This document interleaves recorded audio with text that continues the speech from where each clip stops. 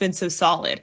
Yeah, I think, for me being a older guy who's been around it a bunch, a lot of guys look to me to see how I react. And whenever we have a new guy step up to the plate, everybody in the world is telling them, hey, man, it's okay. Like, you're going to be okay. Like, I just show it through my actions and through my gameplay. If I take a 5-step drop and I'm not worried about my backside, that should prove to him or a new starting or true freshman left tackle that I got no fear in the world that he's going to get his job done. So I just kind of, do it through my actions and let him know, like, it's all good, brother. Like, we're going to be just fine. You've had no fear running the football either, specifically against Georgia, ran 80 yards. How much of that was in the game plan versus just what the defense was giving you? Yeah, we knew some quarterbacks had success running the ball. Didn't really anticipate running that much, but I never go into a game thinking I need to achieve this amount of rushing yards if we want to win. It just kind of presented itself that way. And, when my number was called, I was had a big smile on my face because, I'll do anything to put my body on the line for these guys. And, if it helps us win, sign me up. And in this Orange Bowl, going against one of the best defenses in the country in Penn State, what are the things you have to be prepared for against this group to have success? Yeah, they're a really well-coached team who know who they are defensively. And the things that they do them really well. So I imagine their third down packages will be pretty advanced. They're going to bring out everything that they can draw up. And, obviously, like I said, they're a really well-coached team. So, and they play really hard too. I mean, that's an organization and program a lot like us, who, strives themselves on tradition, getting gritty football players, non-flashy players who just put their head down and go to work. And your defense, speaking of non-flashy, has been electric all season. From that group in practice every day, what do you see that makes them special? That's a great question. This fall camp for me was torture having to go against them every day for like 4 weeks straight. I think it's their maturity and they just all have a great feel for the game of football. They're so confident in what they do. They don't do too much, but the things that they do, they've gotten so confident in. And it's almost like they know exactly, where my eyes are going before the, balls even snap. So they're a very mature group. Even the younger guys in there, they get in there and they know exactly what to do. So a smart group, and obviously they play, really hard. Taylor McGregor in a conversation with Notre Dame quarterback Riley Leonard yesterday. In that conversation, you heard Taylor talk about the rushing attack that Riley Leonard possesses, the Notre Dame quarterback. In all but one game this year, Riley Leonard rushed for at least 31 yards or more. 30 yards or more. 30, right on the number. All but one. The only game in which Riley Leonard did not rush for 30 yards, the loss for Northern Illinois back on September 7th. 11 carries, 16 yards. The Irish and the Penn State Nittany Lions coming up. Time now for What to Watch For. Brought to you by the Home Depot. The Penn State Nittany Lions have to prove that today is the day for doing. Brought to you by the Home Depot. Penn State is to prove that today's the day for doing. Help cover all your home safety gaps with Kidda smoke alarms from the Home Depot. Why do the Nittany Lions have to prove it? Because according to Michelle Smallman and Chris Canty of Unsportsmanlike, if they're not careful, this game could get sideways. Here's ESPN's Evan Cohen. They have an FBS leading 31 takeaways, and they've got an FBS leading 155 points off of takeaways. Pressure, ball came out. It's a loose ball, and Notre Dame's got it. They wanted to throw, and the pressure knocked the ball away. They can run it really well, averaging over 200 yards rushing a game. And since that loss to Northern Illinois, the clock runs out, and the Huskies have beaten Notre Dame.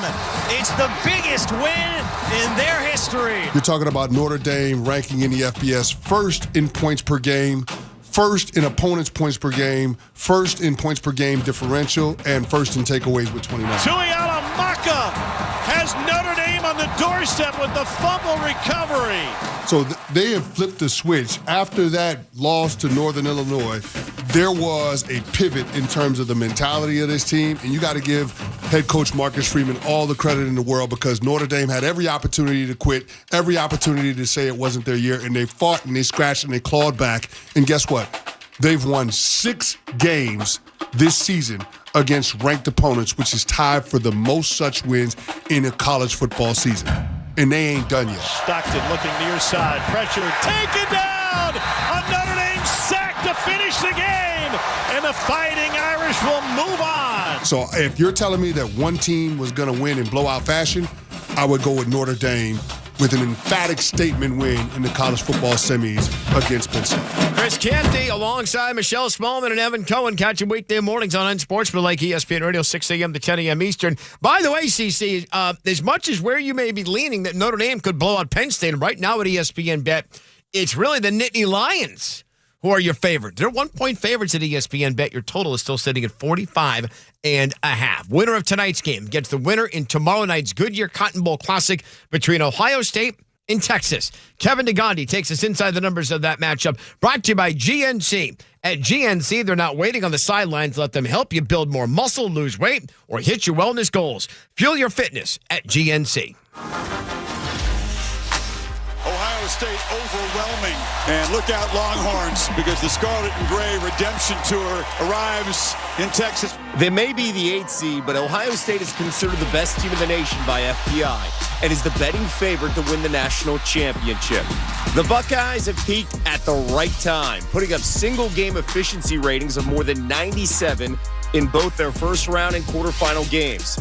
That's a mark they reached only once in 12 tries during the regular season. The OSU offense looks unstoppable, and big plays are a huge part of it.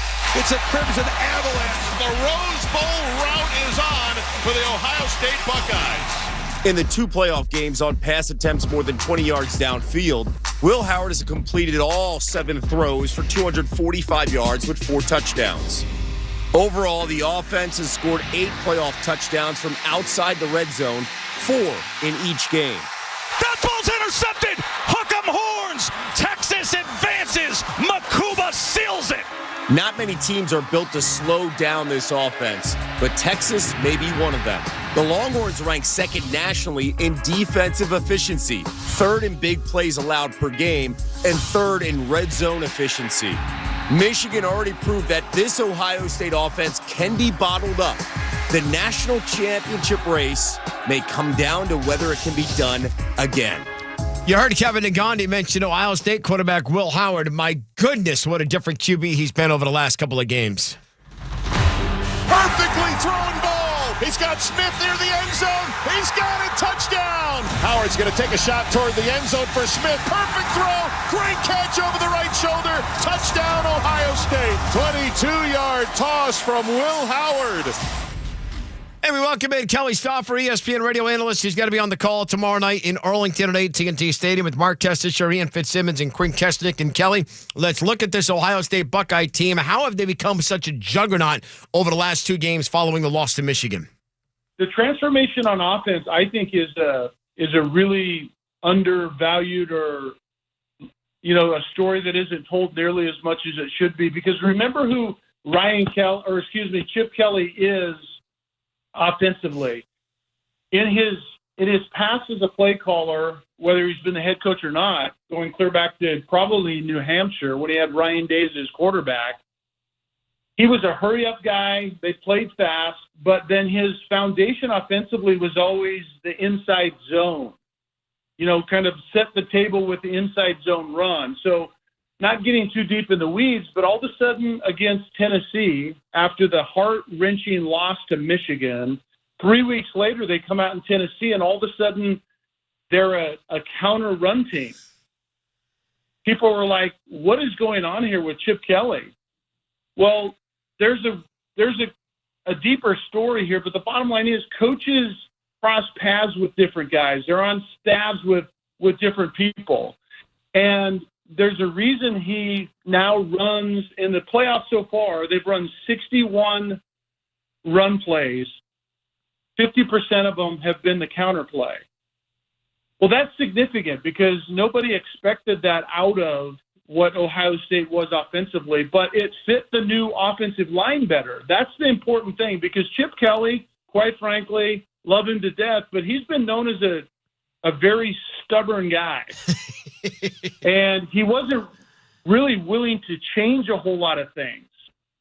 And so this change is significant for that reason, but it fit his offensive line. They lost Seth McLaughlin. Before that, they lost Josh Simmons. Their 2 best offensive linemen.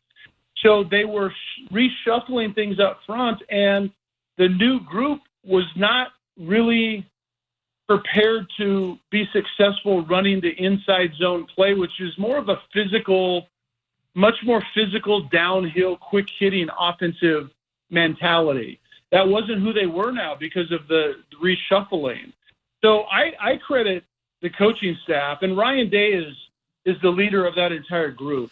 They've remade themselves, honestly, Kevin, and from a football kind of geek out sort of way like I do, it's really amazing to see. And now layers are coming off of that counter run game that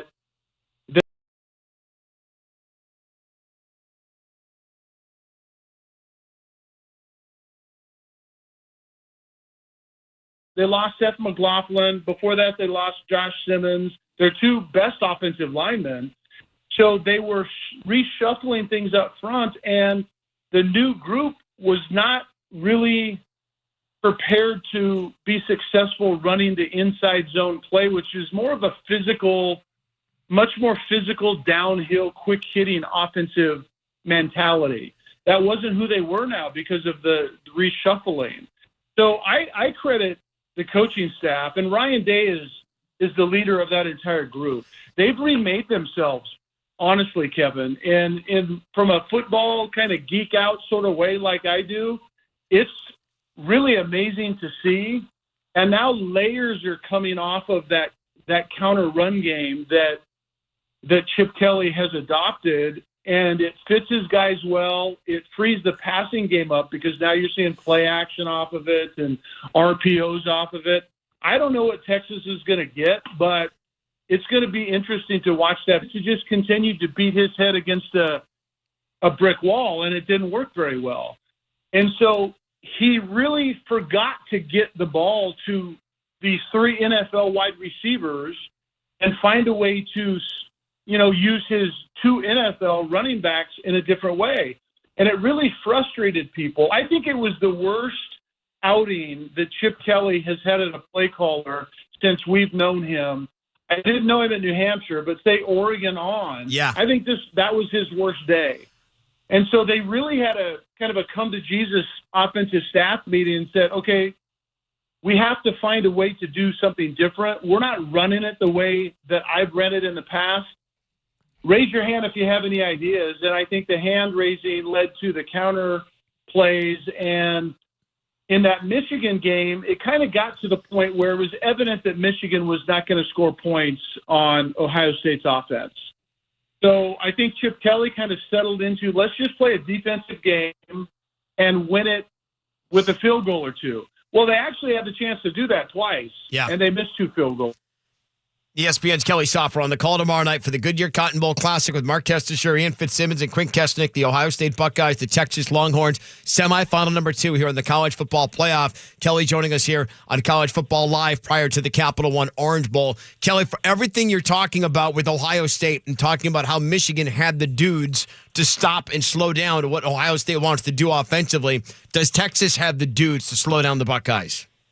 I think that's the question. I think that's what most people want to find out. Pete Kwiatkowski, the defensive coordinator for Texas, and they're a really good defense, but I don't know that they're good enough to start Ohio State. But he said, we have a coverage plan to stop number 4 and number 2. Well, those guys are Jeremiah Smith and Emeka Ibuka. I would like to know what that plan is because nobody else has been able to come close to that. No, they haven't. And the way defense works is if you try to take one, even let alone 2 receivers away, you're giving up other things because you only have 11 bodies.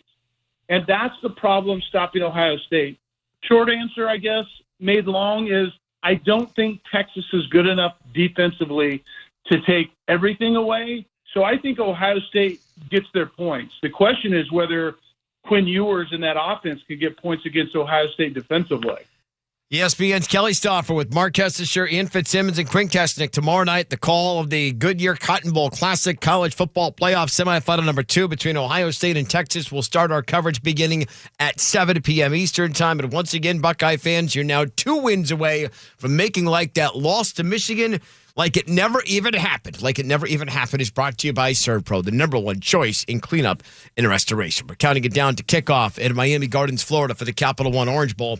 If you are able, please help people affected by the California wildfires here in 2025. Donate at redcross.org/ESPN to help the Red Cross respond and help people recover. I'm Kevin Winter. That'll do it for us at College Football Live. Up next, we kick it off between Notre Dame and Penn State. The first spot in the College Football Playoff Championship game will be decided within about the next 4 hours.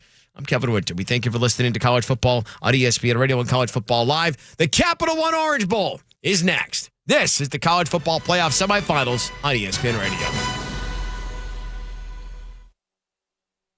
Navy Federal Credit Union can help you dominate debt with a 0% intro APR on credit card balance transfers for 12 months. And right now, you could get $250 when you spend $2,500 using a Cash Rewards or Cash Rewards Plus card. Visit NavyFederal.org. Navy Federal Credit Union. Our members are the mission. Navy Federal is insured by NCUA. After the intro rate expires, variable APRs are 15.15% to 18% based on credit worthiness. Rates are subject to change. ATM fees for cash advances are up to $1 at non-Navy Federal ATMs. Are you ready to unleash the beast? Monster Energy is here to give you the edge this college tailgate season. Loaded with bold flavors, our powerful blend gives you the energy you need to push you beyond your limits. Tune in all season long with Monster, the energy drink of ESPN Radio College Football Tour. Power your performance with a drink that's as hungry for victory as you are. Crack open an ice-cold Monster and dominate your competition. Monster Energy. Unleash the beast. Grab yours today. This college football moment is brought to you by ServPro. College football teams have moments they recover from and made it like it never even happened. Like when Boise State trailed by 7 points with 18 seconds to play and faced a 4th and 18 in the 2007 Fiesta Bowl. With a win probability sitting at 0.1%, the Broncos pulled off a 50-yard hook and ladder play to force overtime and then won it in overtime 43-42. ServPro, like it never.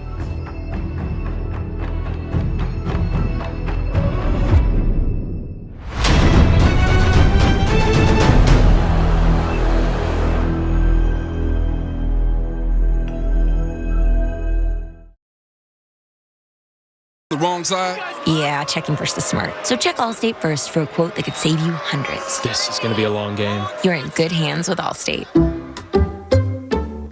Savings vary. Subject to terms, conditions, and availability. Allstate Fire and Casualty Insurance Company and affiliates, Northbrook, Illinois. Harry Douglas here. Say goodbye to bulky, clunky shavers that clutter your bathroom. Not only do you get an incredible shave, Panasonic's Palm Razor has a sleek, elegant design that adds a touch of sophistication to your bathroom. It also conveniently charges with a USB cord. Visit shop.panasonic.com/sports to shop for the Palm Razor. Use promo code Harry for 10% off exclusively for ESPN Radio listeners. That's shop.panasonic.com/sports, promo code Harry.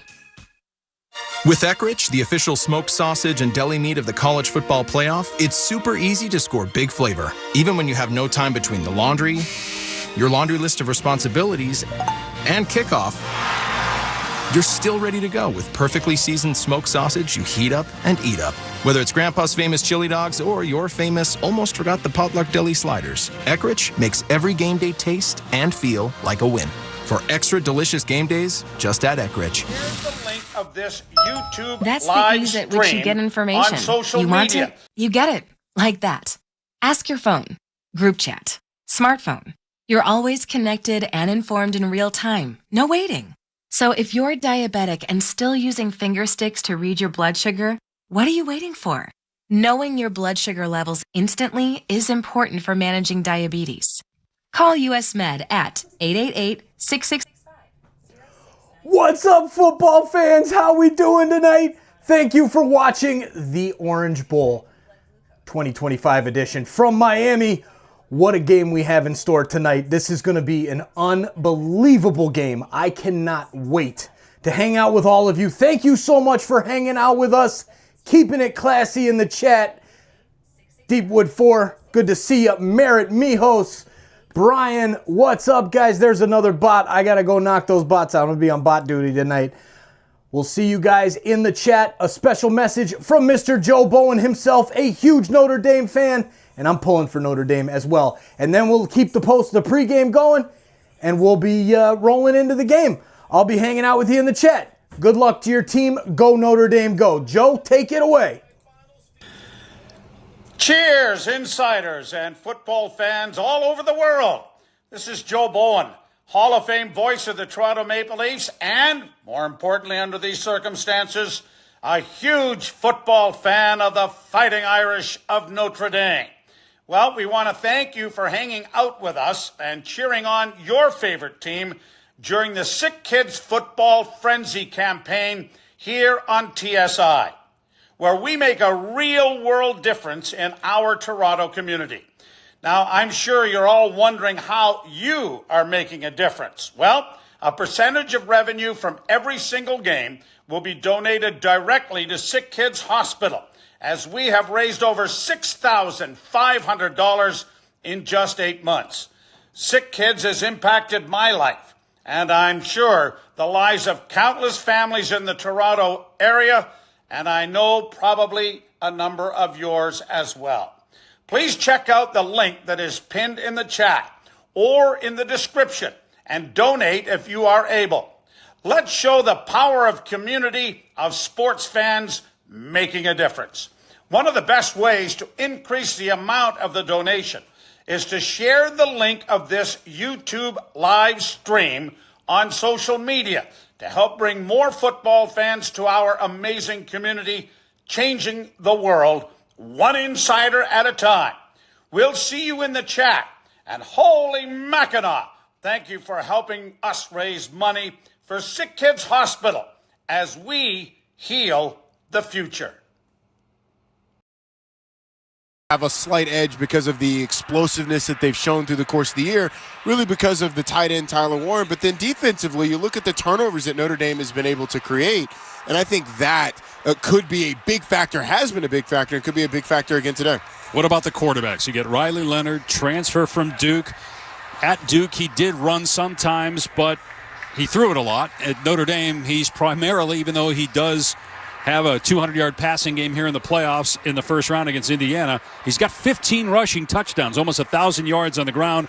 And then you have Drew Aller, that prototypical quarterback that NFL GMs look for. It's really interesting because Riley Leonard, while certainly talented, is looked at as more of a college quarterback that has been productive at multiple stops over the course of his career. You mentioned his time at Duke. He did have a nearly 400-yard passing game in a battle against Sam Hartman and Wake Forest at the end of the 2022 season. So he's got it in there, but we haven't seen it for Notre Dame. And Drew Aller's got all the physical ability to be the #1 overall pick whenever he decides to come out, whether it's after this playoff run or next year. So I think it's about who makes the most impactful plays, whether that's positive or negative at the quarterback position. All right, time to check in with our two reporters who will be on the sideline throughout the game. First, here's Chris Budden. Yeah, well, for Penn State, the biggest question coming in was the health of their star defensive end, Abdul Carter, who left the Fiesta Bowl with a left shoulder injury. I watched him during pregame warmups. He took contact. He was able to go through all of warmups, heavily wrapped with that left shoulder, but he will be big for this rush defense. A little bit of stats for you, Dave. When he's on the field, opposing running backs average 2.5 yards per carry. When he's off, that number jumps to 4.5. As you look at on the year, Big Ten Defensive Player of the Year, first team All-America. Let's get an update from the Notre Dame sideline. Here's Taylor. Well, Dave, when I was talking with head coach Marcus Freeman just moments ago, he talked about the run game and how important that is both on offense and on defense. On offense, they have to get their run game going to get into a rhythm offensively. And the biggest question mark for them was in their star running back, Jeremiah Love, who suffered a right knee injury in the Georgia game and has been limited a little bit in practice this week. But the last few days, he has been getting reps with the ones. He feels much better. And I was watching him in pregame warmups. He seems to be moving fine. Now, he is wearing a brace on that right knee, so something to pay attention to. And then on the defensive side of the football, stopping the run will be important, especially with edge rusher Howard Cross, who suffered an ankle injury in the Georgia game. I am told that he is good to go as well, so a big boost for them on defense, Dave. All right, Taylor, Notre Dame won the toss and deferred, so Penn State will get the ball first. The Irish kicking off left to right. with the gold helmets, the gold pants, and the white tops. Penn State with the traditional home uniforms that you see in State College. Of course, the white helmets, the white pants, and the blue jerseys. Mitch Jeter will boot it away left to right. Nicholas Singleton is deep for Penn State, standing about 2 yards into the end zone. Full house for the Capital One Orange Bowl, a spot in the national title game on the line. And Jeter steps into the football at the 35-yard line. High end over end kick and deep over the head of the returners into the end zone for a touchback. And so Penn State's offense on the field with Drew Aller, a true junior quarterback who is the Penn State all-time leader in completion percentage. He's already third in touchdown passes. It's his second year as a full-time starter. He's a guy that in the college football playoff, though, hasn't been over 60% completions. And that is something that I think he will have to be really efficient at here today. Shotgun set on first down at the 25 of Penn State. They go with 4 receivers, 2 to either side, and now they're going to pitch it to the far side. Singleton in trouble, but able to slip a tackle at the line of scrimmage and get out of bounds at about the 31-yard line, a gain of 6. Pushed out by Jack Kaiser, defensive team captain. A couple of really nice blocks on the perimeter by the Penn State wide receivers as they pitched it out to Nicholas Singleton, and a missed tackle in the open field. Tackling going to be really important with 2 really good running backs, Nicholas Singleton and Katron Allen, both over 1,000 yards. 2nd and 4 on the Penn State 31. Aller in the gun again with Singleton flanked to his right. Trip set to the far side. Warren, the outstanding tight end, is flexed out wide left. Aller barking out the call. Notre Dame showing pressure. They bring blitz and a pass play short left. Caught Singleton 40-yard line near side of the 50 and dragged down to the 46-yard line of Notre Dame. So that's a gain of 24 as Aller read the blitz and dumped it off to Singleton for a big play. There was a shift by Liam Clifford from the right side of the formation to the left, and it felt like Notre Dame never really adjusted to it. They had 2 guys over 2 receivers, and then when Singleton slips out on the screen, there's just nobody else there, and it creates a really big gain. So already the motions of Penn State getting Notre Dame out of sorts. Tyler Warren in the game is a Wildcat quarterback. He's the tight end, but he's an excellent runner. He's in shotgun. He takes the snap and hands it off in a jet sweep to the near side to Singleton, who picks up maybe 1. It'll bring up 2nd and 9. True freshman corner Leonard Moore along with Kaiser there on the stop. We are a minute and a half into the game, no score, and Penn State already in Notre Dame territory. Penn State early on likes when they're on script to test the defense in a number of different ways. Tyler Warren being at that Wildcat quarterback and seeing how Penn State would adjust gives Andy Kotelnicki information that he may use later on. Shotgun set. Aller takes the snap. Quick throw far side, and it's overthrown and complete. Contact on the play between Omari Evans, the intended target, and Leonard Moore, but no flag. The ball was thrown over the head of the receiver on the far side. So it'll bring up 3rd down and 9 at the Notre Dame 45-yard line. I think Drew Aller made an assumption that Omari Evans was going to be open with Moore kind of peeling off to go cover him. The hit was a bit high, and I think some of the Penn State fans would have wanted it targeting, but I think a good no call. They have Warren in the backfield, along with Aller, the quarterback, on 3rd down and 9 to the 45 of Notre Dame. Katron Allen is also in the game at tailback. 2 receivers right. Now they shift. Warren flexed out wide right. Aller in the gun, and a penalty marker is down. There was movement that time by the Nittany Lions. False start, number 71. Offense, 5-yard penalty. Still 3rd down. It's on Ioane, the left guard. That'll make it 3rd down and 14. Less than 2 minutes gone by in the game. No score yet. 3rd and 14 coming up right around midfield. Penn State 13-2, beat SMU 38-10 and Boise 31-14 in the quarterfinals. Aller in the gun and an empty set. 2 receivers to his left, 2 to the right. 3rd down and 14 at the 50-yard line. Shotgun snap, 3-step drop. Aller throws short left, caught by the running back at the 45, Katron Allen, and he's wrapped up immediately after a gain of maybe 1 or 2. Adon Schuler there defensively, and it's 4th and long, and Penn State will have to punt. This is what Notre Dame has been so good at. They've given up yardage. They did it in the Georgia game as well. in the quarterfinal. But once teams cross the 50, they are so good at creating a negative play early on to force you into a second and long and then eventually a third and long and getting off the field. Penn State going to try to pin Notre Dame deep, punting at the 44 of the Irish. Riley Thompson, the punter, has the football, steps into the kick. Hurleman is the return man. It's a short punt, end over end, and the fair catch made at the 10 by Hurleman. 34-yard punt, no return, 12:27 to go in the first quarter, no score. You're listening to the College Football Playoff Semifinal at the Capital One Orange Bowl on ESPN Radio and the ESPN app. It's soccer's most thrilling league. Only the Premier League can make you feel like this. And now every match is on the SiriusXM app. Can you believe it? From the title race. This is remarkable. Keeps this title charge on track, surely. To the relegation fight. The impossible may still be possible. Hear every English Premier League match on the SiriusXM app and talk about all the EPL drama on SiriusXM FC 157 and the SiriusXM app. Dr. Radio!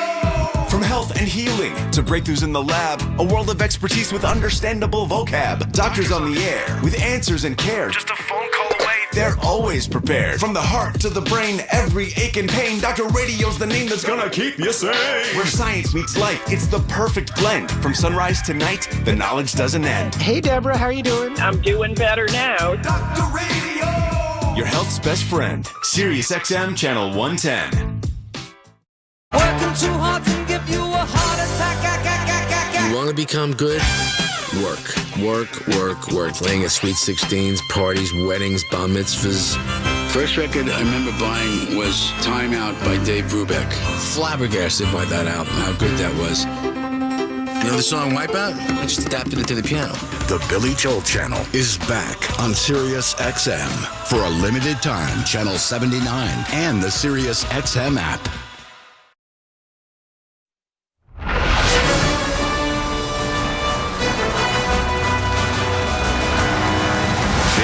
Is the College Football Playoff on ESPN Radio and the ESPN app. Dave Pasch, Roddy Jones, Taylor McGregor, and Chris Budden here in Miami at the Capital One Orange Bowl. College Football Playoff Semifinal. No score between Notre Dame and Penn State. A big play by the Nittany Lions on a short pass to Nicholas Singleton got Penn State into Notre Dame territory. But they ended up punting, and now the Irish will have their first offensive series operating from the 11-yard line as quarterback Riley Leonard. Senior from Alabama, he was the Sugar Bowl MVP, at 80 rushing yards and 90 passing yards in that game. He's in shotgun from his 11 with 3 receivers left and 2 to the right. Notre Dame primarily a run team. They're going to spread it out, though, here on 1st and 10. Abdul Carter, the left defensive end for Penn State, is starting. Here the report from Chris. Leonard takes the snap, 4-man rush. Quick throw, right side, it's caught. At the 15-yard line by Evans, the tight end. Shoved out of bounds at the 17. On the near sideline, a gain of 6. Interesting, Notre Dame starts off in an empty formation, throwing the football, obviously knowing that Penn State's going to anticipate a run, and now they go no huddle. Notre Dame looking like they're throwing to run the football. Jeremiah Love in the backfield to the left of the quarterback. Leonard is in the gun. 2nd and 4 at the 17 of Notre Dame. Twins left, single receiver right, tight end tight right. Penn State with 8 in the box, showing pressure here. They play cock at 8. Still plenty of time here. Snap to Leonard, blitz off the left side. They run to the right, past the 20 is Love, and downed at the 22. He got 5 yards, he needed 4, and it's a first down for Notre Dame with 11:40 to go in the first, no score. Jalen Reed was blitzing from the nickel position. Riley Leonard in a little zone read just hands it off. They run it to the opposite side and get a first down. And they go with tempo again, empty set, shotgun for Leonard. 3 receivers left, 2 to the right, first down on the Notre Dame 22. Snap to Leonard, going to be a design quarterback run straight ahead. Grabbed by Carter and dropped at the 24. 2-yard run by Leonard, who's got 34 career rushing touchdowns. That's the second most among active players. Abdul Carter, first team All-America on defense for Penn State, makes the play. It's one of the most underrated things about Abdul Carter's game. He was an off-ball linebacker last year, moved up to the defensive line, but the way he has played the run and the physicality that he has done that with, it's been really impressive this season. 10:50 to go first quarter. Scoreless game, 2nd and 8 for Notre Dame, and it's 28. Leonard in the gun. To his right is running back Love. And it's going to be a run play. Love straight ahead, and he runs into Carter again at the 25. Jalen Reed in there as well, second team All Big Ten. So just a 1-yard gain, 3rd and 7. Well, Abdul Carter's been tweeting out gifs of Darth Vader in his return. He's got Darth Vader written on his eye black across his eyes, and he's playing like he has embraced the Force for good or evil. I don't know which one, but right now it's good for Penn State. 3 receivers left, 1 to the right on 3rd and 7 for Notre Dame from its 25-yard line. True freshman Aeneas Williams in at running back, flanking Leonard to his left. Snap to Leonard. Straight drop, has time, throws deep, right sideline, and it's caught at the 40-yard line, and at the 50 is Mitchell Evans, out of bounds in Penn State territory at the 42. That's a 35-yard gain on 3rd and long. Really nicely placed back shoulder throw by Riley Leonard, and Mitchell Evans doing a great job with strong hands against the coverage of A.J. Harris, who's a big, long corner. A really nice conversion on a tough throw and catch by Notre Dame. First down at the 43 of Penn State, 9.5 to go in the first quarter, no score. 3 receivers left. Leonard in the pistol with Williams, the running back, behind him. Now shifts to the right of the quarterback, Leonard. Ball on the near hash. Snap to Leonard, run play to the left. Williams has a little bit of room, gets down to the 40-yard line for about 3 yards. Bring up 2nd and 7, tripped up by Kobe King and Wheatley, the safety. Early on, Riley Leonard's ability to throw the football, I think, is really powered them on this drive because it makes Penn State have to think about the threat down the field. They went unbalanced formation that time and were able to get a nice gain on first down to make it 2nd and manageable. 2nd and 8 at the 41 of Penn State. Jeremiah Love back in the game with Leonard in the backfield. Leonard in shotgun, single receiver to the right. Now Love motions out to the right, so an empty set. Snap to Leonard, pressure off the near side, pass left side, knocked down, incomplete. Amin Vanover jumps up into the air, bats the ball down on the far side of the field. 8:47 to go in the first, no score. 3rd and 8 coming up. Abdul Carter is the star up front, but Denai Dennis Sutton and Amin Vanover, the guy who just knocked that ball down, are fantastic players on the edge as well. Vanover, 6'4", used his length to get up there and bat the ball down. And now 3rd and longs. Here's where that defensive line with Dennis Sutton, Vanover, and Carter can go to work rushing the passer. They've been bringing some heat on Leonard. Picked up a 3rd and long, though, earlier on this drive. 3rd and 8 on the Penn State 41. 4 receivers, 2 to either side. Leonard in the gun. Takes the snap. Leonard stands in the pocket, throws over the middle. Incomplete at the 35-yard line, intended for the tight end Mitchell Evans. And so it's 4th down and long. A.J. Harris in coverage, and Notre Dame will send on the punt team. Same matchup that Notre Dame had on that long conversion to Mitchell Evans earlier. This time it's a slant pattern over the middle with pressure coming in the face of Riley Leonard, and A.J. Harris does a nice job of forcing a low and outside throw and an incompletion. Tracy is the punt returner for Penn State, to our right, standing at the 10-yard line. James Rendell, the punter, standing at his 45. They snap it from the Penn State 41, and the kick is end over end, middle of the field, backing up and making the fair catch at the 2-yard line is Zion Tracy. Probably could have just let that go. 39-yard punt, no return, no score. 8:35 to play. Each team has had a possession here in the first quarter. This is the college football playoff semifinal at the Capital One Orange Bowl on ESPN Radio and the ESPN app. This is the story of the one who, as a maintenance specialist for a historic high-rise, knows that vintage charm historically needs constant attention. Which is why when it's time to upgrade turn-of-the-century mechanicals, they turn to Grainger. With easy access to 1 million-plus products and the scale to deliver when and where you need them. The right tools and supplies are never far away. So the one can keep that vintage building running like new. Call, click Grainger.com, or just stop by. Grainger, for the ones who get it done. Robinhood Gold members can now enjoy the VIP treatment, receiving a 3% IRA match on annual retirement contributions. With Robinhood Gold, the perks of the high net worth are now available for any net worth. The new gold standard is here with Robinhood Gold. To receive a 3% boost on annual IRA contributions, sign up at Robinhood.com/gold. Investing involves risk. 3% match requires Robinhood Gold $5 a month for 1 year from first match. Must keep funds in IRA for 5 years. Go to Robinhood.com/boost. Robinhood Financial LLC member SIPC. Gold membership is offered by Robinhood Gold LLC. Hey, fans! Welcome back to Fansville's Cheers and tears. Oh. Okay, so like everybody deals with losing, right? To a rival on a last-second field goal. Whatever, it's fine. I'm totally fine. But I cope with losing with an ice-cold Dr. Pepper. Those 23 flavors are like so delicious. They totally wash away the pain of your college football team taking a big fat L. College football. It's a pepper thing.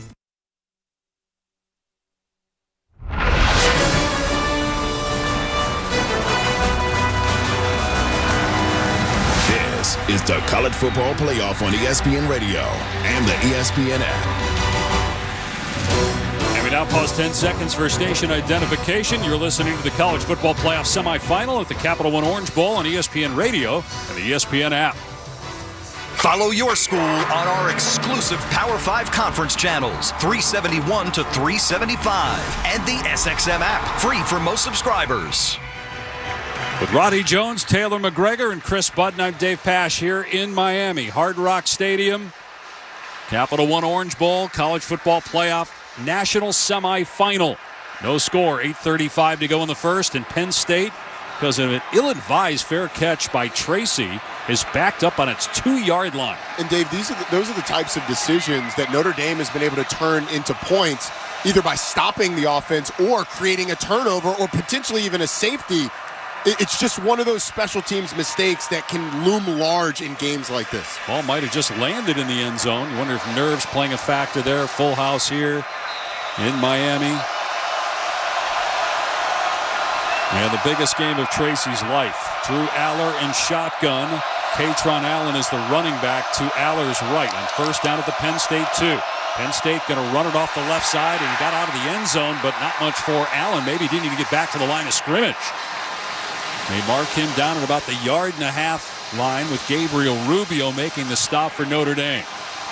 This Notre Dame defensive front has been so physical during the college football playoff that if I were Penn State, the consistently running at them, I think you can wear them down. But early on in situations like this, you're afraid of the penetration that especially Howard Cross can create. 2nd and 10 on the Penn State 2-yard line with Aller in shotgun. Allen, the running back. Receivers right and left. Snap to Aller, hands it off. Allen up the middle, past the 5, out to about the 10-yard line before the tackle is made. Short of the line to gain by about 3.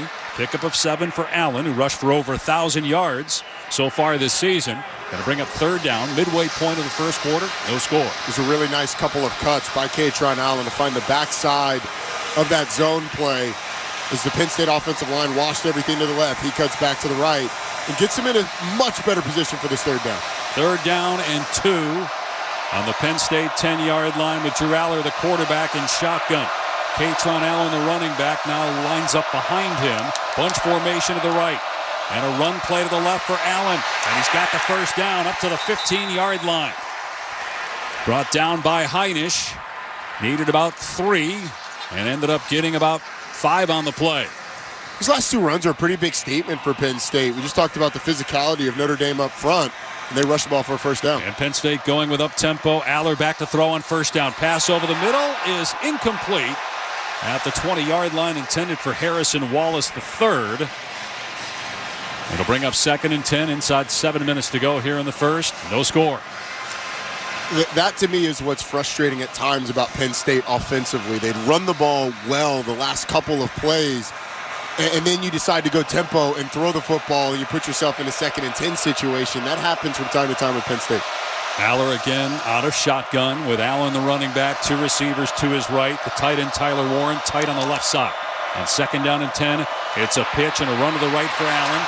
Trying to get outside, he can't. Brought down to the 20-yard line, but still a gain of a handful. Drake Bowen on the stop. It'll bring up 3rd down and 5. Notre Dame defensively on these 3rd downs loves to play man-to-man coverage. We haven't yet seen Drew Aller go to Tyler Warren, and they've thrown some different matchups at him so far. We'll see where the tight end lines up and if they go to him here. Warren, 98 catches, over 1,100 receiving yards for the Mackey Award winner. Aller in shotgun. They spread it out. 3 receivers left, 1 to the right. On 3rd down and 5 on the Penn State 20-yard line. Snap to Aller. Pressure coming up the middle. Aller throws over the middle. Knocked down. Incomplete. What a terrific play that time by Jordan Clark on Wallace, the intended target. It's 4th and 5, and Penn State will punt for the second time. Jordan Clark was all over Harrison Wallace, and I thought if Drew Aller was a little more patient, he had Tyler Warren on an in-breaking route with a bigger body against the defensive back. He could have put it right on the body of the tight end and maybe had an opportunity to get the first down. Riley Thompson standing at his 5-yard line. His first punt was 34 yards. Max Hurleman is back at the Notre Dame 40. And the kick away. It's a line drive right at Hurleman, fielded at the 35 and dumped immediately back at the 33-yard line by Tracy.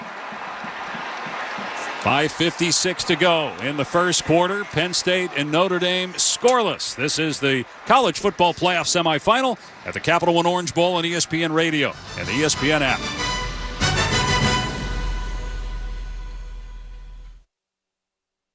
Timeout. Your body goals don't have an off season. GNC is ready to help you get a stronger start on the new year with help building more muscle and proven weight loss support. Need a boost? We're ready with GNC vitamins for your longest winter days. Want the best energy drinks? They're at GNC. Never tried creatine before? Get ready to be amazed. GNC coaches are ready to help you in stores everywhere, and you can shop our full collection of flavors and online exclusives at GNC.com. Cheers, GNC, insiders live well. and football fans all In over SEC the world. country, the key to our confidence comes from having a goal Cover 3, ready? and knowing just how we're going to get there. 8 seconds, it's plenty of time. So in these pivotal moments, we come together.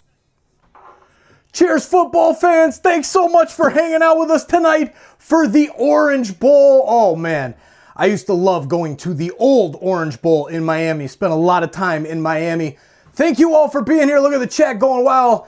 Godfrey, Tennis Girl, Incubus, Jezia, Kyle Carr, D. Rutherford. Look at it all going just crazy there. I love it. 0-0. I expected this to be a very, very tight game. What's up, Sarah? How you doing? All right. We are going to get back to the football here. Please hit the like button down below. We got 249 likes. Let's get that up to at least 500 here before the end of the first quarter.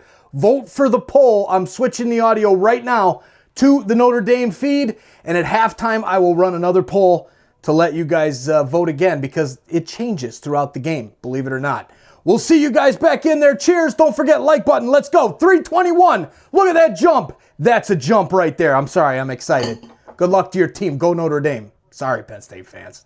Out of the National Football League, about 15 minutes ago, the NFL has announced that in the interest of public safety, Monday night's wild card game between the Minnesota Vikings and the Los Angeles Rams has been moved from SoFi Stadium in Inglewood, California to State Farm Stadium in Glendale, Arizona. The game will still kick off at 8 p.m. Eastern Time. The game will remain being televised on ESPN, ABC, and ESPN Plus, but given the wildfires that are going on, the NFL has moved the game. And if you are able, please help donate to the people affected by the wildfires. Donate at redcross.org/ESPN to help the Red Cross respond and help people recover. The game is now going from Inglewood to Glendale. Dave Pasch, we go back to you in Miami Gardens, Florida. And Kevin, that happened about 20 years ago for a regular season game between the then San Diego Chargers and Dolphins because of fires in San Diego. Certainly our thoughts and prayers with everybody impacted, and there are a lot of people impacted in the Los Angeles area. No score, 5:56 to play first quarter. Notre Dame ball for the second time, 1st and 10 on its 35-yard line. Jadarian Price in the game at running back. Leonard in shotgun, 2 receivers right and 2 to the left. Leonard has the football, 3-step drop, looks over the middle, throws, incomplete. His arm may have been hit as there was pressure by Penn State, Abdul Carter. Let's check in with Taylor. Dave, something to pay attention to. Notre Dame's star receiver, Bo Collins, just came out of the tent moments ago. Trainers were evaluating his left calf.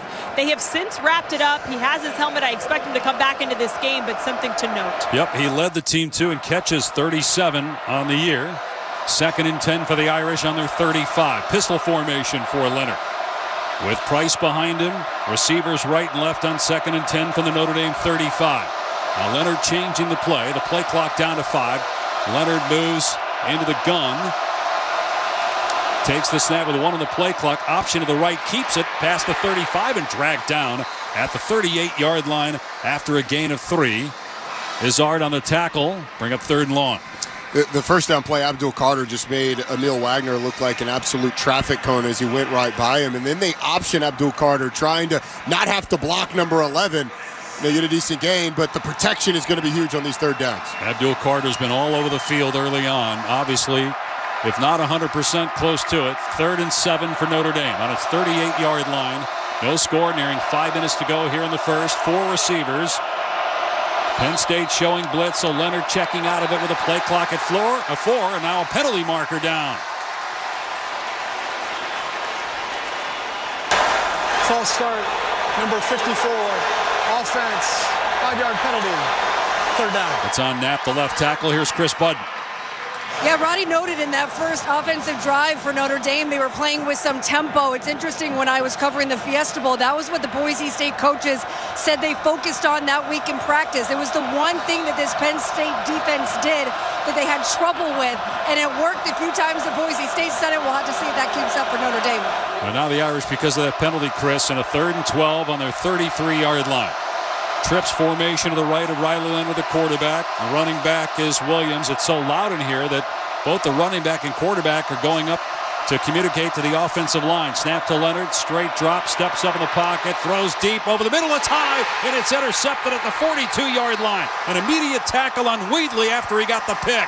His 3rd interception of the year. It'll be Penn State ball at its 42-yard line. It was an ambitious throw at best from Riley Leonard, no matter if it was high or not. But the pressure by Abdul Carter forced him up in the pocket and probably forced that high throw. He may have been able to get it to Jaden Harrison, but the ball was going to have to be perfect because there were multiple defenders for Penn State around the Notre Dame receiver, and the first turnover of the game goes to the Nittany Lions. And you and I were talking during the break, Roddy, the importance because of how well these teams run the ball, the expectations of a low-scoring game. Who can make more plays in the passing game on 3rd and long? That's a big pick right there to give Penn State the ball near midfield. It is, and it may come down also to who can make less mistakes in the passing game. Notre Dame's been so good at taking the ball away defensively, but the fact that the offense is the first one to turn the ball over and give Penn State really good field position, I think it's going to loom large in a game like this where the defenses are expected to be so impactful. Notre Dame 3rd in the country in turnover margin. Penn State with 8 takeaways now in the playoffs. Here in the college football playoff semifinal, the winner to play in Atlanta January 20th for the championship game. Remember, because the Sugar Bowl moved a day later, Penn State actually had 2 more days of rest for this game. Notre Dame beat Georgia. Penn State, as Chris mentioned, she was there, knocked off Boise State in Glendale.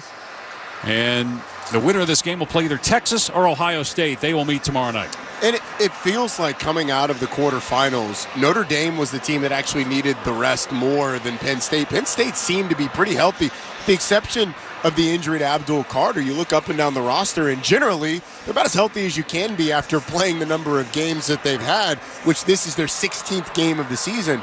Notre Dame, though, had a number of guys banged up, including Jeremiah Love, including Howard Cross. And so you just wonder from a depth standpoint, where is Notre Dame? And a health standpoint, where are they now playing their 15th game of the year deep into this season? Let's go back down to the field. And Taylor. And the biggest question was the health, Roddy. You mentioned it, but Marcus Freeman tried to paint it positively to his team. And he said, look, we've been doing 12 weeks of this a week in between each game. And he said, it's actually a positive because we're not in school right now. So it really is more time to prepare for this game. They felt like they really had 8 or 9 days because they didn't have to go to class in between all the training.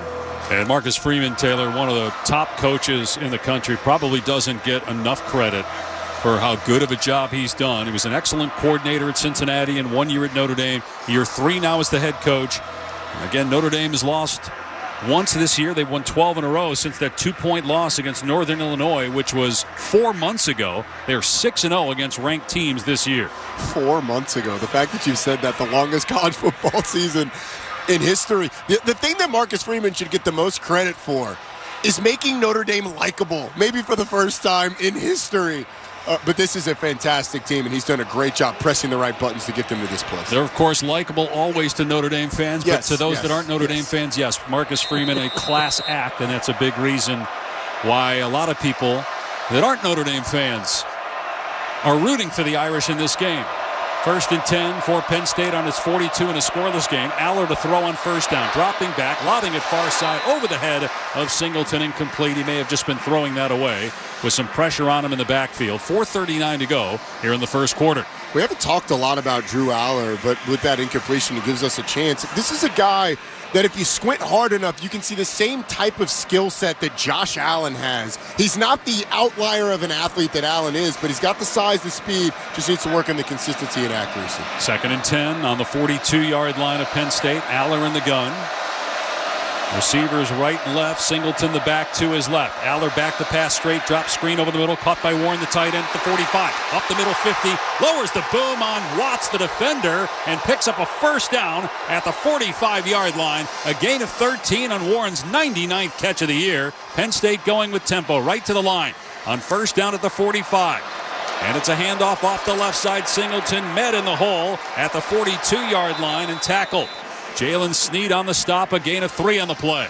Penn State loves that little middle tight end screen that they ran to Tyler Warren, and they threw something got thrown to the side. Wouldn't be surprised if it was like a piece of Xavier Watts' helmet. Second and 7 now at the 41. Aller takes the snap, straight drop, throws a deep ball far side over the head of Warren, who laid out for it, incomplete at the 22-yard line.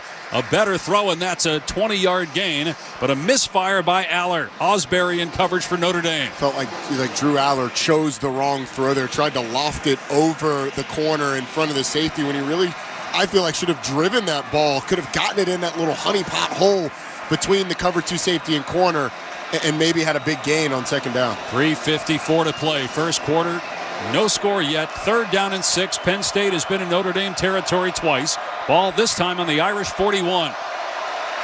Singleton in the backfield with Aller, who's in the pistol. Aller takes the snap, turns and hands it off the right side. Singleton to about the 37-yard line, tackled short of the line to gain. You would imagine Penn State would go for it on 4th down and 2 based on that play call, a gain of about 4. And James Franklin has preached being aggressive to his team all year long. Went for it back in his own territory against SMU when it felt like they had the game in control. Leaving the offense on the field, bringing Katron Allen into the backfield. 4th down and 2 for Penn State at the 37 of Notre Dame.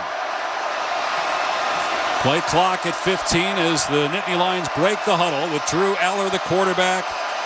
In shotgun, Katron Allen to his right. Receiver right and a bunch set next to the line on the left. Snap to Aller. It's a run play to the right. And Allen has Singleton the first down to the 30 and out of bounds. So they had both Singleton and Allen in the game. They lined up Singleton off the ball on the perimeter, and he came on a jet sweep and picked up 8 yards. They had a bunch formation to the left side of the formation, and Notre Dame felt like it had a ton of defenders over to that side, so they run the speed sweep to Nicholas Singleton the opposite way and get the first down easily. 2:45 to go in the first, no score, but Penn State on the move. First and 10 at the Notre Dame 29-yard line. Katron Allen behind Aller, who takes the snap, hands it off, running straight ahead, now busting it to the outside right of the 25 is Allen. Down to about the 22-yard line. Brought down on the far sideline, a gain of 6 or 7 on first down for Penn State. Bryce Young able to track down the running back and make the stop. Penn State's success running the football would be concerning to me if I was a Notre Dame fan or this Notre Dame defense. Pretty consistently, they've been able to get chunk plays in the run game, and nearly a first down with that one. 7 yards on first down running the ball there. Roddy, Katron Allen lost the ball. It's the reason he actually bounced it to the outside. He lost the ball. It popped up into the air. He regathered it and then cut to the outside right. 2nd and 3 at the Notre Dame 22. Aller in the pistol. Katron Allen behind him. Aller back to throw. 3-step drop. Steps up in the pocket. Moving to his right. Throwing right. And the catch is made for a first down at the 15-yard line. Caught on the far sideline by Luke Reynolds. Just his 9th catch of the year. Dragged down immediately, but a gain of 7. And a Penn State first down in the red zone with 90 seconds to go in a scoreless first quarter. Really nice movement in the pocket by Drew Aller, moving up and then escaping out to his right before drilling the receiver with the ball right on the numbers. Luke Reynolds had no choice but to catch that one. 9th play of this drive for Penn State. 1st and 10 at the Notre Dame 15-yard line. They've got Tyler Warren as the Wildcat quarterback. He takes the snap, hands it off. Singleton running right.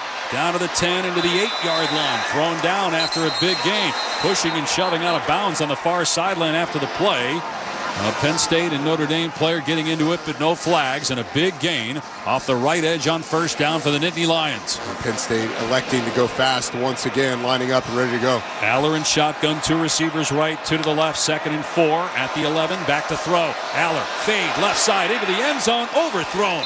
Trying to hit Singleton, but the ball was too far thrown, incomplete. Leonard Moore did have good coverage that time on the running back Singleton. We got a starting safety against the running back. That is a matchup that Notre Dame will take all day long. Tried to get a little pick route on the fade, but Leonard Moore was all over it. 45 seconds left, first quarter, no score. 3rd and 4 for Penn State at the Notre Dame 9-yard line. They picked up a 4th down and 2 earlier on this drive, and now 3rd and short. Allen in the game next to Aller, the quarterback, who's in the shotgun. 3 receivers to Aller's left. Shotgun snap, 6-man rush, back to throw. Aller looks left, lobs left side into the end zone. Underthrown, juggled, and intercepted. Christian Gray picks it off in the back of the end zone. A penalty marker is down in the secondary, though, at about the 5-yard line.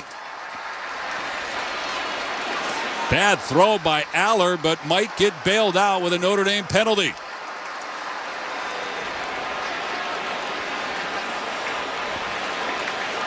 Christian Gray almost dropped pass, holding, number 29, defense. Half the distance to the goal, automatic first down. Well, the man that had the interception called for holding, and it's a first down for for Penn State with 38 seconds to go here in the first quarter. He was lined up against Harrison Wallace, and Harrison Wallace beats him. Aller in the shotgun takes the snap, hands it off. They run up the middle. This is Allen, stood up at the 2-yard line. Good work by the Irish to prevent that from getting in. And this might be the final play of the quarter. We'll see. Kingston Viliamuasa in there. Jack Kaiser in there as well. Just a devastatingly long drive for the Nittany Lions. No matter what happens here, if Notre Dame is somehow able to hold Penn State to a field goal, you've got to score on offense. Right now, Penn State has taken twice as many snaps as Notre Dame. 4 seconds left here in the opening quarter. Clock's at 2. They will take the snap. High snap for Aller. Hands it off to Allen. Running left, tripped up and stopped. Oh, they lose a yard. Gabe Rubio was in there. And it's going to be 3rd down and goal from the 3 for Penn State. That is the end of the first quarter. To start the second quarter. And Notre Dame's starting to get on that snap count of the double clap, and they are firing through that offensive line. Well, Notre Dame so far has bent. They haven't broken, and it's going to be a huge 3rd down and goal from the 3-yard line when we come back for the second quarter. No score after 1 in the books at the Orange Bowl. You're listening to the Notre Dame Radio Network. This is Coke Zero Sugar. Could I be the best Coke ever? Try and taste with your ears. Hear those bubbles? Imagine them tingling on your tongue. Fizzy deliciousness. Listen to that cascading liquid. A mouth-watering waterfall. Irresistibly tasty. Zero sugar. Crisp. Refreshing. And ice cold. Is Coke Zero Sugar the best Coke ever? Try and decide. Now, 2 Pigeons and Coach Prime bemoaning the fact you can stream DirecTV satellite-free. These humans get the biggest college football games on DirecTV, and we don't even get a satellite dish. Enough squawking. It's Coach Prime. Bring it in. Sure, they could get all that college football without a dish, but you still got your passion, your drive, your resolve, your incredible career as a football icon? No, that's me. Stream the biggest college football games. No satellite dish. Visit DirecTV.com. It takes hard work. Cheers, Insiders. How we doing tonight? Oh, yeah. Let's go. It is a lot of fun in the chat. You guys firing it up in the chat. I love it. The feed is now the Notre Dame feed. We are now live with Notre Dame. And there you go. So hit that like button if you... I'm going to change the poll to what should we listen to in the second half. All right, so in the second half, vote if you want Notre Dame to stay on. Put it on there. If not, whatever. Big shout out to Mom and Dad. I love you guys. I miss you. And can't wait for the next few weeks. Go Notre Dame, go. Go Leafs, go. Trying to keep an eye on the Leafs game. They are up 2-0. Now it's tied 2-2. Oh, man. All right, got to go get that bot. Cheers, everybody in the chat. We'll see you back in there. Don't forget, hit that subscribe button if you're new. And also check out the link that I'm about to pin for our Sick Kids Football Frenzy donation campaign page. Please check it out. Just by being here and hitting the like button and sharing this link out, you're making a difference as we donate a percentage of our revenue every single game to Sick Kids Hospital. Go, Leafs, go. Back to the football. Throws it here. That means that Notre Dame has scared them out of the run. That was a huge tackle for a loss on the last play. And Notre Dame right now with an opportunity to get a monstrous stop. If I'm Penn State, I'm going for it here. This drive has gone 12 plays, 55 yards, 4 minutes and 43 seconds. It now spans 2 quarters, as it'll be the first snap of the second quarter. Game is scoreless, and the big 3 playmakers all in the backfield. Warren is in the shotgun. Now Aller motions to the gun. Singleton's the back to his right. 3rd down and goal from the 3. Penn State going right to left here in the second. Shotgun for Aller. Take the snap. Looking right. Wide open. Oh, it's dropped. Singleton could have walked in, and he dropped it on the goal line. 4th down and goal. What a break of luck for the Irish. Singleton just sped outside, and no one, and I repeat, no one had him. Oh, and I can't believe that Penn State's going to kick a field goal here. Okay, put this down in your book. First coaching call of the game. I can promise you this, Marcus Freeman's going for it on 4th and goal from the 3. Marcus Freeman's now on the field. He needs a timeout. Oh my gosh, they may have had 12 men. Marcus Freeman ran on the field for a timeout. Let's call their first charge timeout. 1, 2, 3, 4, 5, 6, 7, 8, 9, 10. I see 11. Maybe they saw something in this field goal formation they didn't like. Yeah. See, I see 11 out there, but Marcus Freeman ran on the field to call his first timeout. He did not like either what he saw schematically or what he saw from his team on the field. Yeah, they may have been in a fake formation. And you mentioned it, Tony. One guy out of place should set off alarms. But sometimes you can miss that if you're a defensive team that just was marched 98 yards down the field. But what a stop by Notre Dame's defense to hold them to a field goal here.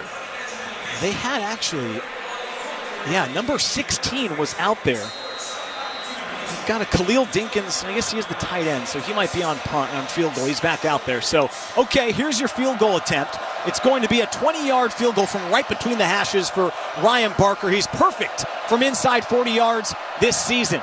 Chance to put the first points of the game on the board. Clean snap, clean hold, left-handed kick is straight through the uprights, and Penn State strikes first.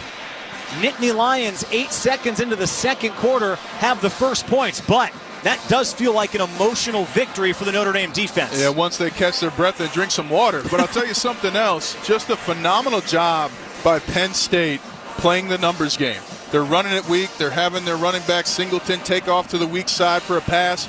Notre Dame has got to watch the closed edge. Great teams in big games are going to run against the numbers, and Penn State did an excellent job of that. 14 plays, 55 yards. It didn't actually go that long, though. Yeah, it was 10 minutes. 10 minutes and 9 seconds, and it's been 40 minutes of real time since the Notre Dame offense was on the field. Yeah, they're going to change that number, I think. But right now, total yards in the game, worth noting. Penn State, 104 yards in the game to just 51 for Notre Dame. And I think what you've been pointing out, Ryan, 24 plays run for the Nittany Lions to just 11 for the Irish. They really need a sustained offensive drive here. Yep, and if you're Riley Leonard, you got to shake off the interception, and you got to keep firing and keep attacking. It's not about making mistakes. It's about what you do after a mistake. That's football. That's life. Okay, they've amended that to 4:51 in time of possession. Off of the pick, they get the 3 points, and now Penn State, for the first time today, will kick off. This is a high end-over-end kick that's going to go into the end zone. No return from Jaden Harrison, who we'll keep our eye on all day today after that big return a week ago in the Sugar Bowl. Irish will start at their own 25 and get their first drive of quarter number 2. What I like is getting Riley Leonard in rhythm. You know I love running the ball, but I would do some quick passes to spread out that defense and make the secondary communicate to each other. Let's see who comes on the field here to begin this drive. And please, for the love of the Lord, Chip Abdul-Carter right on his left shoulder. That is oh so painful. The tape's coming out of his shoulder pads. Jadarian Price will be the back to begin this drive. Notre Dame goes left to right. They start with the ball on the far hash. Two receivers to the bottom, one to the top for Leonard, who takes the shotgun snap. Hands it off to Price, running right, strung out, and taken down. Wow, good work by the defensive line of Penn State. Smith Filbert gets in the backfield and blows this one up. And just know they had so much penetration. It was almost like a team tackle there for the Nittany Lions. Loss of 4 yards on the play for Notre Dame. They go backwards to their own 21. It sets up second down and long. Irish had the big 31-yard play to Mitchell Evans down the far sideline. Otherwise, just 16 yards on their other 11 offensive snaps so far. Shotgun for Leonard as they move left to right. Takes the snap. He'll hand it off to Price. Running left, has a hole. Cuts it upfield across the 30. Spills out towards the 35. He's just shy at the 34-yard line. Big run for Jadarian Price to get some yardage back. It's 13 yards, and it leaves him a yard and a half shy of the first down. Well, now Notre Dame ran to the weak side, Tony, and he was wide open. Look at that. Offensive coordinator Ryan Harris been calling for it all year. All year long. And they should only need the 35, so it's third down and 2 for Notre Dame from just beyond the 33-yard line. Short 2 with Price the back. Leonard gets the snap, design quarterback run, running left, lunging forward for the sticks, and he's got the first down. Yes! Just enough by a half yard. Riley Leonard with his first design run that really matters in this game, and it moves the chains for Notre Dame. Excellent use of the run game to get the first down. Oh, Anthony Knapp is down. Oh, no. Freshman left tackle has been so good all season. Worth mentioning Charles Jagasaw, who is out at the start of the season. Slated to be the left tackle, has been taking snaps or taking reps in practice, and he is... Looks like Tosh Baker's going to come out. Yeah, he's available, but you're right. Baker was the first one on the field, and we'll see who does take the field, at least for this next snap. Knapp will have to go off as he's being tended to at the 35-yard line. It's also going to take us to a timeout on the field as well. 13-16 left in the second quarter. It's Penn State 3, Notre Dame nothing in the college football playoff semifinal and Orange Bowl on the Notre Dame Radio Network. Are you ready for your next escape? Experience the excitement at Four Winds South Bend. Relax at Four Winds South Bend Hotel with 317 luxurious rooms and suites. Dine at one of 5 award-winning restaurants, including Copper Rock Steakhouse, Kankakee Grill, and Edgewater Cafe. Plus, unwind and enjoy the serenity with a massage, facial, and more at Cedar. What's up, insiders? Cheers to all of you hanging out with us. There you go. The link is pinned in the chat. Check it out. The eyeballs. Please go check it out. We're at, I think, like $180 in donations before I check tonight. I haven't checked since the last game because I've been so busy with work and other things. Thank you all for hanging out with us here in the chat. Keep it classy. I'm going to put this down here, see if it'll roll through. And it is. All right. We are at 71,865 subscribers. Have you subscribed yet? Hello, you out there that's listening. Penn State or Notre Dame fan or just a football fan. Thank you for being here. Please hit the subscribe button.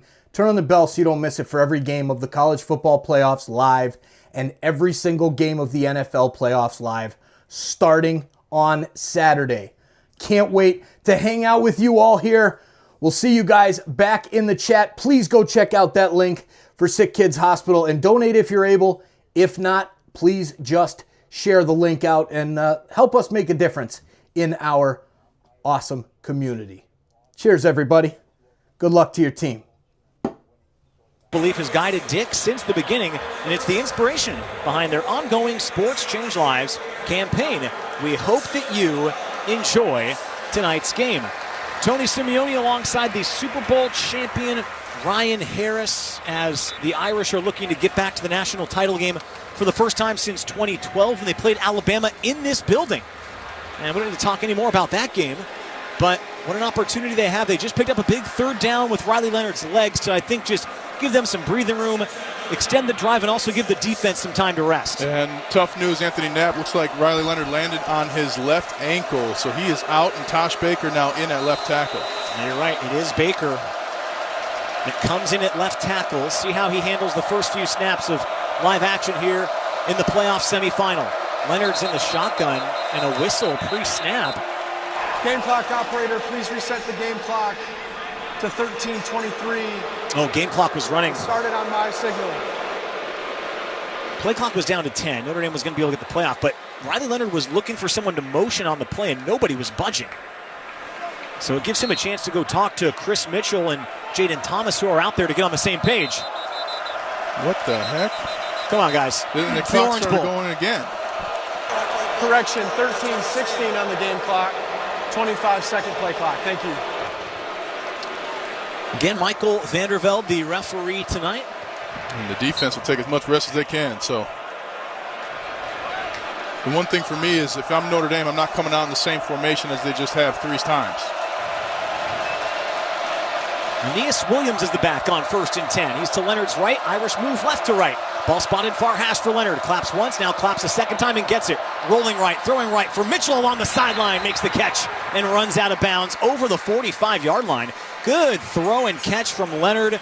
Harris was in coverage for Penn State. It's going to come up just shy of the sticks and be a 7-yard pickup on 1st down for Notre Dame. And I love the play call. They used Aeneas Williams as an edge blocker, and he just went and cut the linebacker for Penn State. Fantastic play, but Chris Mitchell has to stretch that ball out and make sure that's a 1st down. Gets the ball out to the 43, their own 43, as the clock ticks. 12.5 minutes to go in the 2nd quarter. Mitchell Evans motions from tight to the formation, all the way split out to the wide numbers. Leonard on the shotgun snap, looks right, now looks left, pressure comes, steps up, runs, tucks the ball, gets out to the 45, he's close to the marker, and he does have enough to move the chains across to the 46. Once again, Leonard using that running ability to get another Irish 1st down. And a phenomenal job by Penn State. What do? Tosh Baker, you got a new left tackle? We're going to send Abdul Carter over there. And Baker held up, but Carter was putting pressure on, forcing Leonard to step up. Irish have the ball at their own 46. Jeremiah Love's the back this time to Leonard's right. 4 receivers set as Leonard stands in the shotgun. Now he looks towards the Irish sideline for the play call. I like Faison deep. Faison stationed at the farthest part of the formation, top of the field to the wide numbers. Leonard takes the snap, can hand it off to Love, running right, has a crease, gets towards midfield, lowers the shoulder, absorbs the hit, and lands right at the 50-yard line. He threw that shoulder at Zakee Wheatley, the free safety, who stops him after a carry of 4. And again, Notre Dame runs to the weak side. I'm telling you, single back, weak run is the way to get yards. And Jeremiah Love looked pretty nifty sneaking through that hole. His speed is there. Haven't had to see him make a big cut yet, but when he's hitting the hole, he's got it. Now, exotic formation for Notre Dame. 4 receivers bunched all the way to the wide side of the field. Leonard on the near hash. Claps for the ball, takes the snap, looks left. Now he's going to try to run up the middle. There's nowhere to go. Bounces out to the left, and he's tripped up and sacked. Taken down by Wheatley in the backfield. Sniffed it out. The safety came all the way downhill, and it's going to make it 3rd down and long for the Irish. They lose all the yardage they just got. It's 3rd and 10. And it's time to start passing in that 5-wide formation. 3 times Notre Dame's been in it tonight, and Riley Leonard just missed the crease. But now you got to find a matchup. You got Jaden Thomas one-on-one to the left, but I like how they've been calling Mitch Evans' number. This is his territory. Notre Dame's 2 for 4 on 3rd down tonight. 4 receivers for Leonard here. 3 to the bottom, 1 to the top. Again, he checked the line. Play clock's at 5 as he comes under center. Play clock's at 2. Marcus Freeman thinking about a timeout. Won't call it. Leonard takes the snap, swings it out near side. Greathouse makes a move towards midfield. He won't have enough. Not even close. Only gets 3 yards on the pickup, maybe 4. Zane Durant, defensive tackle, out in space, able to bring Greathouse down. Punt team has to come out as the clock hits 10:05 to go in the 2nd quarter. And it's been 2nd down, which is the bugaboo for Notre Dame so far tonight. 1st down's been good, but 2nd down, they've lost yardage almost half of the time. So Notre Dame has to be better on 2nd down. Feels like a game where special teams has to be a factor for the Irish. James Rendell is out to punt. Already pinned Tracy at the 2 with a bad fair catch. This time Rendell standing at his own 35. Needs a big punt to pin the Nittany Lions deep. He drives an end-over-end kick this time that Tracy will once more fair catch at his own 11 or 10-yard line. That's pretty good work by James Rendell to back the Nittany Lions up. It's a 41-yard punt with no return, and they will spot it at the 10. Takes us to another timeout on the field at the Orange Bowl. 9 minutes and 35 seconds remain between Notre Dame and Penn State. It's the Nittany Lions 3, the Irish nothing. You're listening to Fighting Irish Football. You've got to watch your It's soccer's most thrilling league. Only the Premier League can make you feel like this. And now every match is on the SiriusXM app. Can you believe it? from the title race. This is remarkable. Keeps this title charge on track, surely. To the relegation fight. The impossible may still be possible. Hear every English Premier League match on the SiriusXM app and talk about all the EPL drama on SiriusXM FC 157 and the SiriusXM app. Indulge in a channel full of soft pop nostalgia. What's up, football fans? Thanks for hanging out with us tonight for the Orange Bowl. We've got Notre Dame against Penn State, two of the best teams, great defensive teams. It's a toss-up. Who are you cheering for in the chat? Let us know. And as well, Mr. Joe Bowen is here to give a special direction on how to bring more football fans to this awesome chat and awesome community, and how you can make a difference in our donation to Sick Kids Hospital, as a percentage of our revenue every single game goes directly to Sick Kids Hospital. Thank you for being here. Thank you for being an insider, and let's get back to the football. Good luck to your team. Joe, take it away. To share the link of this YouTube live stream on social media to help bring more football fans to our amazing community, changing the world one insider at a time. Are left in the second quarter of the Orange Bowl and the college football playoff semifinal game. Winner gets Ohio State or Texas in the national title game on January 20th. Tony Simeone here in Miami with Ryan Harris, the Super Bowl champion. So far in the game, neither team's really mustered a ton of offensive production. Penn State's been able to capitalize with a shorter field thanks to the one interception of the game so far, and that's really why they have the 3-0 lead right now. And one thing that Notre Dame can do defensively to stop the zone run game is to use what they call 2-2 techniques. You line up both your defensive tackles on the guard, and it really changes the angle of the zone run game. Additionally, if I'm Notre Dame, I am crashing my corner on the weak side on first down. I am bringing somebody to shut off that corner. Penn State will have the football. They'll start at their own 10-yard line after another good punt from James Rendell. Nittany Lions will move right to left here in the second quarter. They have the ball spotted far hash. Drew Aller is the quarterback, and the running back is Nick Singleton, who starts to his left. 6 carries for 29 yards so far for Singleton. On first down, they fake to Singleton. Aller has all kinds of time. Now he's going to throw down the far sideline, looking for Singleton, and it's incomplete. He had a step on Jaden Osbury. That's another ball that I think Aller's missed when he's had a chance to connect tonight. And I'll tell you what, a beautiful play design. You're pulling to your guard and tackle from the right to the left. Everybody thought it was run. Defensive linemen were crisscrossing. So Penn State's pulling out all the tricks to try and buy Drew Aller some time. And this is what I saw on film. They have long developing pass plays, so he needs time, and they're trying to do everything they can to give it to him. Notre Dame's caught some breaks. That one was there, and then also the dropped pass along the goal line. Could have gone for a touchdown. Instead, they had to settle for 3. 2nd and 10, ball at their own 10. It's a running play again, running left. Big hole cut up the middle this time by Katron Allen. Has room across the 20, all the way out towards the 30. Yes, he's got 20 yards. Xavier Watts mercifully brings him down after the 20-yard scamper for Katron Allen. Big chunk play in the running game. And they're right back on the ball. Wow, this is breakneck pace as Aller hands it off again to Allen, running right. This time not as much, just 2. Out to the 32-yard line, taken down along the far hash marks. Right now for Notre Dame, you got to stop the run. You've got to stop the run. It's hard. Nobody's questioning that. And they've done it before.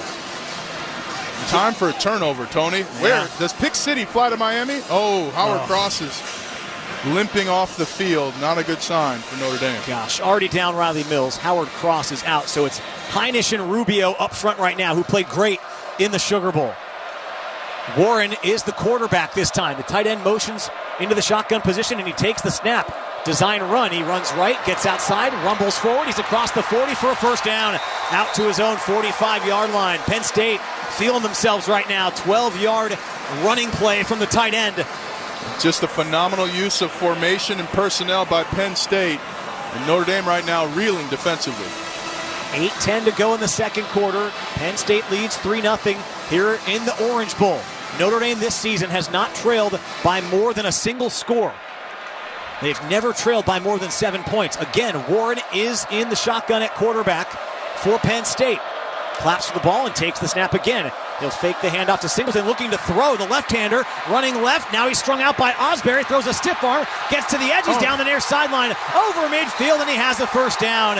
Oh, it looked like Osbury could bring him down for a 5-yard loss, and the tight end threw a vicious stiff arm to get more. And 3 straight first downs now for the Penn State offense running the football. Jaden Osbury just got a hand to the face mask. You got to expect a stiff arm. It's 2025.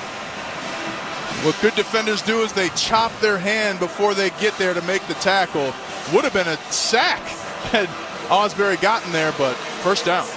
They spot it a yard shy of the sticks. He goes out just before them, so it's 2nd and 1. They're just across midfield in Irish territory at the Notre Dame 47. 3rd down and 1. They run right this time with Singleton. He turns it upfield. It's a first down and more into Irish territory across the 40, all the way down to the 37-yard line. That's a big pickup for the Nittany Lions of 10 yards to move the chains. Well, an excellent belief by Singleton, he just strung that out and then put his right foot in the ground. Wow, they snap it again just 10 seconds later. Aller booting left, looking to throw, has space. Now he just runs along his own sideline and steps out of bounds before Kaiser forces him out. Aller was able to pick up a few yards on the scamper that time, 4 to make it 2nd and 6, and now at long last, they'll finally huddle. I'll tell you what, excellent job by Christian Gray protecting on the backside and not keeping his eyes in the backfield. That's what forced Aller to run out of bounds. 6.5 minutes to go in the second quarter. Clock continues to tick for Penn State here as they're stringing together a drive that started at their own 10-yard line. They're moving right to left. Ball spotted near hash on the Irish 33. Shotgun snap for Aller. He's going to hand it off. This is Allen running right. Has a big hole. Cuts it upfield. He's got enough for a first down. Takes it inside the 25. He's going to get all the way down to the 24. Josh Burnham with help from Kaiser. Bring him to the turf. Just a lethal rushing attack right now. They're using their receivers, Penn State, as blockers. Pistol set. Back on the ball. Allen running right. Again has a hole. Gets to the edge. He's tripped up at the 20-yard line. Good work in space that time. Tackle made by Rod Hurd the second to stop that for a pickup of 5. It'll make it 2nd and 5. You can get a tackle for loss here or a tackle for no gain. That's what you want if you're Notre Dame's defense. They're back on it again. 5.5 minutes to go. Aller quickly takes the snap, hands it to Allen, bouncing out to the left, and he's tripped up right on cue. They get the tackle for loss. Jalen Sneed with a big hit behind the play. Drops it maybe right at the line of scrimmage. They'll call it no gain, but it sets up 3rd down. Unbelievable play by Jalen Sneed. He was being blocked by Nolan Roche, the right tackle, and reached underneath to make this tackle. Unbelievable. Huge play. 11th play of the drive. 3rd down and 5. They're at the Irish 19-yard line. They need the 14 for a first down. Big spot for the Notre Dame defense. Can they bail them out again? 2 receivers to the top for Aller. The back to his left is Singleton. Takes the snap. They pitch it to Singleton. Running left. And Notre Dame hits him. And they'll stop him shy of the 15. It won't be enough. It's just 3 yards. It makes it 4th and 2. I think you're going to see Penn State go for it. And the offense is staying on the field. So far in the game, Penn State has gone for it on 4th down once. They've converted. They're at the 16. They need the 14. 4th and 2. And another big-time play. Oh. Come on, Notre Dame. Everybody gets loud here at the Orange Bowl with 4:20 to go. Penn State leads 3-0 deep in the second quarter. Aller changes the formation. Play clock's at 5. Aller's under center. Takes the snap. Going to throw a bubble screen to Warren. Makes the catch. Turns upfield. And he's got the first down. Wow. They go to their All-American. He makes the catch. He's over 100 receptions on the year. 4-yard pickup when they need 2. And it moves the sticks. Phenomenal play design. And Xavier Watts should have called a hold on him, but because of the spacing, they were able to get the yard to gain. Warren finally goes off. 1st down and 10. Ball spotted at the 12-yard line of Notre Dame. Aller, for the first time, takes his foot off the gas pedal, looks to the sideline now, motions back into the shotgun. Takes the snap. They're going to run left. This is Singleton. Cuts it up the middle. Gets inside the 10. Good yardage. Kaiser brings him down. A helmet comes off as he brings him down at the 7. 5-yard pickup will make it 2nd and 5. Penn State just running the ball, and Singleton is a special player. It's like he falls forward for 3 yards. Unbelievable. Howard Cross back in the game, though, for Notre Dame. 37 plays for this Penn State offense, just 19 for Notre Dame. 24 of those 37 have been on the ground. 74 rushing yards on this drive alone for the Nittany Lions. 2nd and 5. Again, Aller comes under center. Everybody bunched tight to the formation. Turns and hands it off to Allen. Running left, hit right away. Taken down after a couple. It's not going to be enough for a first down. Kaiser and Rod Hurd combine for the stick on Allen. And another 3rd down coming for Penn State. Well, they're going for it here on 4th down. If they did it on that last sequence, they're going to do it here. So you need to get a tackle for loss, a stop. Hopefully knock that football loose. Scoop and score. 3rd down and 3 for Penn State. 2 minutes and 30 seconds to go in the 2nd quarter. Nittany Lions lead 3-0. They go right to left, approaching the end zone. Huge 3rd down coming here as Aller stands in the shotgun. Allen's the back to his right, takes the snap, hands it off to Singleton, running right, cuts inside, lunging for the goal line. He's in.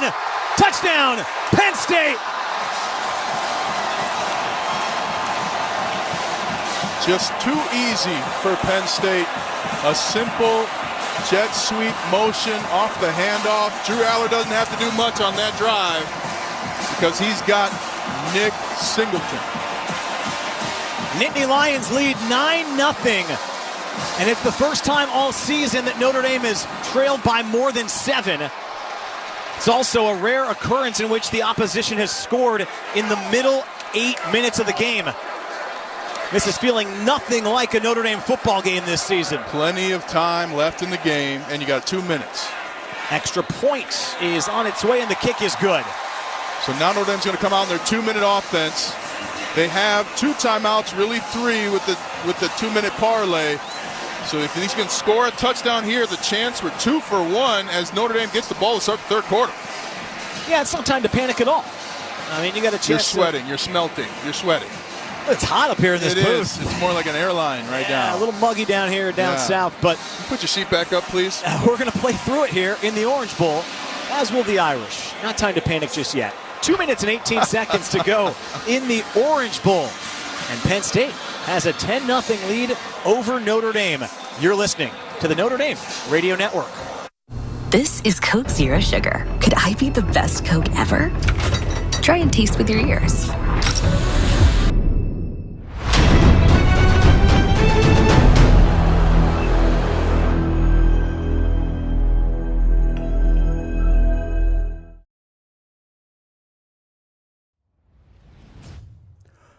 All right, thank you guys for hanging out with us. What a start for Penn State.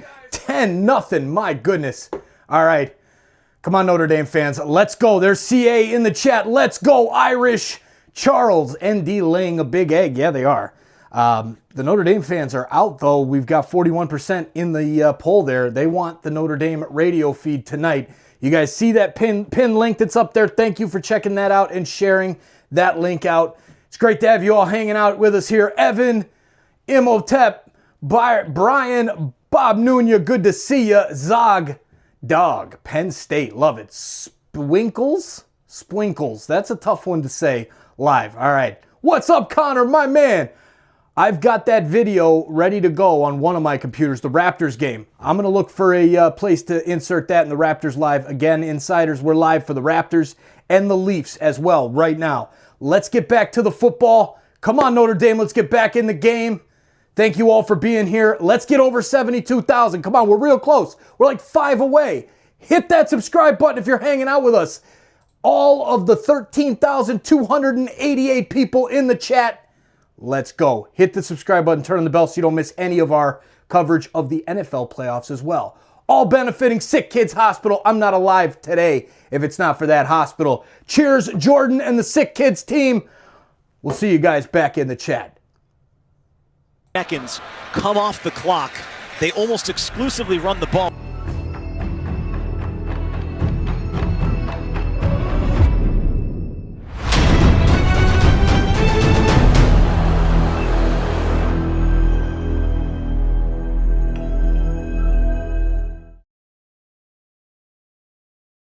Who's 5 for 13 right now to win the game with his arm by bringing a safety down. You play that, you force them to start throwing the football. Because if you let that happen twice now, a third time, you're not going to have much of a defense left. It is excruciating on a defense when down after down, they're getting ran on, and then for a stretch there, they had 3 straight plays for a first down. Cannot happen. This defense is already getting worn down. Total plays, to your point, 39 for Penn State, just 19 for Notre Dame, and now just a crucial drive for the Irish before halftime. First things first, a kick, and we keep an eye on Jaden Harrison as he stands at his goal line and lets this travel 3 yards over his head and into the end zone. Notre Dame will once again begin at their own 25, 2:18 to go, 2 timeouts, including the 2-minute timeout, so plenty of time to run your 2-minute drill and get 3 or hopefully 7 points before the break. You need 7 points. Yeah. No, you want to start a 2-minute drive with a positive play. Oftentimes, the best coordinators I played with, they would use a run for the first play of a 2-minute drive just to make the defense play them honest. Pivotal point in the football game here. Notre Dame has 2 timeouts. Penn State with all 3. They can get greedy if they get a stop and try to get the ball back and put more on the board before the break. 2 receivers to the bottom for Notre Dame, 1 to the top. Leonard in the shotgun. Williams is the back to his left. Takes the snap along the far hash. Looking right now, throws back underneath for Williams. Makes the catch at the 30. Turns it upfield to the 33-yard line. 8-yard pickup on first down. Clock ticks. 2:06, 2:05. Will they get one more snap before the break? They should try. They're not gonna. They're not going to. Oof. Okay. Excellent job. This is a 2-minute timeout. Timeout on the field. Excellent job by Mil Wagner against Abdul Carter on that play. Wagner starting to figure it out. So Notre Dame will have 2nd and 2 from their own 33-yard line when they come back from the 2-minute timeout at the Orange Bowl. It's still the Nittany Lions 10, the Irish nothing in the second quarter on the Notre Dame Radio Network. There are a lot of reasons Teeling Irish Whiskey is the official Irish whiskey of Notre Dame fans. As the recipient of more than 500 international awards, we know what it takes to win. We're small batch, but big on flavor, so we know you don't have to be the biggest to be the best. And like Notre Dame, we believe in excellence, progress, and pride. So when you're cheering the Fighting Irish, make sure you have some Teeling to share, because it's not just Irish whiskey, it's the official Irish whiskey partner of Notre Dame fans. Drink responsibly. This is Coke Zero Sugar. Could I be the best Coke ever? Try and taste with your ears. Hear those bubbles? Imagine them tingling on your tongue. Fizzy deliciousness. Listen to that cascading liquid. A mouth-watering waterfall. Irresistibly tasty. Zero sugar. Crisp, refreshing, and ice cold. Is Coke Zero Sugar the best Coke ever? Try and decide.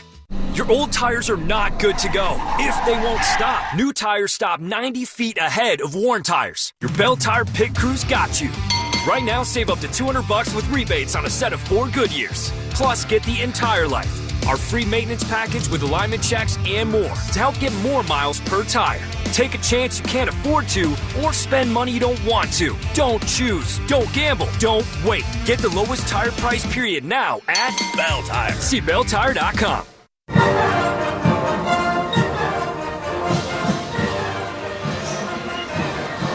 Penn State leads 10-0 over Notre Dame with 2 minutes left in the second quarter of the Orange Bowl. Let's pause 10 seconds for station identification. This is the Notre Dame Radio Network. Join me, Dusty Dvorak, and Danny Cannell Monday morning at 6 Eastern as we break down all the action from the weekend on SiriusXM College Sports Radio, Channel 84. Notre Dame's going to have the football when this timeout concludes. Second down, and they're now saying one, maybe a long one, for the Irish at their own 34.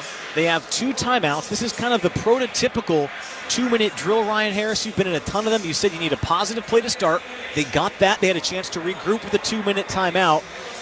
What do you need to see here from Notre Dame as they come out of this huddle? You need to see them play fast. You still have those 2 timeouts, as you mentioned, but you got to start getting some deep yards, and I want to see him stretch the field.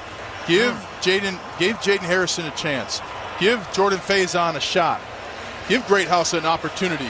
Throw that ball out there. Let him go get it. 5 receivers to start this one, so an empty backfield. They've run quarterback draw and power out of this a lot. You might see a quick run from Leonard to pick up the first down, and they already have the next play called. 2 receivers to the top, 3 to the bottom, as Leonard stands along the far hash marks. Claps for the ball, takes the snap. He'll look to throw on 2nd and 1. Slant route, far side of the field, caught at the 40-yard line. First down for Notre Dame. Mitchell Evans brings it in to move the chains. And that's what I like, throwing it out of that, because even you were thinking they were going to run it. Ball at their own 40. Clock stops momentarily. Now they wind it with 1:40 to go. Leonard, pressure coming, winding left, throws into the turf for Faison. That'll be an incomplete pass. Had a receiver in the area. Uh-oh, he's down. Zane Durant got in there. Leonard, slow to get up. Gets to his feet, and now an offensive lineman's down. On the back of the head just slammed back for Leonard. But I love that he threw it down. And it's going to be Rocco Spindler down. You're down a guard and a tackle now if you're Notre Dame. Oh. Anthony Knapp, I'm being told, shaking his head no. Yeah, he's got a brace, but doesn't look good. And now, you're right, Spindler's going off. It might be, I wonder who comes in now. Sam Pendleton, most likely. Well, and Steve Angeli's warming up. Game clock operator, please reset the game clock to 1 minute 39 seconds. I think Steve Angeli's about to go in the game here, Tony. Well, I think they just took Riley Leonard into the...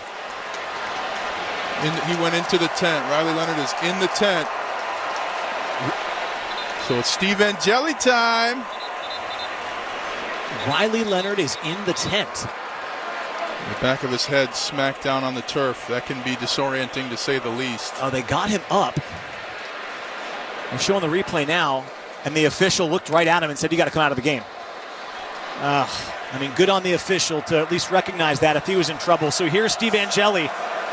Has appeared in 9 games this year, 18 for 28, 224, and 3 touchdowns. These are the biggest snaps, though, of his life. Has to run the 2-minute drill now on 2nd and 10. 3 receivers to the bottom, 1 to the top, takes the snap. Looking left, swings it out quickly. Pass caught by Aeneas Williams. Makes the man miss and gets close to the sticks. Run out along the 45-yard line. Clock will stop after a pickup of 5. They get half the yardage. It'll be 3rd and 5 with 1:34 to go. And Steve Angeli with his first completion. Now he's settling in. That's an excellent play design by Mike Denbrock. Get the ball out quick. Let your quarterback see one target and then get him going. Angeli in the Sun Bowl last year, of course, got the start. 15 for 19, 232, 3 touchdowns, was excellent, but that was nothing like the college football playoff semifinal. 3rd down and 5. Notre Dame's 2 for 5 on 3rd down today. Shotgun snap for Angeli. Pressure coming. Throws underneath. Faison makes the catch across midfield. First down for Notre Dame as he spins across the 45 into Penn State territory up to the 41. Here they go. They're not going to take a timeout. Clock stops as they move the chains. 1:26 to go. Plenty of time. Angeli back in the shotgun. Claps for the rock. Drops back. Looking. Pressure behind. He's hit. Ball comes out. Oh, no. It's loose. Looked like Penn State had it, but then the scrum takes place. Notre Dame got some bodies in there. No sign yet. It looked like a Penn State player may have had it first, but didn't cover it cleanly. And then the offensive line got in there for Notre Dame. And Jaden Thomas says it's Notre Dame ball. It is. All right. Woo. Huge break. He got hit from behind. The ball came out. Notre Dame keeps possession.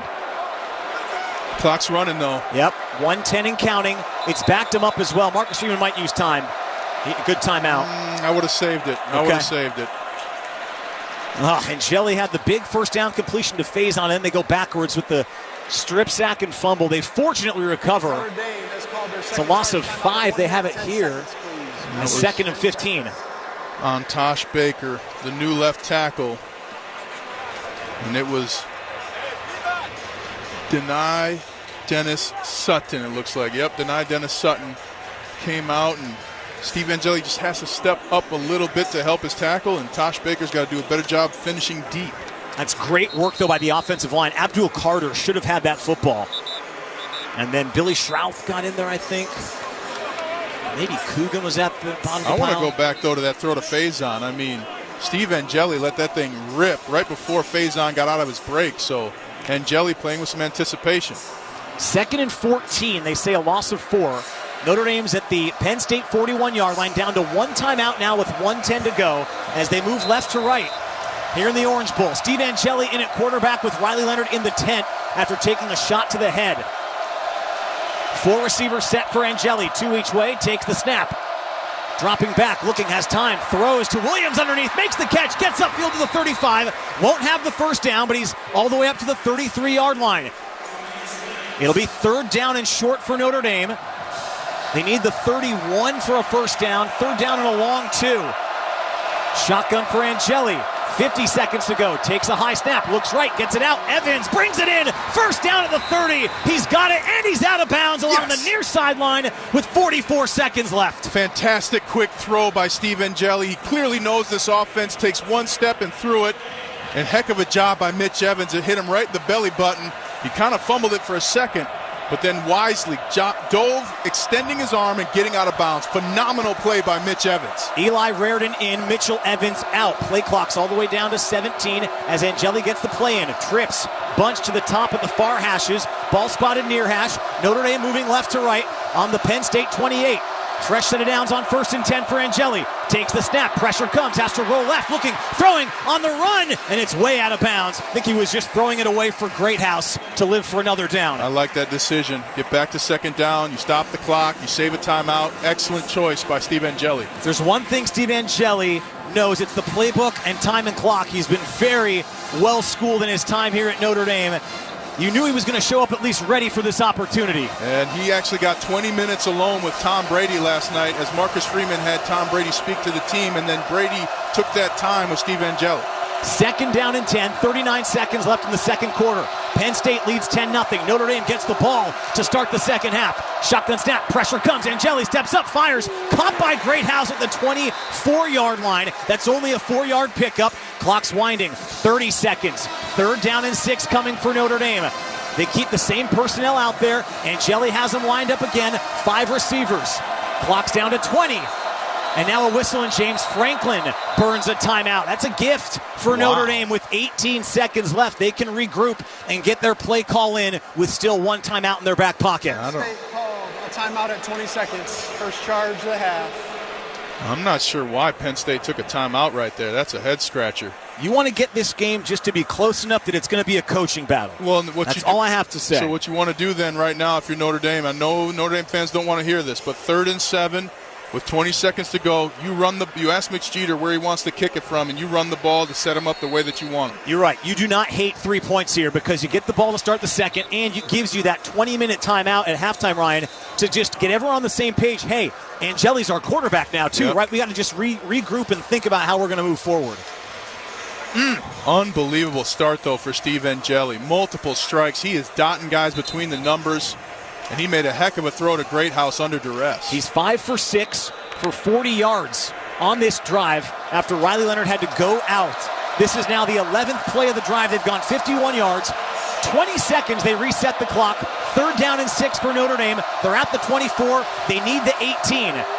2 receivers to the top, 2 to the bottom for Angeli. Now the defense motions all the way to the line. Angeli checks out of it.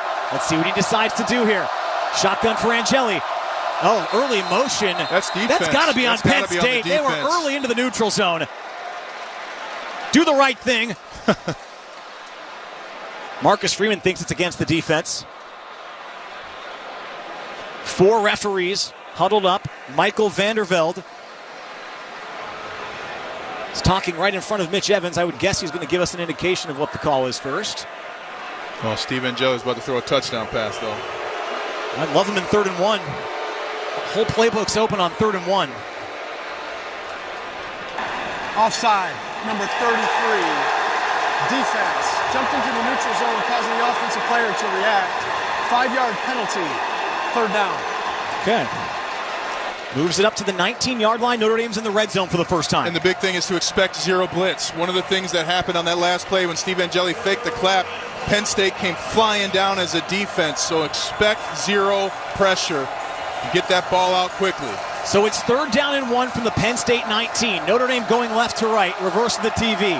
3 to the top, 1 to the bottom. Jaden Thomas alone down to the bottom of the formation. Evans, Greathouse, and Faison to the top. Williams to his left. Angeli motions Evans across the formation. Now he motions back. Angeli claps for the ball, takes the snap, pressure in his face, throws. Williams makes the catch, first down the sideline. He's out of bounds to stop the clock. With 16 seconds left, they get 5 yards and they reset the sticks. Well, now you have time for 1 shot at the end zone, maybe 2, and a phenomenal play call. The entire offensive line slid to the left, and Aeneas Williams just slipped underneath Abdul Carter for the catch. What a throw by Steve Angeli. Unbelievable anticipation by the quarterback. 6 for 7 on this drive for 44 yards. Ball's at the 15 of Penn State. 16 seconds to go. They still have one timeout. 2 receivers to the top, 1 to the bottom. Now Evans in the slot at the bottom, 2 each way for Angeli. Oh, wide snap, juggled it. Angeli, pressure in his face, and he's sacked. 10 seconds left. Marcus Freeman will use his final timeout. They have to settle for 3. I tell you what, Abdul Carter has been a wrecking machine, and he is not getting chipped. And this is on the offensive line, too. Let me tell you what, if I had this much of a talent across from me and I was getting zero help and he was affecting the game like this, I'd tell the offensive coordinator, chip him or we lose this game. Yeah. You cannot accept one of the all-American pass rushers, arguably the best defensive end in all of college football. You cannot allow him to go one-on-one against your tackle time after time after time. Yeah, he might be the best player in next year's draft. And you're asking Emil Wagner, who's done a great job all season, to block him one-on-one. That's a mismatch. Yeah, no NFL coach heading into the playoffs right now is going to leave a Pro Bowl defensive end alone with their first-year tackle. Okay, so the ball is spotted at the 23-yard line. This will be about a 40-yard kick for Mitch Jeter. They're going to spot it at the 41-yarder for Jeter between the hashes. He was clutch last week in the Sugar Bowl, made all 3 from 40+. This is a big-time kick for Mitch Jeter, kicking left to right. 2 seconds left on the clock. It's the final play of the half, unless there's a penalty. Clean snap, clean hold, kick on its way, end over end, and the kick from Mitch Jeter is good. Yeah, Jeets!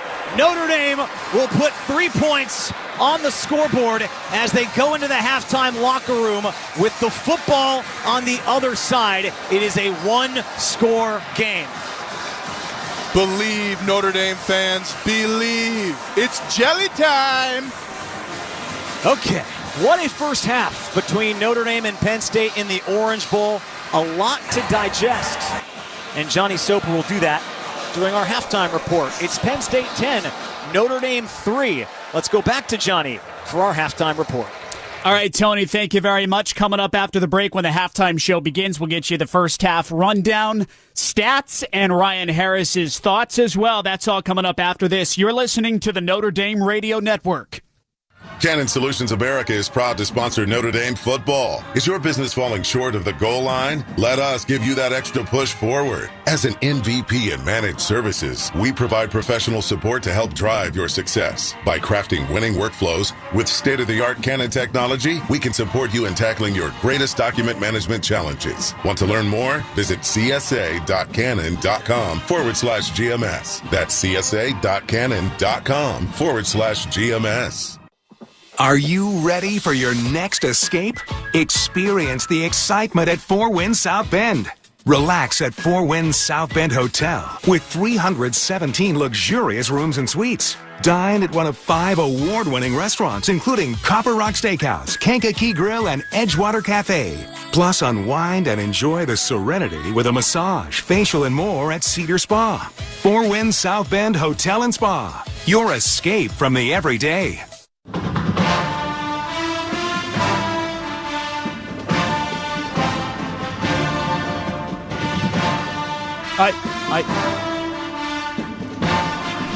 Halftime at Hard Rock Stadium in Miami Gardens, Florida, and Penn State leads Notre Dame 10-3. First half highlights are brought to you by Dick's Sporting Goods, the official sporting goods retailer of Notre Dame Athletics. Johnny Soper with you inside our network studios. Notre Dame won the toss and elected to defer. Penn State got the ball to start the game.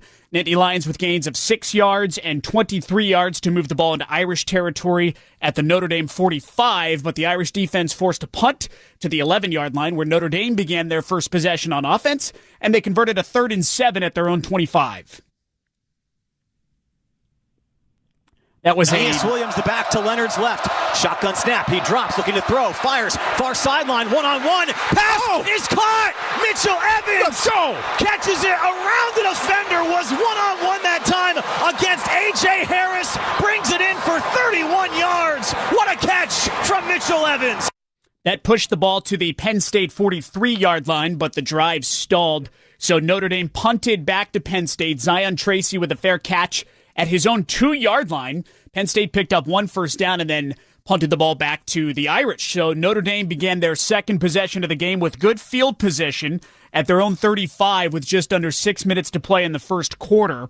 And Riley Leonard committed the first big mistake of the game. On 3rd and 12, overthrew Jaden Harrison, intercepted by Penn State's Zakee Wheatley at the 42-yard line. 7th interception of the season for Leonard. So the Nittany Lions got to work with great field position.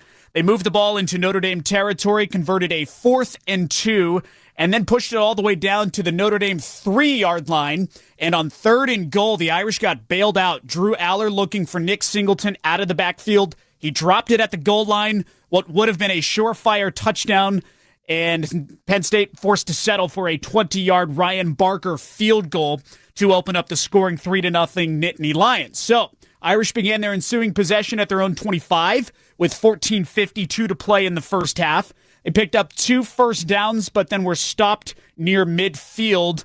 Left tackle Anthony Knapp was injured on the drive, so James Rendell punted to the Penn State 10-yard line. And then Penn State's offense went right down Notre Dame's throat. Chunk play after chunk play on the ground. A 15-play, 90-yard touchdown scoring drive capped off by Nicholas Singleton, chewed up over 7 minutes of clock and made the score 10-0. 13 plays on the ground in that drive for Penn State. So the Irish got the ball back with 2 minutes, 18 seconds to play in the first half, desperately needing something on offense. They started at their own 25. Riley Leonard took a big hit, left the game. Rocco Spindler also hurt on the same play. Notre Dame just losing bodies left and right. So Steve Angeli thrust into the game and immediately converted a 3rd and 5 to Jordan Faison. 3rd down and 5. Notre Dame's 2 for 5 on 3rd down today. Shotgun snap for Angeli. Pressure coming. Throws underneath. Faison makes the catch across midfield. First down for Notre Dame as he spins across the 45 into Penn State territory up to the 41. That was with about a minute and a half to play in the first half. Angeli converted 3rd down through the air twice. After that, Irish pushed the ball all the way to the Penn State 15-yard line, but the drive stalled after an Abdul Carter sack, his first of the game. So that set up a 41-yard Mitch Jeter field goal try at the end of the half. Clean snap, clean hold, kick on its way, end over end, and the kick from Mitch Jeter is good. Yeah, Jeets! Notre Dame will put 3 points on the scoreboard as they go into the halftime locker room with the football on the other side. It is a 1-score game.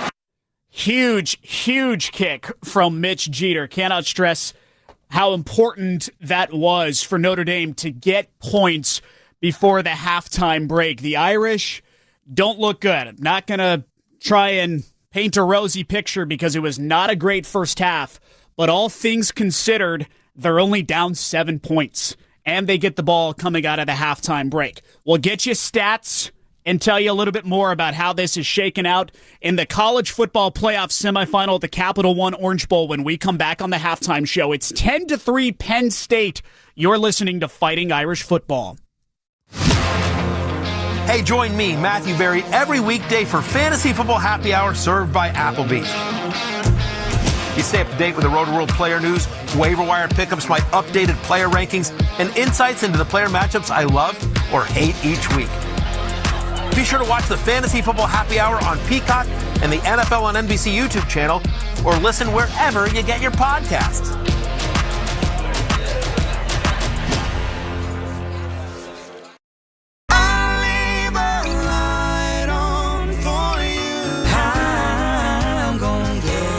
It's Carrie's country. You're just living in it. You can tell Carrie's in her element. These are her people. This is what she loves to do. Carrie Underwood's own channel, featuring live performances, brand new music, and never-before-heard stories from the idol-turned-country icon. You want to hear a variety. You don't want to hear the same songs. You want new things for your ear to gravitate toward. Travel to Carrie's country anytime. Sirius XM Channel 60. Sports Grid Radio on Sirius XM has you covered this NFL season. Wildcard Weekend is... What's up, football fans? Thank you for hanging out with us. Thank you for hitting that like button. Thank you for chatting it up and having a good time. It is halftime, 10-3, Penn State. Woof. Notre Dame gets the ball, though, to start the second half. Things can change real quickly. Really quickly. Let me get my English working here. Notre Dame radio feed leads the poll, 39%. Penn State, 32%. National radio feed, 29%. 2,746 views. Hey, the like button, 1,119 likes. Unbelievable. Thank you guys for hitting that like button. And thank you for going and checking out the Football Frenzy campaign. I am going to let Mr. Joe Bowen, the announcer of the Maple Leafs, who's getting ready to call the third period. The Leafs are down 4-3 right now. He's going to take it away for a minute. Please listen in and help us grow this awesome community of sports fans here on TSI. Go, Notre Dame, go. Come on, we need to get this back on track. Let's go. Joe, take it away, sir. Cheers, insiders and football fans all over the world. This is Joe Bowen, Hall of Fame voice of the Toronto Maple Leafs, and, more importantly under these circumstances, a huge football fan of the Fighting Irish of Notre Dame. Well, we want to thank you for hanging out with us and cheering on your favorite team during the Sick Kids Football Frenzy campaign here on TSI, where we make a real-world difference in our Toronto community. Now, I'm sure you're all wondering how you are making a difference. Well, a percentage of revenue from every single game will be donated directly to Sick Kids Hospital, as we have raised over $6,500 in just 8 months. Sick Kids has impacted my life, and I'm sure the lives of countless families in the Toronto area, and I know probably a number of yours as well. Please check out the link that is pinned in the chat or in the description and donate if you are able. Let's show the power of community of sports fans making a difference. One of the best ways to increase the amount of the donation is to share the link of this YouTube live stream on social media to help bring more football fans to our amazing community, changing the world one insider at a time. We'll see you in the chat. And holy Mackinac, thank you for helping us raise money for Sick Kids Hospital as we heal the future.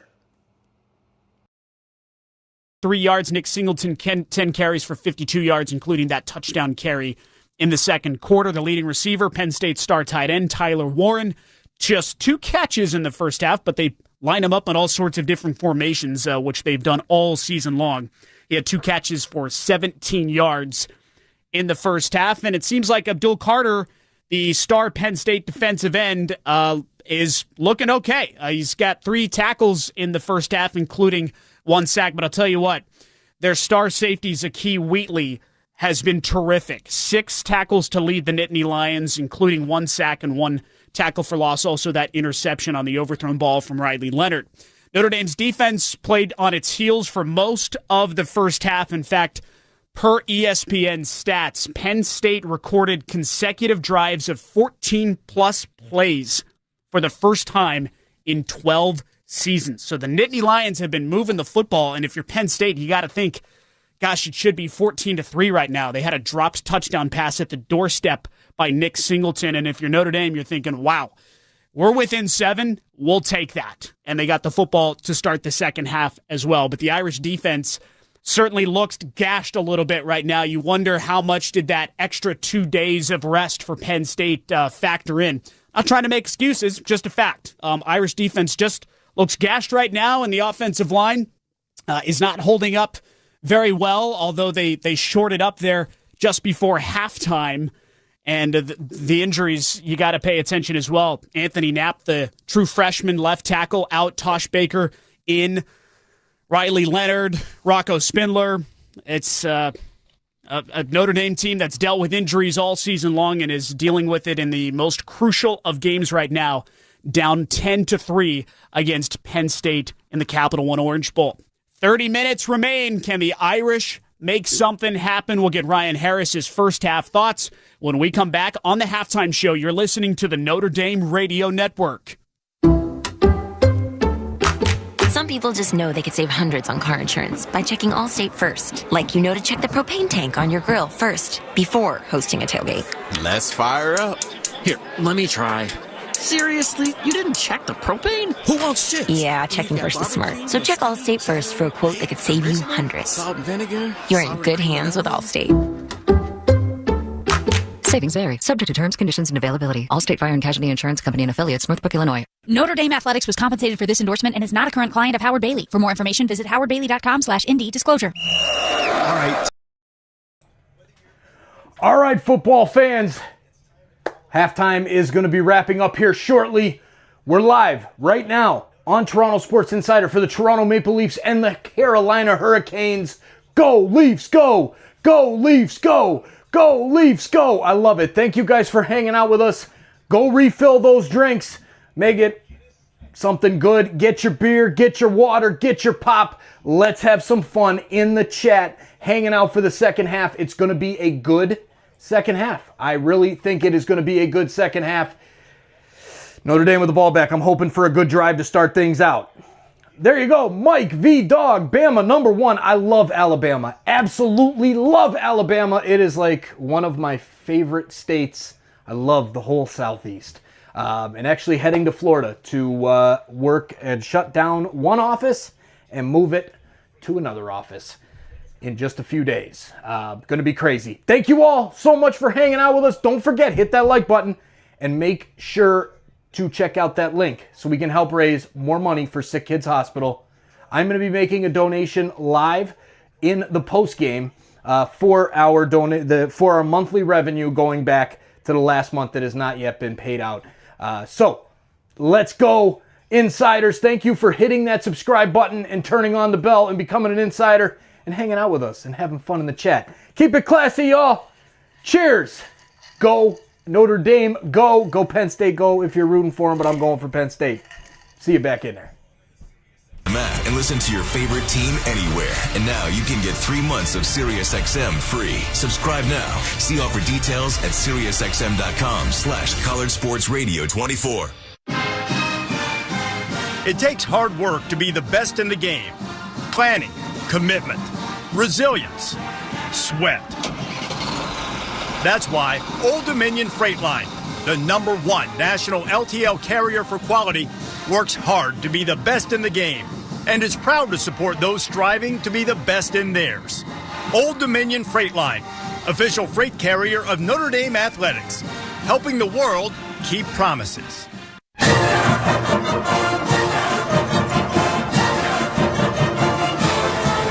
Looking to share all the great Notre Dame athletics traditions with other Irish fans while away from campus? Visit the Fighting Irish Pub Network to find Notre Dame fans and programming at local establishments nationwide.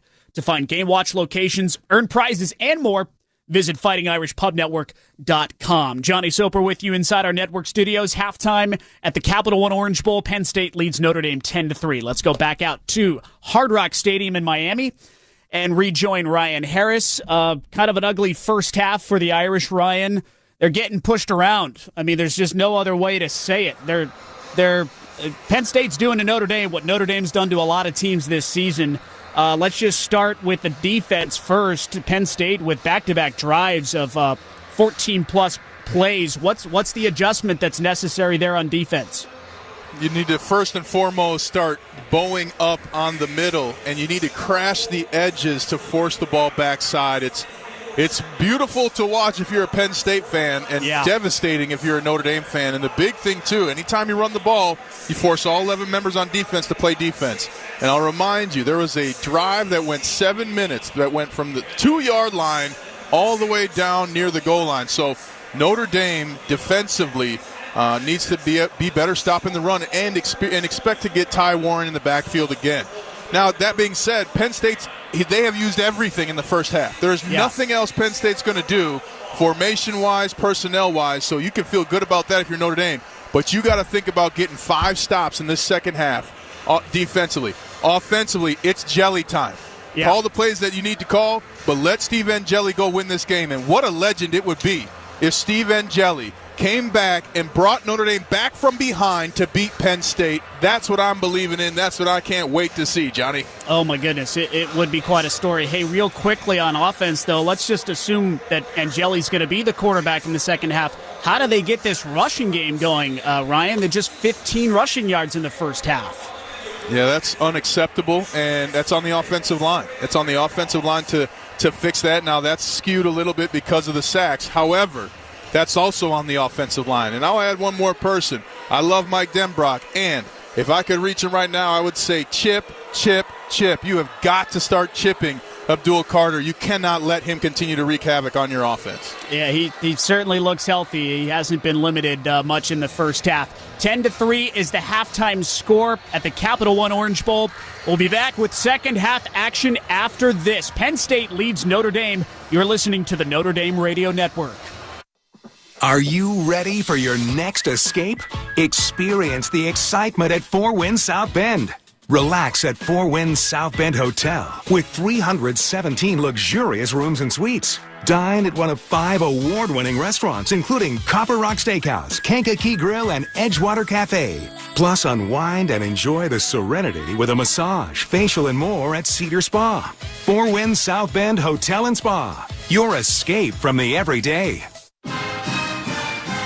It takes hard work to be the best in the game. Planning, commitment, resilience, sweat.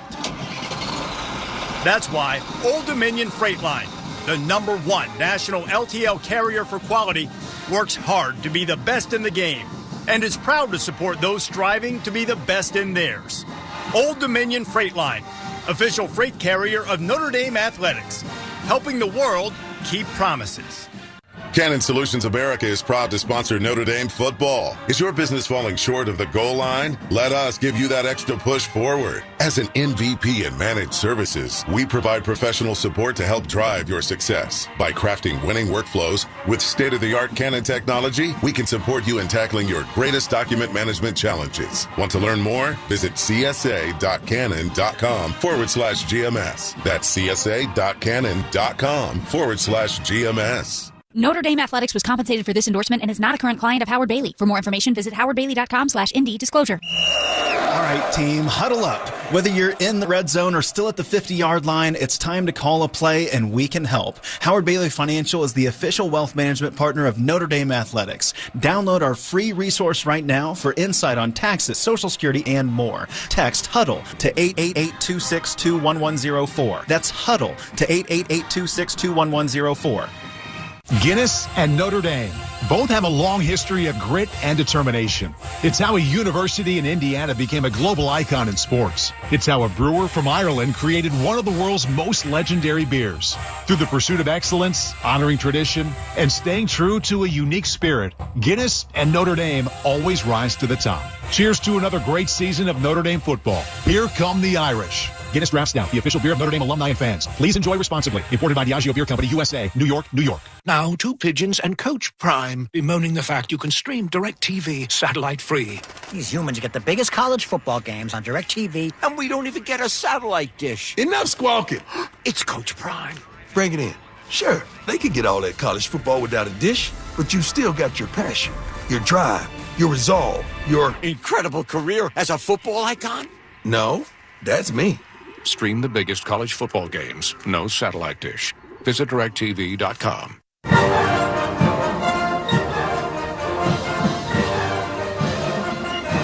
Johnny Soper inside our network studios. Halftime at Hard Rock Stadium. Penn State's 10, Notre Dame 3. 30 minutes for the rest of their lives. The Fighting Irish get the ball to start the second half, and let's go back out to Hard Rock Stadium and rejoin Ryan Harris and Tony Simeone. Fellas? Thanks a lot, Johnny. I think you're right. 30 minutes that can go one of two ways. You can make it your final 30 minutes of the year, or it's a 30 minutes you'll talk about for the rest of your football life. If you make the comeback here, Notre Dame will get the ball to start the second half, as they have in every playoff game. This is how they like it. Important note, we saw Riley Leonard come out of the halftime locker room. He was throwing passes to get loose. I have no official word yet from the Notre Dame staff about his status. We'll be very curious to see who takes the field to start this drive. Well, he's standing next to the offense with his helmet slightly off right now, and Steve Angeli does not have his helmet on. So I anticipate Riley Leonard coming back in. He has to have the half of his life. Yeah. And Notre Dame does too, and it starts with the offensive line. They have got to protect better. They've got to run the football better. They cannot continue to be in 3rd and 8, 3rd and 9. It's not going to be a successful night that way. And Jelly came in when Leonard was hurt. Back of his head hit the turf, went to the tent. And Jelly went 6 for 7 for 44 yards, got them in field goal range. They nearly had a chance to score a touchdown. They got as close as the 15.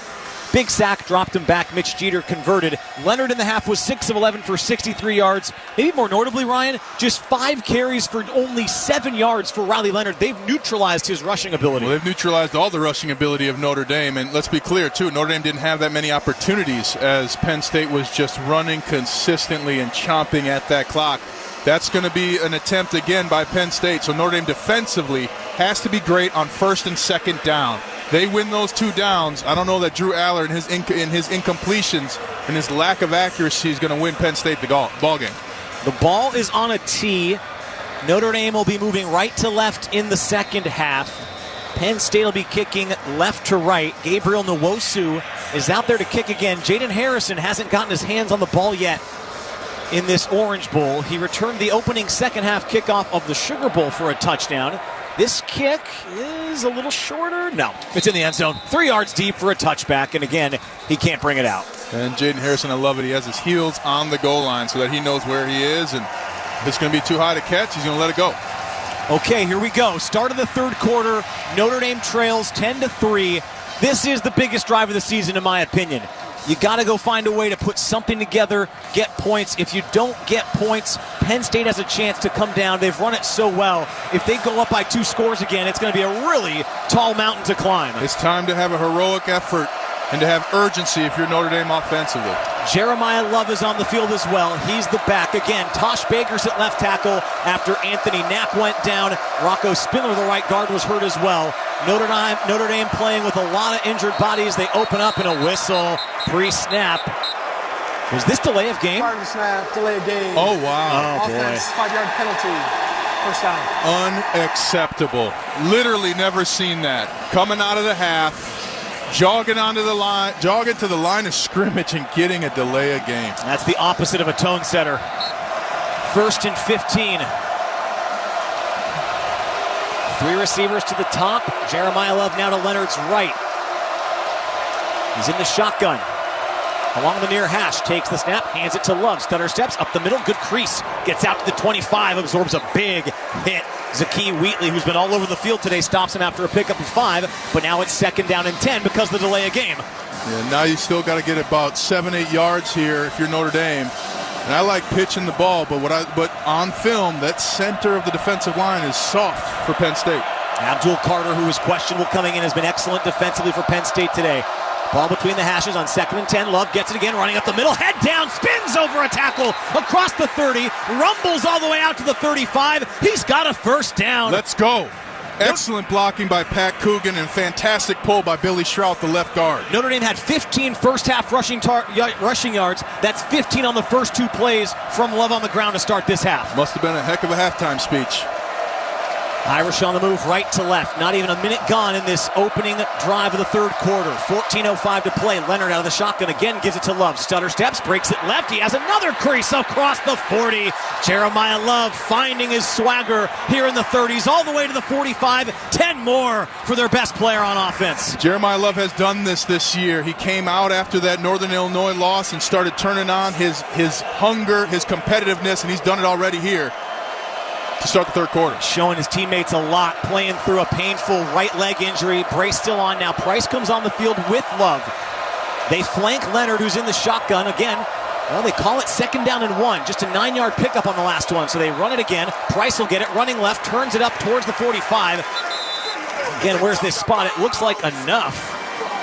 Keziah Izzard brings him down. Did they give it to him or no? Yes, they will give it to him, and it's a first down for Notre Dame. And Izzard was celebrating like he did something. They got a first down, buddy. So now the Sticks do move at their own 45. 2 minutes into the third quarter. 13 to go. Irish trail 10-3. They move right to left. I like Jaden Thomas one-on-one. He's to the top of the formation along the hash. Now Aeneas Williams, the back, motions out. Empty backfield on 1st and 10 for Riley Leonard. Claps for the football, takes the snap, looks right. Going to take a shot deep downfield along the far numbers. It's caught by Williams. Inside the 30, all the way down across the 20-yard line. He beats Kobe King, the linebacker, and it's a dime from Riley Leonard. What a phenomenal throw from Riley Leonard and a fantastic route for Aeneas Williams. He came off the line of scrimmage like he was running a slant inside, went back outside. What an absolute rainbow throw from Riley Leonard. You're right. What a route by the freshman. Sluggo on the numbers from Leonard. Now he's back in the shotgun. Hands it to Williams. Running left. Has a hole. Inside the 10. Inside the 5. He's shy of the goal line. First down and goal coming for Notre Dame. Aeneas Williams igniting the crowd. And fantastic angle by Aeneas Williams. He kept it front side, went beyond the hash, put his left foot in the ground, went upfield. There were literally defenders for the Nittany Lions spinning around to try and figure out where the ball was. First down and goal for Notre Dame. On the move, knocking on the doorstep inside the 5. It's first and goal. Williams, the back to Leonard's right. Takes the snap. Leonard will keep it. Running right. Cuts inside. Leonard takes the hit. Lunging towards the end zone. No. He's stopped along the 2. Good push at the end. Is he in? Oh, they rule his forward progress down at the 3-yard line. A great push after the play, and they blow it dead. Unbelievable turn of events here. And ruling on the field as the forward progress was stopped. Second down. Don't be too early with that whistle, referee. You cannot review forward progress. And this is a 4-down territory. I'm telling you this right now. Right now, you need a touchdown if you're Notre Dame. I do not throw it here. I let them run it in. Jeremiah loves the back. Has scored a touchdown in every game this season except the Sugar Bowl. Notre Dame trails 10-3. They can tie it on this opening third quarter drive. Shotgun for Leonard between the hashes. Fakes to Love, puts his head down for the end zone. He's in. Touchdown, Notre Dame. And they're within an extra point of tying the score. What an opening second half drive from Riley Leonard. Phenomenal. He went out to get checked on at the end of the second quarter. He comes out in the third quarter, throws the best pass of his life, and then runs it in to finish the statement. Excellent block by Jeremiah Love and Jaden Thomas. What a score for Notre Dame. Woo! And you didn't believe. You didn't believe.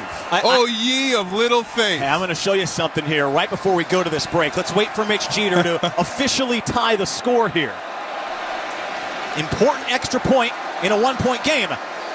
And the kick is good. Yeah, Jeets. I wouldn't promote my Twitter account often. You should. But 8 minutes ago, before we started the half. Yes! Read it to the people. I'm making the choice to believe, and you should too. Yes! Oh, I'm so proud of you, Tony. Rubbing off on me, Ryan Harris. The optimism is bleeding through. Isn't it great? And the Orange Bowl is tied. 10:46 left in the third quarter. It's Notre Dame 10, Penn State 10 on the Notre Dame Radio Network. Millions of Americans take medicine like Ozempic and Zepbound. Many of them are overpaying by thousands of dollars a year. These GLP-1 medications for diabetes, weight loss, and more may not always be covered by your insurance, but GoodRx can help. GoodRx helps you save every month on prescriptions at over 70,000 pharmacies nationwide. Best of all, it's free to use. Check GoodRx to save on GLP-1s. Hey, you. Yeah, you. The person that's watching the football game with us. College football playoffs. Come on, what are you waiting for? Hit that subscribe button down below and turn on the bell so you don't miss it when we go live for every single college football playoff game and every single NFL playoff game this season. Yep, it's going to be a busy weekend this weekend with the NFL game. So make sure you hit that subscribe button, turn on the bell. 72,148 of you have done that so far. Cheers to hanging out with us here on Toronto Sports Insider.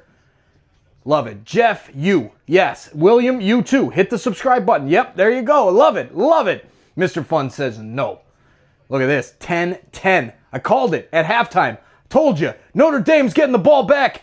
The Irish are coming. Come on, Irish fans. I'm going to reset that poll. Hit that subscribe button if you're new here. And get in that chat cheering on the Irish. We need some Irish love in the chat. Let's go. Back to the football. Good luck to your team. Go Irish. 10:46 left in the third quarter, and the Orange Bowl has been tied by Notre Dame at 10. Tony Simeone alongside the Super Bowl champ Ryan Harris. What a drive from Notre Dame to begin the second half. 8 plays, 75 yards. It takes 4 minutes and 14 seconds. Leonard runs it in from 3 yards out. Maybe most importantly, Jeremiah Love ran it, looked like himself, 4 carries for 24. And Aeneas Williams with 2 carries for 17. The big catch on one of the most impressive throws and routes we've seen all year, goes for 36. They were humming in a way that, frankly, Ryan, I think we've only seen drives like that once or twice all season. Well, it must have been a heck of a halftime speech. The offensive line protected excellent as well. Just a phenomenal team effort offensively. And now you give juice to your defense. You're telling them, hey, get us the ball back. We're going to score again. There's got to be so much belief pulsating through that sideline right now. For Leonard, it's his 16th rushing touchdown of the season. That ties him with Joe Theismann, Hanratty, and Brandon Wimbush. 5th all-time in rushing touchdowns by a quarterback in a Notre Dame career. Wow. In just one season. Man, he is so good inside the red zone. He was outstanding on that drive. And you wonder how Riley Leonard didn't come to Notre Dame in the first place. Wouldn't that have been something? 43 rushing touchdowns as well for the team, the most in program history. Of course, comes with a small asterisk. This is game number 15 of the season tonight as Jeter drives a high end-over-end kick right to left. This is going to be fielded by Singleton at the goal line. He can bring it out. Has a seam, gets out to the 20. Not going to get to the 25, though. Stood up well by the special teams unit of Notre Dame, and they'll start with a few less yards than they would have had they taken the touchback. And now it's time for the defense to stop the run. Expect the unexpected. Ty Warren will probably come back there in that quarterback position. And when they do that, they've been only running to the weak side. So something to look out for if you're Notre Dame. And I'd start crashing these corners off the edge. Penn State moves left to right. They get their hands on the football for the first time here in the second half. 10:40 to go as Drew Aller brings the offense back on the field. Have not been out here for a while in real time. Katron Allen's the back in the pistol. He'll get the first handoff. Running right. Stood up and stopped after a couple of yards. Not a whole lot there. Big pile up as a host of Irish defenders get in there to make the stop. A bunch of Irish defenders. Gabriel Rubio down there lassoed the ankles, but the physical tackle afterwards pushing them back to the line of scrimmage. I think they're going to give him a couple yards here, Tony, but a fantastic stop to start the third quarter for the defense. Let's see what they call it. 2nd down and 8 after a pickup of 2. I don't know why Nick Singleton's not on the field. Here's Ty Warren. Yeah, Warren's in the shotgun. Now he motions out. Aller comes to his normal quarterback spot with 10 on the play clock. Warren motioning from top to bottom of formation. Aller claps for the football and looks to throw. Looking right, throws right for Warren. Caught. Watts meets him right away. Having a tough time bringing him down. Just shoves him out across the sideline. Hard to see if he has enough for a first down. He does not. It's a 2 yard shy. It'll be 3rd down and 2 after a pickup of 6. And Ty Warren, 6'6", 260 pounds. That's why it's tough to bring him down. He's a great player. Huge opportunity here for Notre Dame defensively to get off the field. What an opportunity. Yeah, 3rd and short. Penn State's run it so well so far in this game. 27 carries, 143. See what they elect to do on 3rd down and short. They're just 2 for 7 on 3rd down tonight. Pistol set. Allen's the back behind Aller, and he'll get the carry running left. Trying to cut it up. He's hit. He doesn't get it. He goes down. Yes. Shy of the sticks. Huge stop. Jalen Snead in there. He had help from Watts, Rubio, and Cross. And Penn State's going to come on and punt. I agree with that. What a stop by Notre Dame's defense. And it started with Howard Cross getting lateral, closing off the backside. And then you said it. Jalen Snead, Gabriel Rubio, team defense.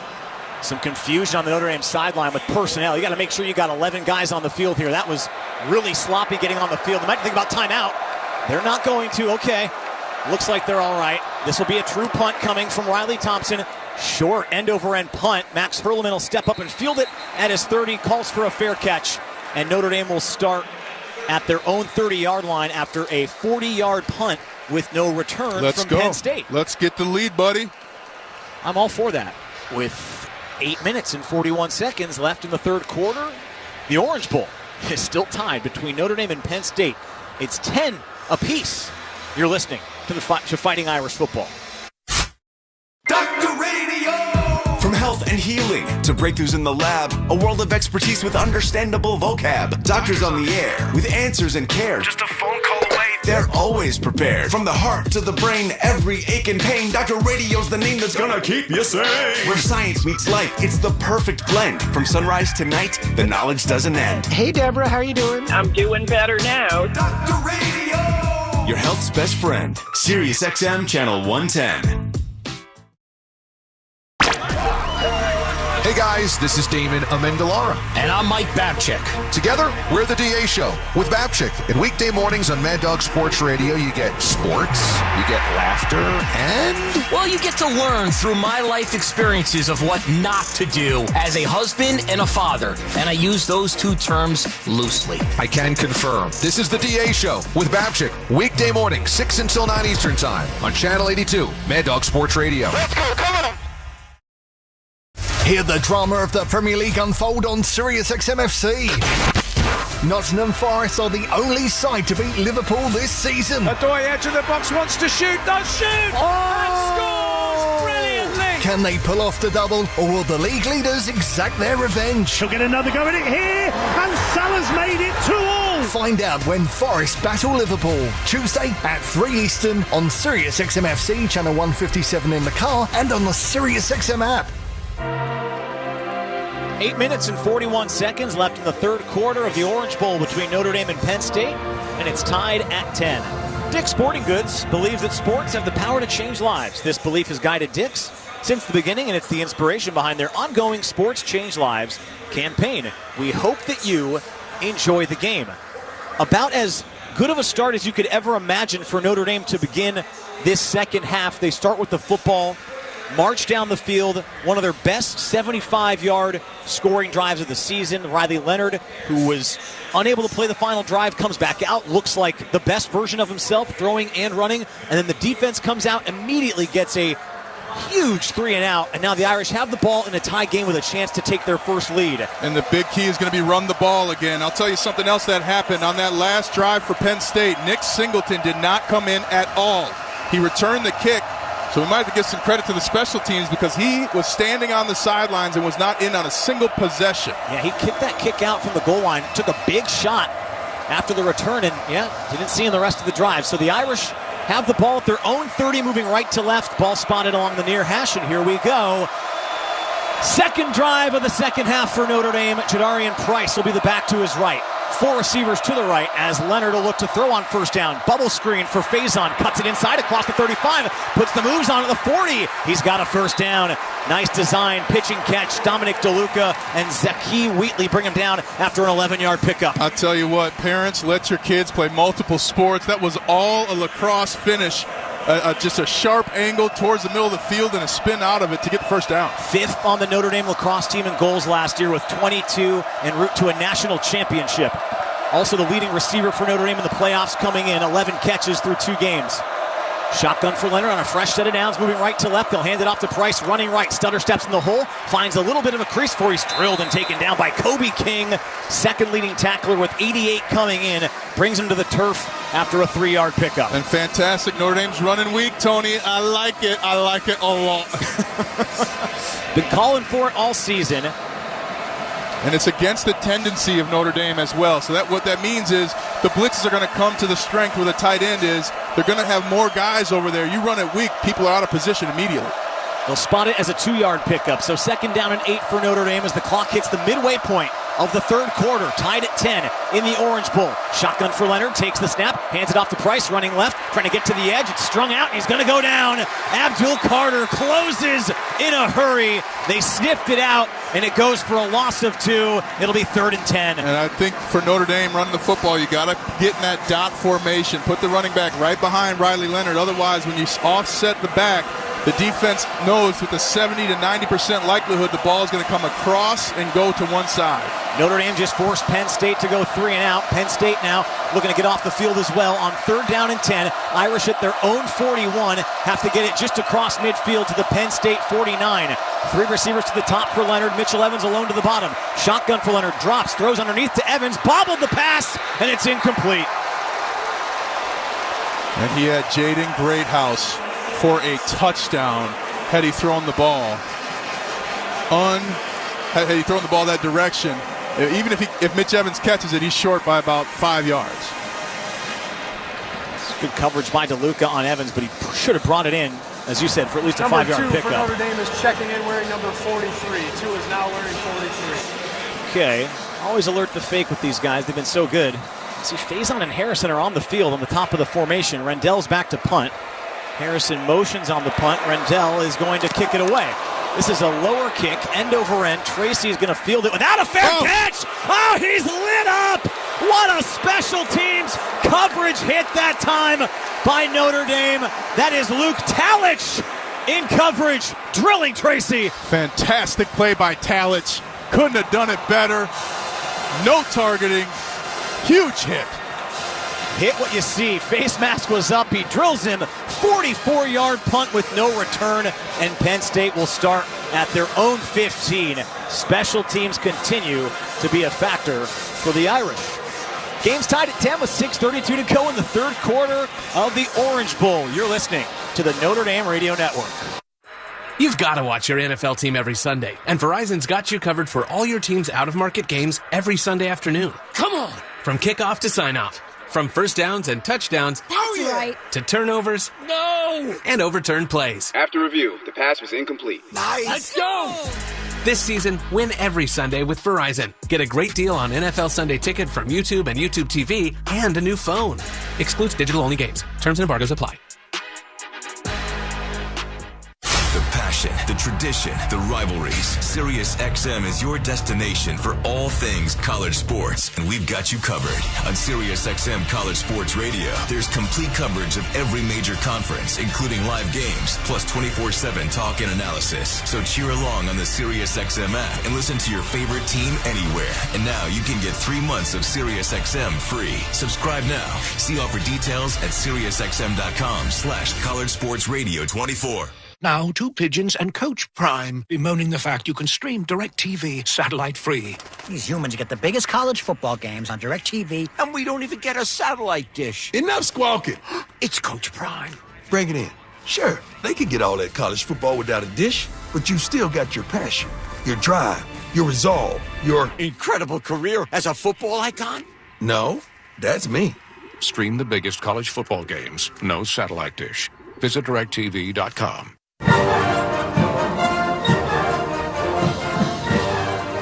32 to go in the third quarter, and it's Notre Dame 10 and Penn State 10. Now let's pause 10 seconds for station identification. This is the Notre Dame Radio Network. Join me, Danny Cannell, and Dusty Dvorak Monday morning at 6 Eastern as we break down all the action from the weekend on SiriusXM College Sports Radio, Channel 84.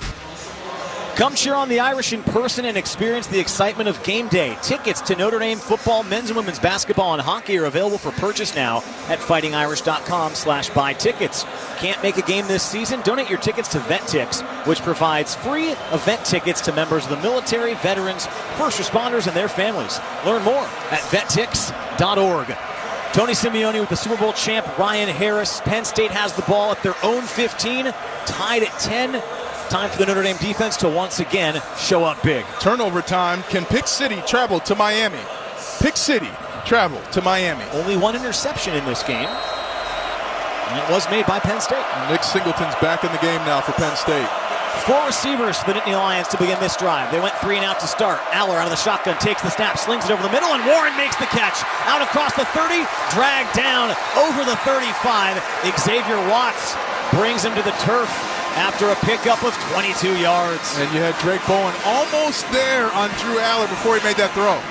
This is where they were so good on that drive earlier in the first half. They get back to the line quickly. They run it left. It is Singleton this time, cutting it inside after just a couple. Adon Schuler with a big tackle for Notre Dame after the 2-yard run for Singleton. And now Notre Dame is starting to figure out the zone run and pick its spots to attack. Pistol formation again, play fake. Aller rolling out. He's going to try to run it himself, and Bowen brings him down at the 40-yard line. It's only going to be back to the line of scrimmage. No gain, and it'll be third down quickly for Penn State. And that's the problem when you go hurry up before getting a first down. You put your defense in a tough spot. And this is 3rd and long here. This is about 3rd and 6, 3rd and 7. 3rd down and 7 is what they call it officially. Ball at their own 40. They need the 47 with 5 minutes and 30 seconds left in the third quarter. Game is tied at 10. Penn State moving left to right in the Orange Bowl. Winner goes to the national title game. Aller steps to the line. He'll change the play with trips, bunched to the bottom of the formation.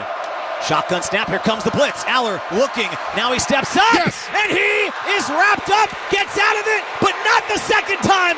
Finally, he goes down. The Irish collapse on him. Rod Hurd got in there, and they get the sack. Fantastic blitz. They held it. They anticipated the double snap count, and Drew Aller did not know where to go with the football. Two great defensive stands by Notre Dame to start this third quarter. Al Golden saw their cards in the first half. You let him see your cards, he'll get in his bag and eventually sniff you out. And so far here in the second half, it's looked like that. A loss of 8, and they're back to their own 32. Another punt coming from Riley Thompson. Hits a lower punt, end over end that backs up Hurlem into his own 20, makes the catch and makes one man miss. Now takes it across the 25. Stutter steps and spills just shy of the 30. Gets about 9 yards on the return out to the 29. Good hard work by Hurleman after a 48-yard punt to bring it back 9 the other direction. Incredible use of footwork to escape that tackle.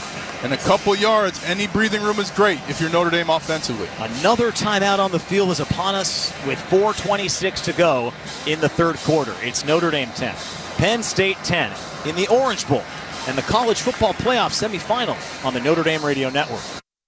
You've got to watch your NFL team every Sunday, and Verizon's got you covered for all your team's out-of-market games every Sunday afternoon. Come on! From kickoff to sign-off. From first downs and touchdowns to turnovers and overturned plays. After review, the pass was incomplete. Nice. Let's go! This season, win every Sunday with Verizon. Get a great deal on NFL Sunday Ticket from YouTube and YouTube TV and a new phone.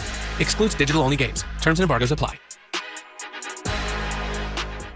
Cannon Solutions America is proud to sponsor Notre Dame football. Is your business falling short of the goal line? Let us give you that extra push forward. As an MVP in managed services, we provide professional support to help drive your success. By crafting winning workflows with state-of-the-art Cannon technology, we can support you in tackling your greatest document management challenges. Want to learn more? Visit csa.cannon.com/GMS. That's csa.cannon.com/GMS. Notre Dame Athletics was compensated for this endorsement and is not a current client of Howard Bailey. For more information, visit howardbailey.com/ND disclosure. All right, team, huddle up. Whether you're in the red zone or still at the 50-yard line, it's time to call a play, and we can help. Howard Bailey Financial is the official wealth management partner of Notre Dame Athletics. Download our free resource right now for insight on taxes, Social Security, and more. Text HUDDLE to 888-262-1104. That's HUDDLE to 888-262-1104.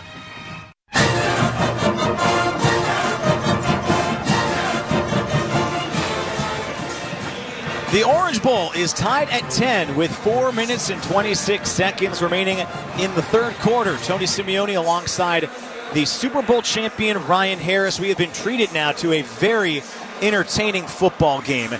Penn State jumped out to a 10-0 lead. It looked a little bleak with 2:18 to go in the second quarter, but Ryan, you've been preaching it all year long. You got to stay positive. Notre Dame gave us a reason to feel that way, and they themselves stay positive. You got to keep tipping your cap to what Steve Angeli did at the end of the second half. Comes in with Riley Leonard injured, orchestrates a field goal drive. Since then, the defense looked totally different here in the second half, and the offense has looked much better as well. Yeah, and the defense really understanding the zone run scheme, which the running back's going to take that angle, but he's really looking after, as soon as he goes 3 steps to the left, he's looking to cut it back. So Notre Dame is kind of going along defensively and then attacking downhill.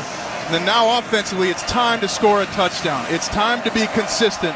The place is here. The time is now. Notre Dame's run it 22 times tonight in this game for just 59 yards, 2.7 per carry. Coming in there, averaging a tick above 6 per carry, one of their best yards per carry on the season coming in, or in the history of Notre Dame, one of their best yards per carry. They've not had a lot of luck tonight. They look better in the opening drive. Here we go. They move right to left. Leonard will throw on first down. Swings it out to Mitchell Evans. Catches at the 30. Head down at the 35. Great extra effort by the tight end, Mitchell Evans. He gets about 7 on first down. It'll make it 2nd and short for the Irish. They're giving him 9 yards on that one. Wow. And here the Irish back on the ball. Evans has had a great game. That's catch number 5 for him. Yeah, he's over 50 yards. His head smacked right into the defender's leg, though, at the end. He's off the field right now. Aeneas Williams, amazingly, the leading receiver for Notre Dame with 5 catches for 66. What's going on right now? This is unbelievable how long they're allowing this to go. Notre Dame made a change, and the ref has stood over the ball now for the last 10 seconds. Yeah, Chase Meyer took forever to get off. Play clock is down to 5. Leonard takes the snap on 2nd and 1. Design quarterback run, keeps it himself. Powers forward. He's close to the sticks. He's out to, I think, the 38. They need the 37. No signal yet for a first down. This is close. They're looking at the sticks. They're spotting the football, and it looks like it's going to be marked short. Well, they're going to measure it. You're going to measure after a second down run, Tony. Don't get me started on these referees. Yeah. And if you're Marcus Freeman, you might want to challenge the spot. Well, it's risky with the timeout in the second half. Yeah. But yeah, I mean, I guess it is a semifinal game. You want to get it right. Looking at the television broadcast, those lines obviously are unofficial. It looks like it's 6 inches shy of where it needs to be, but this will tell us the real story here. Referees trying to get on TV. Done a pretty good job of staying off TV tonight. Only 5 total penalties called. 3 against Notre Dame, 2 against Penn State. And at this point, what I would do is I get Riley Leonard back. Well, it's about 4 inches, ladies and gentlemen, as they stretch the chain. 4 inches from a first down. What I would do is I'd have Riley Leonard in the empty. I'd have him take a step like he's going to run it and then pop up and throw a touchdown pass. It does feel like a great time for a play fake. 3rd down and 4 inches for Notre Dame. They have the ball spotted at their own 37, even the 37.5. Could also try a different snap count, make them jump. Clock says 3:17 to go. Here in the third quarter, they wind it here. Notre Dame's huddled up along the far numbers. They break the huddle with 20 on the play clock.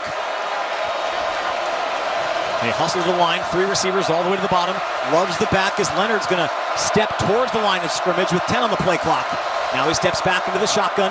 Love is to his left. They motion Deion Colsey to the tight side of the formation. High snap for Leonard, keeps it himself. Quarterback power, lunging forward towards the sticks. He got it. Again, it's close. I think he got it.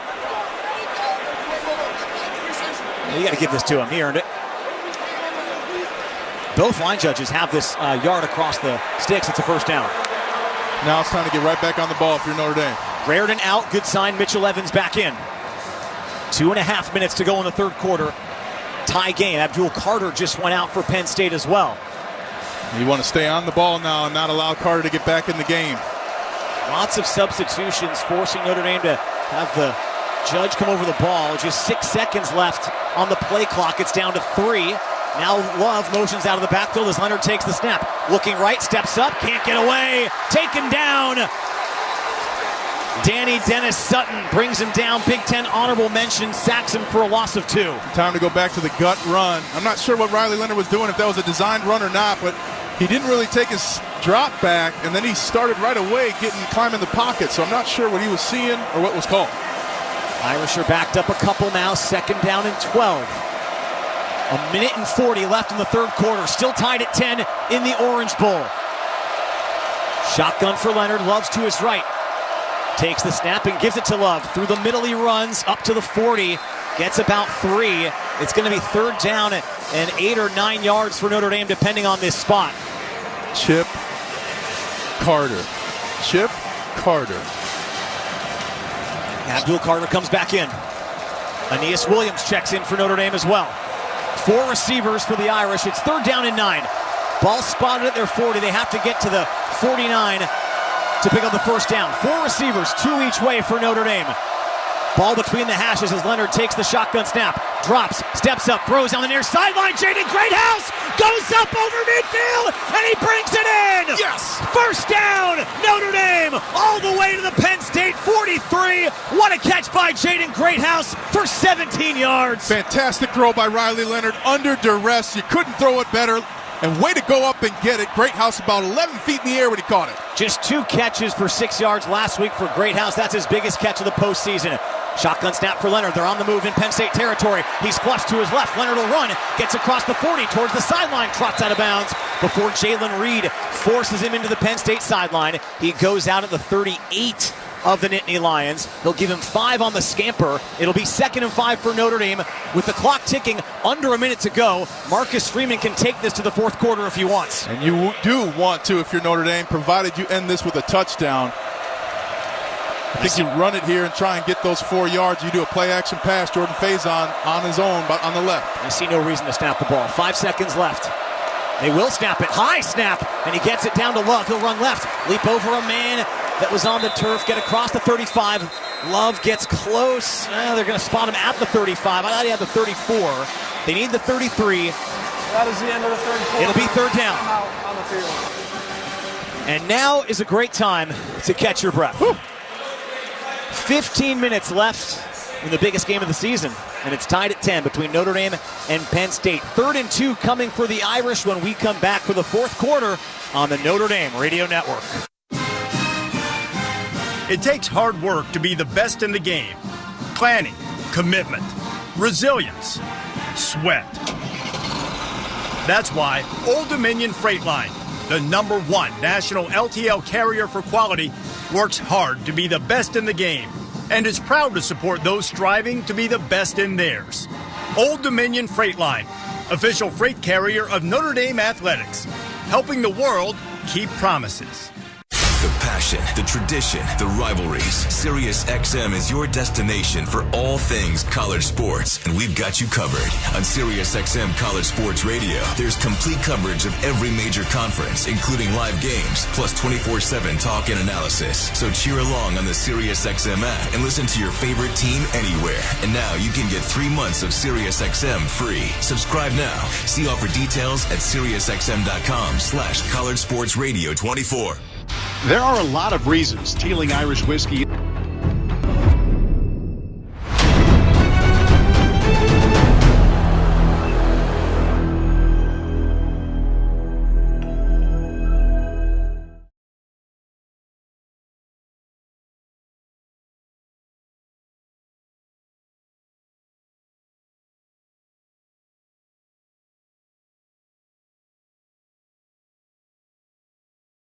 I was on mute. Thank you all so much for hanging out with us. Now is the time of the show.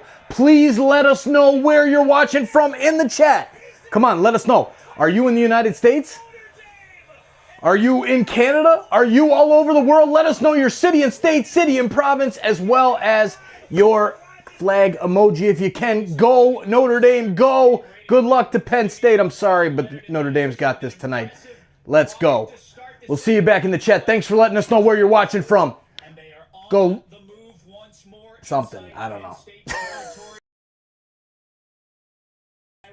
Back to the football. To the broadcast booth at Hard Rock Stadium in Miami Gardens, Florida for the fourth quarter. Here's Ryan Harris and Tony Simeone. Thank you, Johnny. This is what you sign up for. If you said in College Station, Ryan Harris, you're going to have a tie game with 15 minutes to go and a chance to play for a national title, you would sign up for it in a heartbeat. I was signed up for it before the season started. I believe, and here we are. And now Notre Dame with an excellent chance with 3rd and 1 to continue a drive from the third quarter to the fourth. And if they can end it with a touchdown, it is going to put the most pressure on Penn State that they've had all playoffs. Notre Dame dominated possession in the third quarter. Over 10 minutes they had it. And a big 3rd and 2 to start the fourth. Irish are going left to right in a tie football game in the college football semifinal. Leonard's under center. They hand it to Jaden Thomas. Jet sweep running left. He's across the 30. Turns the corner at the 20. Head down. Jaden Thomas. Jump play to open the fourth quarter. A huge pickup for the veteran inside the red zone. It goes for 19 yards. In big games, Jaden Thomas plays bigger. He is unbelievable, and I credit Mike Denbrock for having that play. What a brilliant play. Everybody's thinking it's coming downhill with Jadarian Price. What a play. Red zone trip for Notre Dame. They're at the Penn State 16-yard line. 3 receivers set for Leonard. Ball spotted, far hash, 10th play of this drive. Deion Colsey one-on-one. Leonard claps for the ball, takes the snap, looking right. Now he's going to fire for the end zone, looking for Reardon. Off his fingertips, and a flag comes out. Pass interference coming against Penn State. Do you believe? He was one-on-one against Kobe King. Reardon almost made the catch nonetheless, and the laundry came out. What a throw by Riley Leonard. Had there not been pass interference, that was a touchdown. Excellent use of his eyes as well, Riley Leonard. He looks left, looks to the middle, looks back left, and then turns and fires it. Number 41, defense. First down, Notre Dame. Should move it half the distance up to the 8. Let's go. Here come the Irish. And now if you're Notre Dame, you want to run this in. You want to put a statement out. Yeah, we saw how you ran the ball, but we're running to the lead. Oh, I beg your pardon. My mistake. Penalty in the end zone moves the ball to the 2-yard line for Notre Dame. First down. Ball spotted far hash for the Irish. First and goal from the 2. They have not led tonight in the Orange Bowl. Love to the right of Leonard. On first and goal, Leonard takes the snap, gives it to Love, running left, tripped up, stays on his feet through one tackle, muscling and struggling. Oh, he's scored! He's in! Oh my gosh! Touchdown, Notre Dame! Jeremiah Love would not be denied! One of the most relentless runs you'll ever see! Kept churning, and churning until he hit the end zone, and Notre Dame leads 16-10. First lead of the football game. Jeremiah Love is him. He is him. He hurdled 2 defenders on the ground at the line of scrimmage, ran over one to slip out to the left, run over another, and drag him to the goal line. Wow! What an unbelievable carry from Love. 2 of the best yards you'll ever see. The Irish lead 16-10. Now Mitch Jeter on for the extra point, and his kick is good. Yeah, Jeets. 14:07 left in the fourth quarter, and the Irish, for the first time all night, have the lead. It's 17 unanswered points. What a finish by Jeremiah. He carried a man into the end zone with 2 defenders at his feet. That is a mindset that cannot be denied. Wow, I thought they had him at the 2. He just would not stop on his way to the end zone. They had 3 Nittany Lions wrapping him up, and he got it to the house. Heroic effort. Wow. 10 plays, 72 yards, 5 minutes and 19 seconds come off the clock.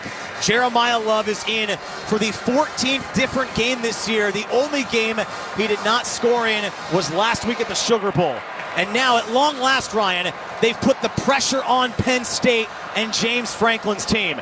Penn State has not been in this position in the fourth quarter all playoffs long. And right now, you're creeping into that doubt that Penn State had.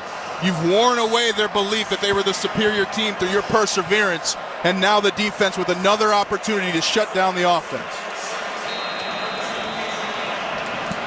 This has been a pretty pro Penn State crowd. They have been quieted here thanks to this run by the Irish. And now Mitch Jeter will kick. Kicking right to left, ball on a tee, hits a high one. End over end, fair catch this time. Called for by Singleton at his 2. And Penn State will start at the 25. He doesn't want to run it back against this Notre Dame team again. Jeremiah Love now 17 rushing touchdowns on the season. Ties him with Vegas Ferguson and Alan Pinkett for second, behind Audric Estime's 18 from last year. If the Irish keep going, they'll have a chance to maybe break that record. A lot of football game left. You got Ty Warren all alone over on the edge. This is already a rocky start for this defensive unit coming out. They look confused.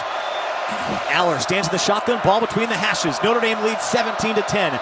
Nittany Lions move right to left. Aller claps for the ball, play fakes and looks to throw. Drops, going to air it out, taking a shot for Warren. He's got him at the 40, down the near sideline, shoved out of bounds, over midfield.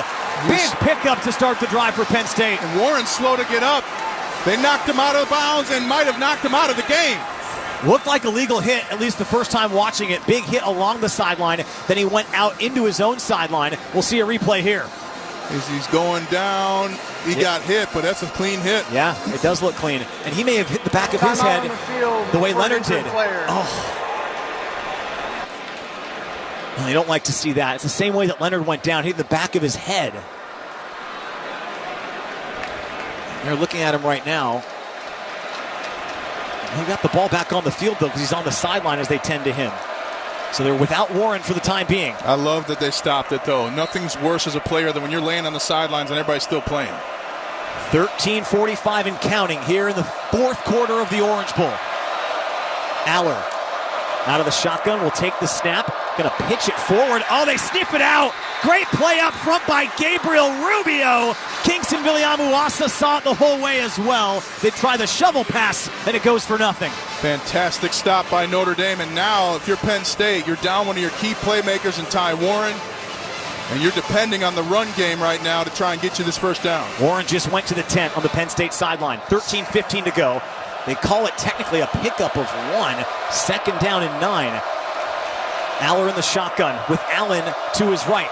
Ball spotted near hash. Penn State going right to left. Aller fakes the handoff, runs up the middle and has space across the 40-yard line. Dives forward to about the 38. And I think it's going to be enough for a Penn State first down. Oh, it's just shy. Just short. And that was all. Kingston Viliamu-Asa came on the, Drake Bowen came on the blitz and just went right for the ball carrier. Easy keep by Drew Aller. Notre Dame just guessing at the wrong spot. It looked short, then they moved the sticks. So now it's 1st and 10. Okay. 12 and a half minutes to go. Clock ticks. Notre Dame leads 17-10. 1st and 10 from the Irish 38. Penn State's on the move. Aller takes the shotgun snap. Play fakes. Drops and looks left. Throws underneath. Passes caught. Across the 30, over the 20, and shoved out of bounds. Good catch and run that time. Out of the backfield came the tight end Khalil Dinkins for Penn State. Brings it in for 20 yards and another chunk play there in the red zone. And the play action pass is one of the best parts of this offense for Penn State. Ty Warren coming back in the game. Warren comes back in. Penn State in the red zone now at the Irish 18 on the move with 12 minutes to go in the Orange Bowl. They want to get the deep crossing routes. So if you're Notre Dame, it might be time to go to more of a zone defense. Shotgun for Aller near hash. Takes the snap. Going to give it to Allen, cuts back to the right, trying to get to the outside, gets to the numbers at the 10, taken down inside the 10-yard line. He's close to a first down. It might set up 1st and goal. Adon Schuler brings him down at the end of the run. And they missed a holding call on Leonard Moore. I don't know how they missed it. It was right in front of the referee. That allowed Allen to get to the corner. It was on Christian Gray, I'm sorry. And literally his shoulder pad is showing in front of the referee. That's Julian Fleming with a fistful of jersey. Goodness! Just showed the replay. That's a missed call. From this crew, you don't say. 1st down and goal. Ball's at the 8-yard line. Penn State knocking on the doorstep, trying to tie the game. Aller out of the shotgun. Will hand it to Allen. Cuts outside to the left. Not a lot of room. Stopped near the line of scrimmage. Maybe a pickup of one. Kingston Viliamu-Asa's in there. The linebacker, a freshman, a part of that tackle. It'll make it 2nd and goal. Kingston Viliamu-Asa's had himself a good game. And now it's time for this Notre Dame defense to bow up again and hold this to a field goal. They've been good in the red zone today. On the season, red zone defense, Notre Dame's held opponents to just 55% touchdown rate. 10 and a half minutes to go. It's 2nd and goal. Aller in the shotgun with Singleton to his left. He'll give it to Singleton, running right. Now he cuts it inside, makes a man miss, and he's in for a touchdown. Penn State can tie the game with an extra point after an impressive run from Nick Singleton. Notre Dame stopped it to the play side, but Singleton just powered through, making a cut to the backside. And that was the end of that. Just an excellent vision by Singleton. Jack Kaiser with a missed tackle. Notre Dame defenders got to be ready for the stiff arm. Chop and tackle, chop and tackle. Ryan Barker is out for the extra point. Left-footed kicker ready to tie the game. Good operation. His kick is straight through. And this game is tied at 17. You got to go win it, boys. If you're Notre Dame, you're telling your offense, you got to go win it. 7 plays, 75 yards, 3 minutes and 47 seconds come off the clock for Penn State when they absolutely had to have it. It's Notre Dame 17, Penn State 17 with 10 minutes and 20 seconds left in the Orange Bowl and the CFP semifinal. Back with more after this on the Notre Dame Radio Network. Cannon Solutions America is proud to sponsor Notre Dame football. Is your business falling short of the goal line? Let us give you that extra push forward. As an MVP in managed services, we provide professional support to help drive your success. By crafting winning workflows with state-of-the-art Cannon technology, we can support you in tackling your greatest document management challenges. Want to learn more? Visit csa.cannon.com/GMS. That's csa.cannon.com/GMS. Your old tires are not good to go if they won't stop. New tires stop 90 feet ahead of worn tires. Your Bell Tire Pit Crew's got you. Right now, save up to $200 with rebates on a set of 4 Goodyears. Plus, get the entire life, our free maintenance package with alignment checks and more to help get more miles per tire. Take a chance you can't afford to, or spend money you don't want to. Don't choose. Don't gamble. Don't wait. Get the lowest tire price period now at Bell Tire. See belltire.com. It takes hard work to be the best in the game. Planning, commitment, resilience, sweat. Hey, you. Yeah, you. Come on, Tom, tell him. Like and subscribe. That's right. Hit that subscribe button. Yeah, you. I'm talking to you. Tie game, 17-all. Nittany Lions just get the touchdown. Penn State fans, where are you? Where are you? Hit that subscribe button. Let's make this sub counter go nuts. One Penn State fan is right here. Oh, you're going for Penn State? Oh, man, I'm going for Notre Dame. Same. And Sarah's going for Notre Dame, too. Thank you for being here. Thank you for hitting that subscribe button and turning on that bell. We're going to be live for every single game of the college football playoffs tomorrow night. Other semifinal, as well as the national championship on the 20th. I'll be live from Atlanta. We'll see you guys there. Thanks for being here. Hit that subscribe button. Come on, 72-300. Let's go. 72-5. Is it possible? Let's go, guys. Back to the football. Tell them, Tom. Bye. Could you ask for? This has just been a phenomenally entertaining football game. Exactly what both these teams and fan bases deserve. Someone's going to be heartbroken when it's over, and someone is going to be just over the moon. And that's how it works. It's going to be us, Notre Dame. Amen to that. Time to run the football, wear the clock down, end it with a touchdown, just like you did last drive. Let's first see if Jaden Harrison will get a kickoff return opportunity. He's standing, watching it go over his head and into the end zone. Has not touched it on the return tonight, and he'll have to at least wait a little longer in this game. All right, so 17 apiece, 10:20 left. We've seen Notre Dame put together some lengthy drives. Their longest one of the year, I think, was like 9 minutes and 8 seconds in the game against Indiana in the playoff, went 17 plays. But you can put together the kind of drive that can really salt away the clock, and you can get the lead late here with a good one from Notre Dame. And I also like getting to the air. I mean, both scoring drives in this half have gone through the air at a point in the drive. Notre Dame's thrown it for 180, run it for 90. Did not see that one coming into the game tonight. Here we go. Irish move left to right in a tied Orange Bowl. Shotgun for Leonard. He'll throw on first down. Looking left, slings it, and it's intercepted at the 37. Picked off by Danny Dennis Sutton, the defensive end. Dropped into coverage and takes it away. Riley Leonard upset with himself, looking to the sky, takes off his helmet. But you said it perfectly, Tony. He did not anticipate the defensive end dropping, and he just watched his eyes and ended up covering Mitch Evans underneath, which is how you cover a tight end. What an interception. Caught it with his hands. Might need to be a tight end there, Tony. Sutton making a play that might be the difference. And he's looking at him the whole way. That's a great athletic play by Sutton, you're right. Second interception of the night for Riley Leonard. And now the turnover margin is 2-0 in favor of Penn State. And Notre Dame's defense is being asked to do it again. Penn State at their Irish 39 is where they take over, moving right to left. Aller's out of the shotgun. He'll take the snap. He'll give it. This time it's a handoff. Running right goes Allen. Cuts it back inside along the hash marks. Gets down to the 35. 4.5 yards maybe on first down to make it second and manageable. Tough for Notre Dame defensively. They've been on the field for a long time now, especially almost all of this fourth quarter so far. About 6 minutes. Your defense has been nonstop on the field. 9:50 and counting. Silver line to this is pretty much no matter what happens here, Notre Dame is definitely going to get the ball back. Question is, will it be tied or will they be trailing? Shotgun for Aller, takes the snap along the far hash, stands in the pocket and throws incomplete. Was looking for a streaking receiver that time. Harrison Wallace III, who was in coverage against Leonard Moore. That's incomplete. And now a huge third down suddenly for Penn State. 3rd and 5, ball spotted at the Irish 35. Just a gift to Notre Dame that they called that play. You get 5 yards running the football. That's the only way you've gone down. And you pass? Okay. Ryan Barker, the kicker's long this year, is 49 yards. Hasn't attempted one beyond 50. This would be a 52, 53-yarder. They need yards. Aller's in the shotgun, empty backfield. Now he motions Allen to his right.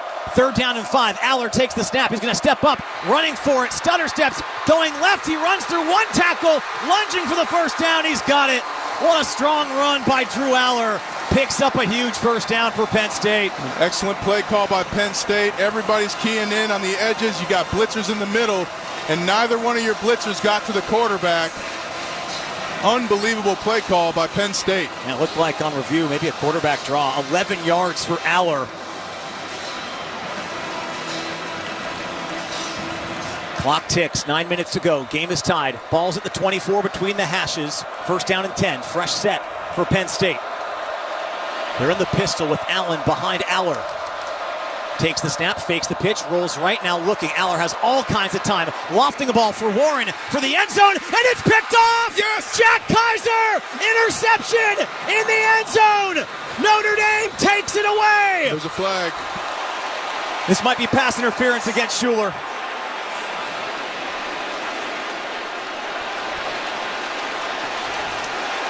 Oh. Schuler was running right for Warren, face guarding him. It did look like he made contact. They're going to get together and talk about the call. Pass interference, number 0. Defense, 15-yard penalty. Automatic, first down. Wow. They get Watts. I can't believe it. I'm watching the replay right now. That's the wrong call. Schuler's the one that's there. But Schuler doesn't even... That foul is on my goodness. This is 2 weeks in a row. This referee crew has been unbelievable. Schuler goes straight up like a basketball player down on the blocks. And literally Ty Warren jumps into him. And they call the pass interference. Yeah, they got Kaiser for the same thing last week. Oh no, they're throwing stuff on the field. You don't want to see this. This is coming from the Notre Dame student section. They're throwing water bottles into the end zone. This referee, and Marcus Freeman started smiling. Yeah, he knows it's the wrong call. There was some contact, but it didn't look like enough for the penalty. Schuler was straight up and down with his hands up in the air. Again, like a basketball player on the blocks going to jump a shot straight up and down. Ty Warren drew the foul. I just can't believe that call. So Kaiser nearly had a game-changing pick. Instead, it's first and goal for Penn State. 8:42 left in the game, tied at 17. Aller out of the shotgun with Allen to his right. He'll take the snap, hand it off. Allen running left, trying to cut it inside, gets a few. Tripped up at the 7-yard line. Look at him, 2. Good work that time. Bowen's in on the act, open around the play. It'll be second and goal.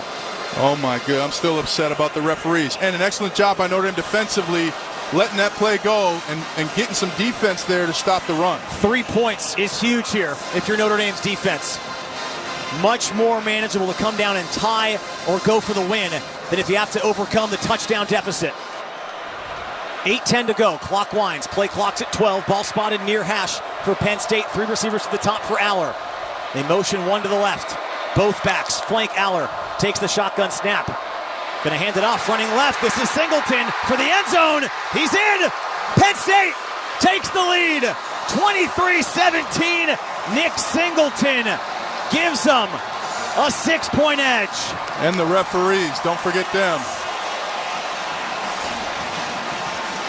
Well-designed play. Both backs are flanking Drew Aller. Allen goes right. Singleton goes left. Touchdown.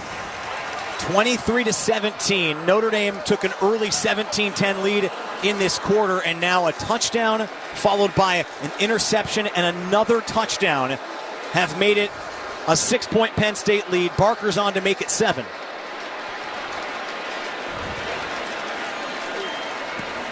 And he does. And if I'm Notre Dame offensively now, I'm going to throw the ball deep and have my receiver draw a penalty. Yeah, they're going to have to bring the flag out again. Wow, I'm watching it again, Ryan. My gosh. I think you're right. I can't believe they called that. The more I see it, it's a devastating call. It takes the interception off the board, and 7 points stay up there for Just Penn State. Atrocious. All right, time to regroup. 7:55 left in the game, and it's a 1-touchdown advantage for Penn State. It's the Nittany Lions 24, the Irish 17. You're listening to Fighting Irish Football. Now, 2 pigeons. Working too hard to give you a heart attack. What's up, You're not soccer fans, you're football fans. Did I just actually say that? I did, because I'm looking for the microphone and the webcam.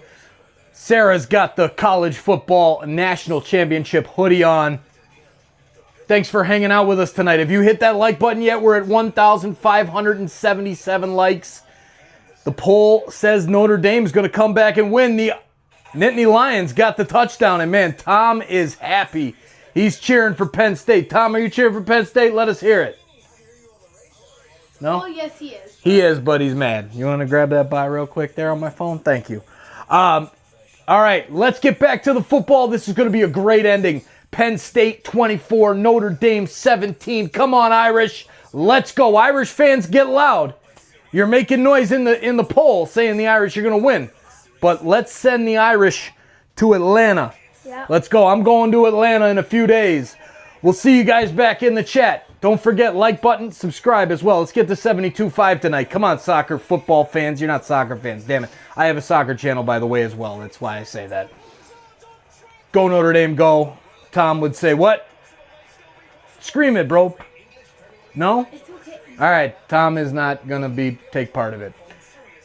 Thanks for hanging out with us, Mark Forey, Christian Turner, Cody Queller, Rob Stussy, Richard Van Stinson, Brian Bootwell, Shorty, Not Z, Christian Turner, YY. There's the new member, Austin. Welcome to the club, buddy.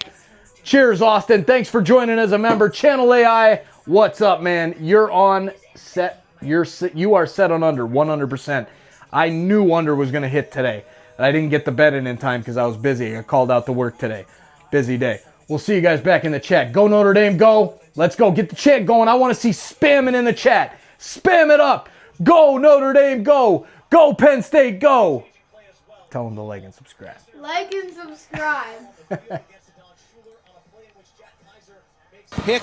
We've watched it a couple times, Ryan. It just doesn't look like there's enough there. Was not enough, and not only myself, but a lot of the Notre Dame former players. And look, this is the Notre Dame broadcast. You want to hear some good things about Penn State, go to switch the station. But it's right there for you. I'm also telling you the truth. There was minimal contact at best with Ty Warren already falling backwards.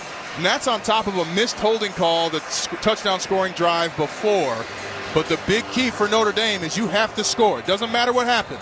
Go score right here, tie the game, or you could go for two, Tony. Yeah. Bad calls happen. You just got to live with it and move on. We'll talk about it after the game if it comes to that. What really stinks, too, is it was just a pretty bad throw. You hate when the pass interference bails out a bad throw. As Harrison might get a chance here. He's going to field this a yard deep in his end zone and bring it out left to right.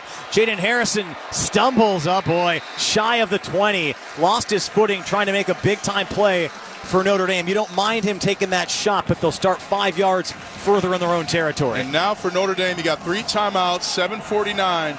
You want to score here, tie the game, and get the ball back to your defense. Hope they get a stop and win this thing on a field goal or touchdown. Yeah, this is the drive right here, though.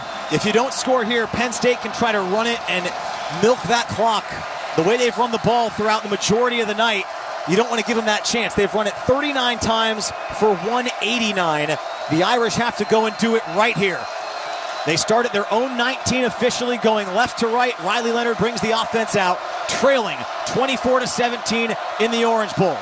Play clock's all the way down to 5 as Leonard comes to the line. Oh, you can't take delay again. Leonard clapping for the ball. They get the snap off just in time. Running to Price to his right, and he's stripped up and dropped behind the line of scrimmage. Zane Durant spills him for a loss of 4. And that's a direct result of Notre Dame jogging onto the field and not having the offense ready to go. It's unacceptable. They got to delay a game to start the third quarter.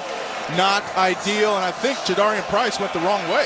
Second time in this half they've started a drive, calling a play deep in the play clock. Now it's 2nd down and 14 from their own 15. Leonard takes the snap, looking left, will throw. Has Greathouse, catches along the 20, down the far sideline. Good yardage for for Greathouse. Has it up to the 25. He's shoved out of bounds after a pickup of 11. It'll make it 3rd down and 3 for Notre Dame. And right now what I like is the Riley Leonard run-pass option. You sprint them to the right, and if that defender comes up, you throw it over them. If not, you take off if you're Riley Leonard. Ball at their own 26. They need the 29. 6:55 left in the Orange Bowl and the semifinals. Aeneas Williams is the back to Leonard's left. Now they send two receivers to the bottom of the formation. Leonard claps for the ball, drops, looking to throw, looking left. Now he steps up. Oh, he's going to still throw. Drops it off to Greathouse. Makes the catch over the 30 for a first down. Woo! What a pass by Leonard. Almost ran for it, then pulled up at the last second. Dumped it off for 6 yards. They move the 6 with 6.5 minutes to go. Heads up play by Riley Leonard. Ended up being kind of a quarterback run option. And now you're feeling confident if you're Notre Dame offensively.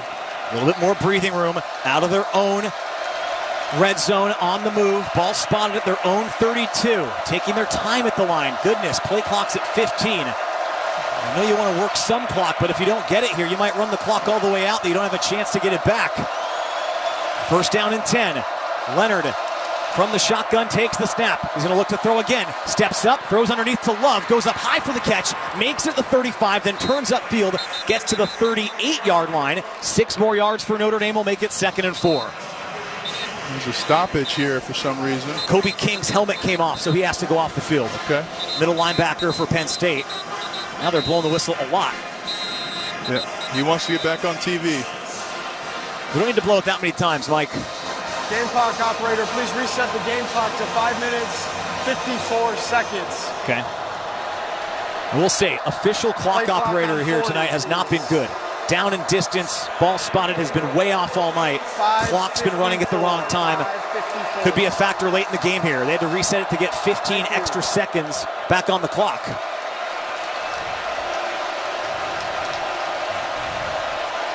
Second and 4, Notre Dame moving left to right here in the fourth quarter.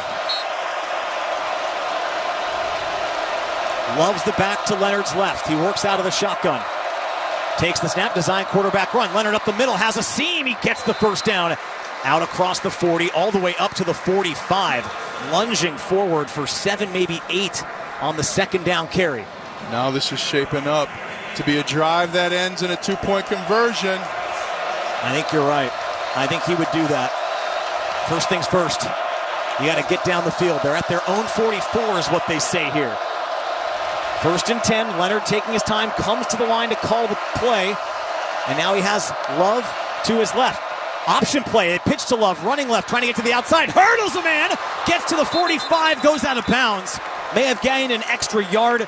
Gets just back to the 45. They're going to give him the 46 with another impressive hurdle. But I like the different run now because now you're making Nittany Lions cover the entire field when you pitch it like that.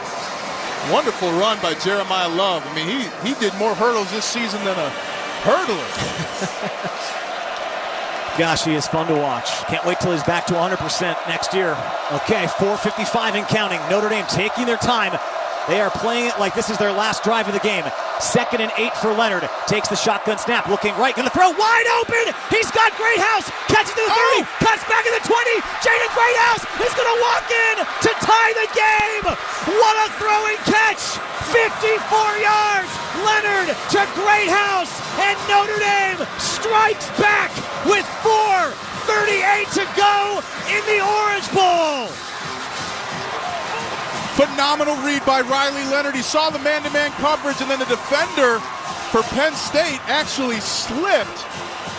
And it was wide open for Jaden Greathouse. Phenomenal play call and execution.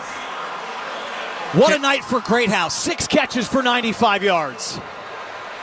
Now you need your defense to have the best hold and stop of the season. First things first, Mitch Jeter, critical extra point.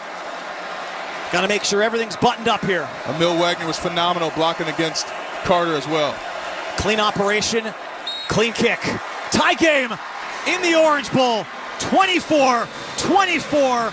Notre Dame bounces back. They don't let any of the noise affect them.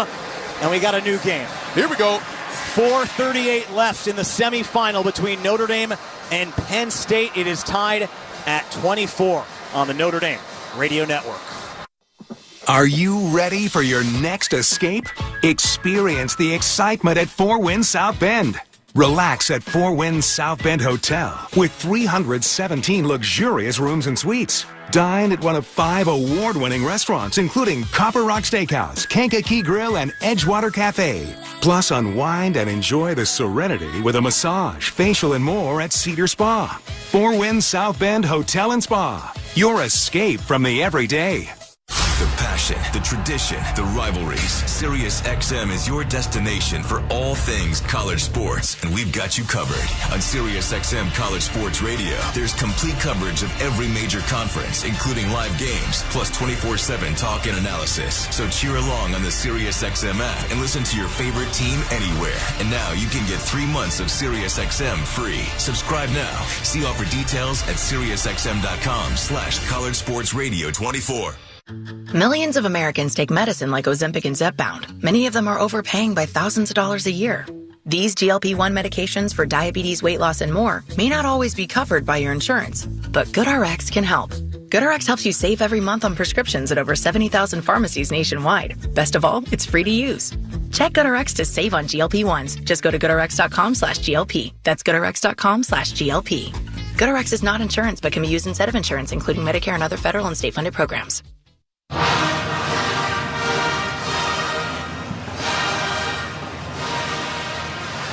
The Orange Bowl is tied again at 24 between Notre Dame and Penn State with 4 minutes and 38 seconds to go in what's shaping up to be an instant classic. Tony Simeone alongside the Super Bowl champ Ryan Harris. It wasn't feeling very good before that drive. Notre Dame once again puts together just another masterpiece. 7 plays, 81 yards, Ryan. It takes 3 minutes, 11 seconds. They were kind of methodical the whole way, and then Leonard hits Greathouse for 54 yards and a touchdown. And fantastic run by Greathouse at the end. He put the first defender on his back when he came out of his break, and then he put his shoulders down, right foot in the ground, and went left, put another defender on his back behind. What a finish for Jaden Greathouse, and now it's time for the defense to play their strongest that they've ever played all year. 6 receptions, 95 yards for Greathouse, and the touchdown. That's the most receiving yards by a Notre Dame receiver in a game all season. Picked a good time. Best time. Okay, Mitch Jeter's going to kick, and as you said, this does come down to now Notre Dame's defense being able to get a stop. If they get the stop, Notre Dame most likely can get their kind of 2 or 4 minute offense depending where the clock is when they get it back and try to go for possibly that game-winning field goal. But as you alluded to, it all starts up front with defense. And the deep crossing routes. You have to protect from the deep crossing routes. Amazing, too. I don't think the Nittany Lions have been called for a penalty outside of the time when their defensive end ran into the tackle before they snapped the ball. Not been a ton of penalties in this game. As Jeter's going to kick left to right. This is a low, awkward kick headed towards the end zone. Yes, it bounces in. Not Jeter's best, but it gets the job done, and it will be a touchback. And the Nittany Lions will start at their own 25. If you're the Nittany Lions, you want to just run this ball all the way down to the goal line and finish with a touchdown with like 30 seconds left. Yeah. If you're Notre Dame, not only do you want to stop them and force a 3 and out, but you want to try and get the ball out as well. Each team has a full complement of timeouts, 3 apiece. Still a lot of football left to be played. Penn State will move right to left in a tied Orange Bowl. College football playoff semifinal. They move right to left. Yep, oh, yeah, there's the flag. Left guard flinched again. Ione. Number 10. Number 10. Yep. Oh. Offense. 5-yard penalty. First down. Yeah, it was Nick Singleton who moved after the double clap. He kind of flinched and moved forward. Okay. Not a good start if you're Penn State. Excellent if you're Notre Dame. Yeah, Singleton, I guess, flinches. I thought I saw left guard. Either way, backs him up 5. 1st and 15 at their own 20 now. 4 receivers for Aller, 2 each way. Claps, doesn't take the snap, now takes a step towards the line, backs up and he's ready on 1st and 15.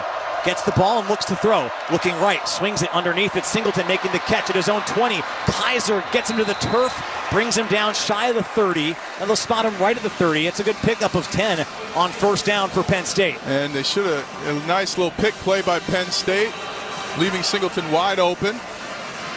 Usually a penalty. Clock runs. Penn State doesn't mind that right now. Kaiser's 50th unassisted tackle of the season. He's playing in his 69th career game, a Notre Dame record. Questions whether or not he'll play 70. 4:05 as Aller's back in the shotgun on 2nd and 5. Singleton gets it running right. Snead had him for a moment, but he got free. Gets across the 30, and then Junior Tuialamaka brings him down. It'll be shy of the 35. They get out to the 32. They tried to sneak Singleton, he's lined up kind of in the slot as a wingback, but Notre Dame was ready for that jet sweep motion. Here you go, Notre Dame fans, as loud as they've been all night. 3rd down and 3. Ball's at the 32, they need the 35. 3 minutes and 30 seconds left. Play clock's at 20 for Penn State. They move right to left. Play of the game right now for the defense. They motion the tight end Warren right to left. He's going to go back to the right. Here comes the blitz. Aller dropping, looking left, now rolling left. On the move, Kaiser's there. They're going to bring it down. Shy of the first down. What a stop from Notre Dame. Kaiser strings it out, and then it's Bryce Young finishing it off. And if I'm James Franklin, I'm not punting this ball. You got Nick Singleton. You've got Katron Allen. I don't know what he's doing punting this ball. So if you're Notre Dame's defense, you got to be on punt safe, and that's what they are. Their defense has stayed on the field. Great call. Watts is out there. Kaiser's out there. Burnham as well. Alert the fake. 2:45 left. They're set up in a punt formation. The punter, Riley Thompson, standing at his own 17-yard line, takes the snap. He will kick. Don't run into him. Kicks it end over end. Hurlinen's back. Fair catch called for at his own 23. Here we go. And here you go. Here you go. 43 yards, no return.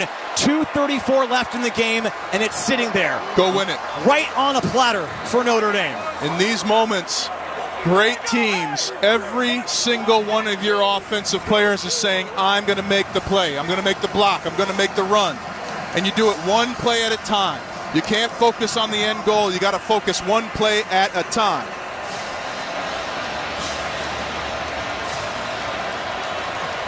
This is why you do it. This is why. It's what you dream of in the backyard. This is why Riley Leonard came to Notre Dame. This is why he's here. Ball at their own 24 going left to right. The Orange Bowl is tied at 24. Notre Dame has the football. Leonard takes the snap. Price gets the carry, running left, has a hole, turns up over the 30. Great yardage on first down. Gets all the way out to the 32. 8 yards before Zakee Wheatley brings him down. Marcus Freeman's going to let this clock tick. Yeah. And James Franklin is nowhere to be found. If I'm Notre Dame, I'm letting this go all the way down. Me too. They're back on the ball, though. 2:10 left. Leonard claps. They won't take the snap. I think this is to bait James Franklin into not taking a timeout, and Freeman's going to let him take it to the 2-minute. Yep. Wise chess play by Marcus Freeman. That is the 2-minute timeout. I think Penn State just gave up 30 seconds. Timeout. Timeout on the field. 2nd down and 2. Notre Dame is at their own 32. The Orange Bowl is tied at 24. Okay. You doing all right? This is what you wanted, right? This is exactly what I wanted. Come on. This is why we came here. Exactly why we're here. And, you know, no coincidence that Penn State had lopsided wins in their first 2 playoff games.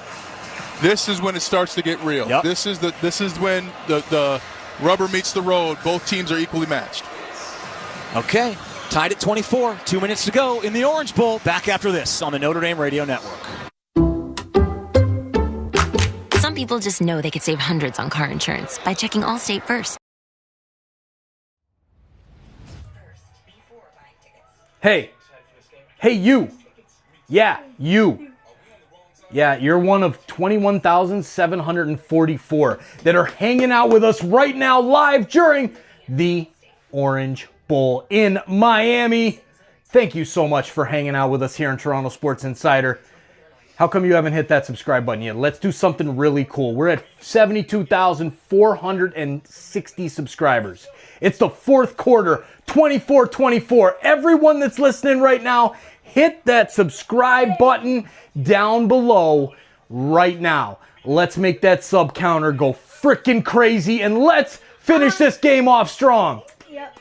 Let's get to at least 72.5 thousand. There you go. And that's the scotch. Sorry about that. That's a jalapeno and peanut butter flavored scotch. Interesting. I'm a scotch guy. Sorry. Go Irish, go! Tom, who are you going for? Penn State. Tom's going for Penn State. Who are you going for? Irish. Irish. Let's go Notre Dame. Hey, Mr. Bowen, if you're watching, thanks for hanging out with us tonight. And go Notre Dame, go. Let's go to Atlanta. We'll see you guys real soon. Thanks for hitting that subscribe button. There it is, 72.5. Let's hit 73,000 tonight. We're on our way to 75K and on to go get that plaque. They said I couldn't do it. They did, right? Yeah. Yeah, she did. He did too.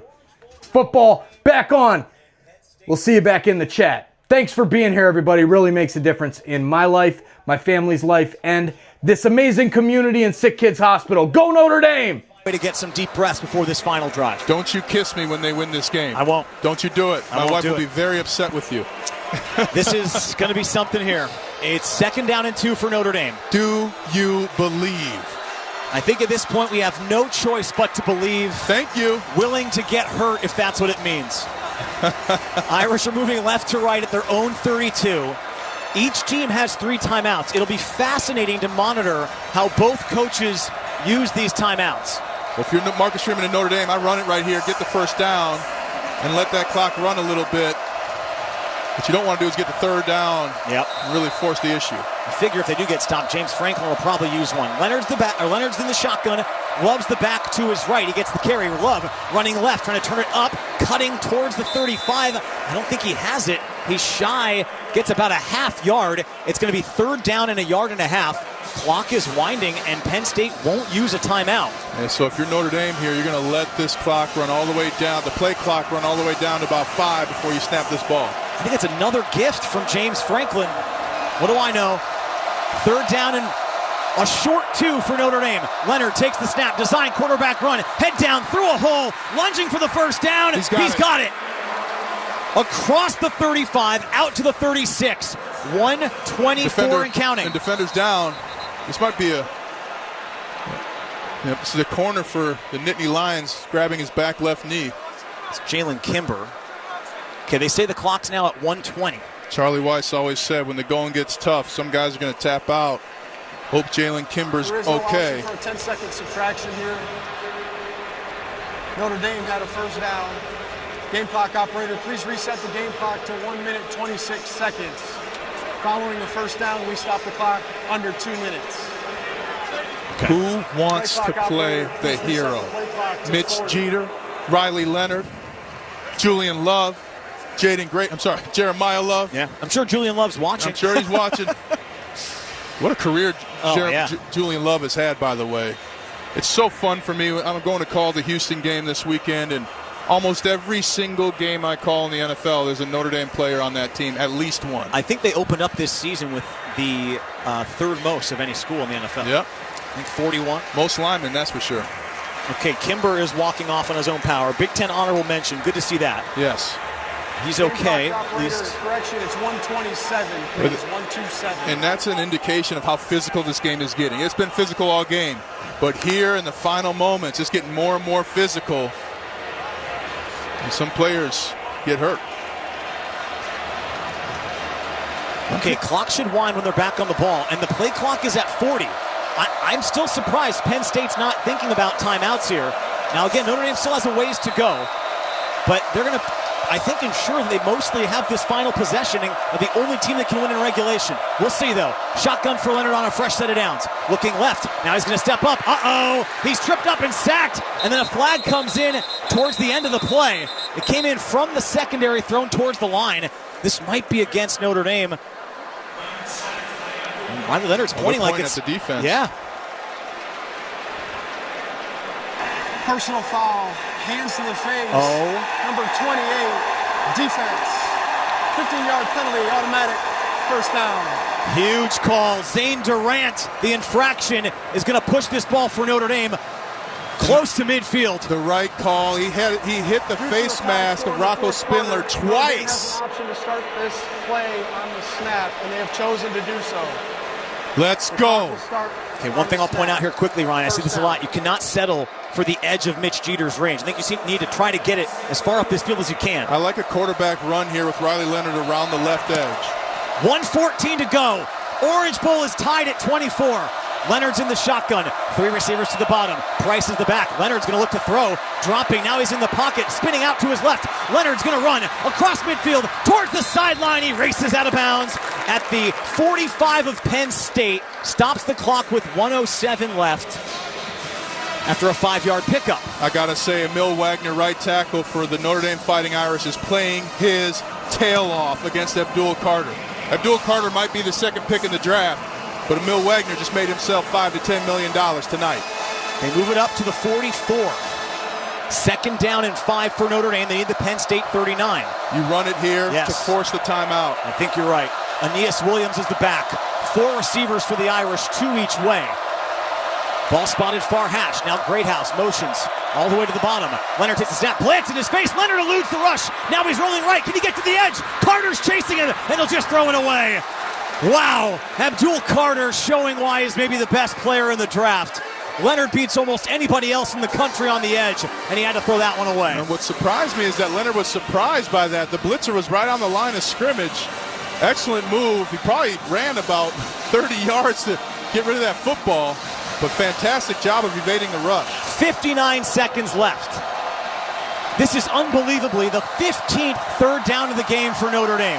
They're 10 for 14. Game clock operator, please reset the game clock to 1 minute, 1 second, please. 1:01. We've got to get this clock right. Okay, it's at the 44. Big question coming for Marcus Freeman if they don't pick this up. We'll deal with that later. 3 receivers to the top, 1 to the bottom. Massive third down in the Orange Bowl. Tied at 24. Ball in the far hash for Leonard. Faison motions to the near side. Shotgun snap. Leonard drops, looking to throw. Now he steps up. He's in trouble, and he goes down. A sack. Penn State gets it done on defense. They're letting the clock run. I have to imagine he called timeout. Now they're calling timeout. Is Marcus Freeman keeping the offense on the field? No, they can't. Not after a loss. They have him drop for a couple here. The tough part. 52 seconds. Penn State has taken their first charge timeout. Punt team looks like they're coming on. Riley Leonard really had enough time, but tripped on the left guard, Billy Schrouth. Surprised they didn't run it a couple more times there, there, Ryan. I would have ran it there. I get it. You're trying to go for the score, but you also now are going to punt the ball back to Penn State with probably about 45 seconds left, and they're going to have 2 timeouts. 4th and 9 is what it says. 52 seconds left. Penn State's used their first timeout. Notre Dame has all 3. And even if Riley Leonard on that scramble to the left, I like Riley Leonard getting down inbounds. But again, these are the small details that come up huge in big moments. Okay. I don't know. Marcus Freeman, let's see if, he's run some crazy pigs this year. This would be the all-time craziest. Rendell is out to punt. He's stationed at his own 38-yard line. Tracy waiting at his own 10. You need a great punt again here from Rendell. Make life difficult for Penn State. He'll take the snap. He will kick. Shorter end over end. Tracy coming up for the fair catch at the 15. Not his best, but still pins Penn State at the 15. But 47 seconds remaining in the game and 2 timeouts for the Nittany Lions. You've got to play penalty-free football here. They're going to be looking for Warren, and they're going to be looking for Singleton. After the hands to the face, Notre Dame at midfield, it looked like they just needed maybe 1 or 2 first downs to have a crack at it to win. Now Penn State comes out. But again, if Aller's going to force the football here, Ryan, he's thrown some balls that can be taken away today. Paging, pick city. Paging, pick city. At their own 15, Penn State going right to left. 2 timeouts, 47 seconds left. Game is tied at 24. A trip to the title game on the line. They'll run it on first down. Singleton running left, has some room, cuts across the 20, gets out across the 25. Wow. All the way to the 28-yard line. Clock winds, 37 seconds. They move the chains. Penn State's back on the ball. Come on. You got to get the clock right in the title semifinal game. This is letting Penn State huddle and have time as the clock stops. Goodness. Unbelievable. It's been wrong every snap. Ball's at their own 28. Quick snap for Aller, looking left. Can't get it out. Now pressure coming. Aller throws. Loose ball. Yes! Intercepted! Christian Gray picks it off at the 42-yard line. Notre Dame will get the ball back with 33 seconds left in the game. What a big-time pick from Christian Gray. Pick City has arrived in Miami. The pressure coming from Jalen Sneed, phenomenal, forcing Aller to throw this ball early, and Christian Gray again giving Notre Dame the opportunity to win. You could just tell he was coming out here. I said, if you're going to let Aller throw, he's going to throw some balls that can be taken away, and they do it. at the perfect time. Now, Notre Dame, all 3 timeouts. They're on the edge of Mitch Jeter's range. They're at the 42. It'd be 60 from here. That's too much. Career long is 53. Season long is 49. Have 3 clock stops, so the whole playbook's open. And again, as you've been alluding to, the run is an option. Now they're reviewing this. It's a good catch. It's a great catch. His hands are under the ball. Underneath it. There's no way that it does not touch the ground. Great this is job. An interception. Christian Gray is the MVP of this season. He got them here, of course, at the memorable 98-yard pick 6 to really ice away the game at USC to get into the playoffs.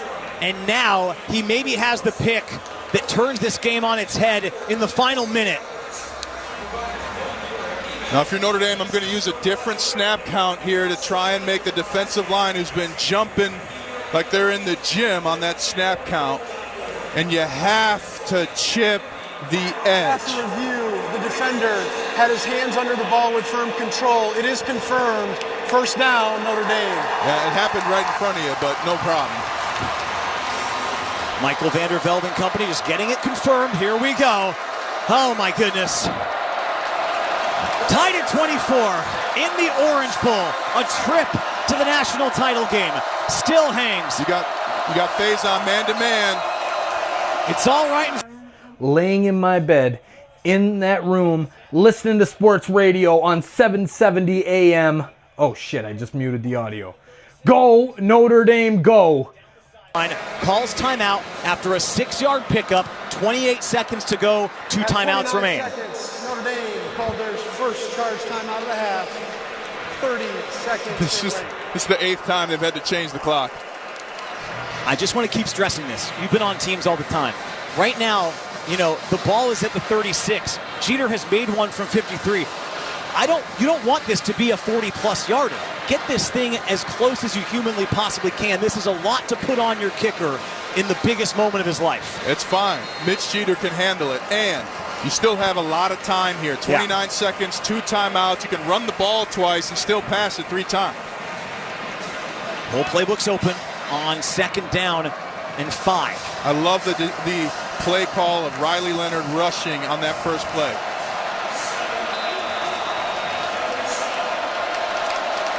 Leonard will stand in the shotgun, 4 receivers. Loves the back to his right. Riley Leonard claps for the ball, takes the snap again, quarterback run, cutting it right, not getting a whole lot, muscling towards the 35 before 4 different Penn State defenders bring him down. Oh, it's going to be 3rd down and another timeout. Notre Dame has called their 2nd charge timeout. He gets to the 35. 30 seconds. Goodness, so that's going to be 3rd down and 2, maybe 3 coming up. And from here, this would be a 53-yarder, which is Mitch Jeter's career long. Oh, if Riley Leonard had stayed behind Jeremiah Love, not only does he get the first down, he might score. Okay, let me ask you now. 3rd down and 3, Ryan. It's so tough to say. Penn State has 2 timeouts left. Do you dare throw the football here on 3rd and 3? Do you keep it on the ground knowing that you still are right on the edge of his distance? He's 3 of 6 all time from 50-plus. If you're on the right hash, the call is sprint left option, meaning Riley Leonard takes the snap, they seal the left edge with Jeremiah Love or another running back, and then you roll out to that left, and if you like it, you throw it. Yeah. You get a route backside, hoping they get behind the defense. It just feels like Penn State's selling out on the run. You get him to bite, you might have somebody wide open. But here we go. 3rd down and 3. Ball spotted near hash at the Penn State 35. Irish moving left to right. Leonard from the shotgun, claps for the ball, rolling left. He can throw. He will throw. It's caught. Great house at the 30. 2 hands on the ball at the 25. First down, Notre Dame. 16 seconds left. They get back to the ball. You run it again. Run it again. You're right. They won't use timeout. 10-yard pickup. They're well within Jeter's range now. Leonard's under center here. I think he's going to clock it, and he will. Clocks it with 15 seconds left. Ooh. Still 1 timeout. They now wind the clock to 14. And I think, again, you can run and use your timeout. And they got to hurry up because it's not 40 seconds. What just happened? What's going on here? Game clock operator, please reset 15. the game clock to 16 seconds. Oh. Well, they ran a play at 16. At least 1 second should come off. But Don't tell this referee crew. Okay, again, 1 timeout for Notre Dame. They're at the 25-yard line. This would be about 42, 43 yards. They're going to roll it to the right or left. Leonard's under center. He runs to his right, goes to a knee at the 25-yard line. Marcus Freeman's going to wind the clock. And Penn State's going to call timeout. Wise move by James Franklin. You could run it again if you want. You know, what's interesting to me, if I'm Franklin, I hold that timeout and take it before the kick. He has one he can still use for that, I believe. Well, I don't think you can take 2 in a row. No, I don't think you can take 2 in a row like that. But with 10 seconds left here, Ryan, Notre Dame is facing what would be 3rd and 10. I think you could run it again if you're Notre Dame here. Yes. Just have Leonard take a quick knee or just fall forward on a quarterback sneak. The ball is right now right between the hashes. It would be 42 or 43 yards from here for Jeter. They've now put 14 seconds back on the clock. Unbelievable. But I think if you're Notre Dame, you want to do this just because if you can make Penn State take its final timeout so that if you do give them the ball back with a little bit of time left, they're out of all their options. Offense is on the field. It's 3rd down and 10 for Notre Dame. 1 timeout left for both teams. What's this? Leonard's in the shotgun. Now he moves under center.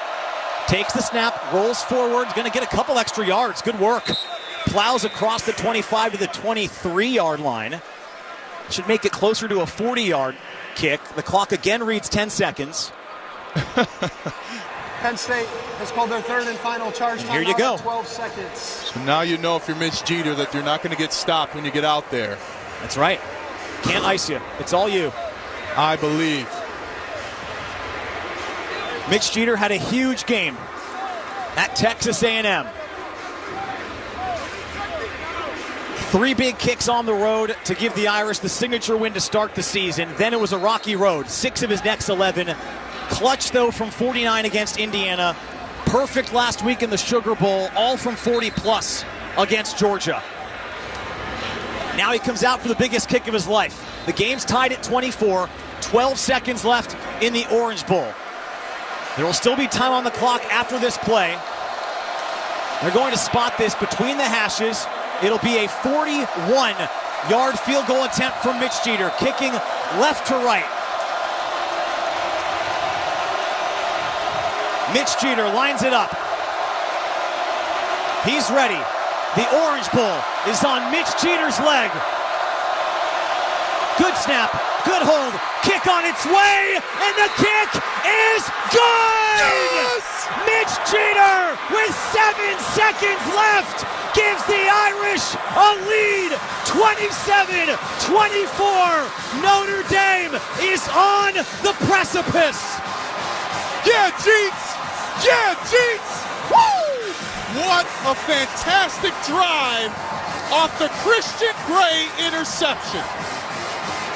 What an unbelievably clutch kick from Mitch Jeter. Yeah, Jeets. The entire season resting on his right foot, and he delivers. 7 seconds left, and your special teams and defense can get it to Atlanta. Oh my gosh, what a moment for Notre Dame. What a moment for Mitch Jeter, Riley Leonard, this entire team. Incredible. Mitch Jeter in the postseason, 6 for 7 on field goals. Marcus Freeman trusted him all season long, and it's paid off here when it's mattered most. Now you've got to protect here. You don't know what Penn State's going to do. Are they going to try to get Exotic on the return? 7 seconds left. Now they've set the clock to 8. Back for it, it's Singleton with Julian Fleming. Special teams has been outstanding all year for Notre Dame. They have to be sound in their coverage. Kicking left to right. And again, if Penn State tries to bring it out, this could be the last play of the game. And if you're Mitch Jeter, you want to drop this kind of at that 5-yard line. Jeter will now drive it high, end over end. They're going to let this drop and bounce at the goal line into the end zone. It goes for a touchback. So 8 seconds for Penn State. They do have a timeout. So Penn State can think about. Which I don't understand because they literally said on the field they used their third and final timeout. You know what? They should not have a timeout. In the building, it's wrong. There's no timeouts on the broadcast, which is right. The building's been a nightmare. So no timeouts for Penn State. This should be, they can try to run one play, but it could be the final play of the game. 1 play to go. Notre Dame, are you ready? Go Irish in the chat. Final. Shotgun for Aller. Takes the snap. Looking left. He'll throw out of bounds. Didn't like what he saw. 4 seconds left, and now this most likely is the final play of the game.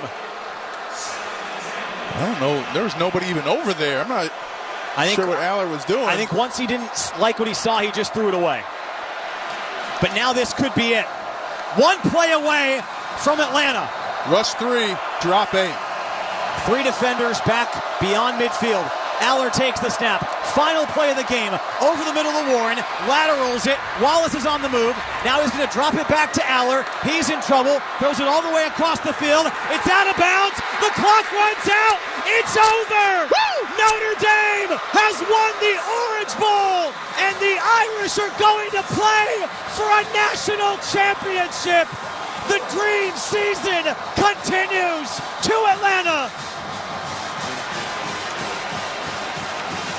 Laugh, cry, high five, do whatever you need to do, because here come the Irish. What a fantastic victory over a phenomenal team on the biggest stage.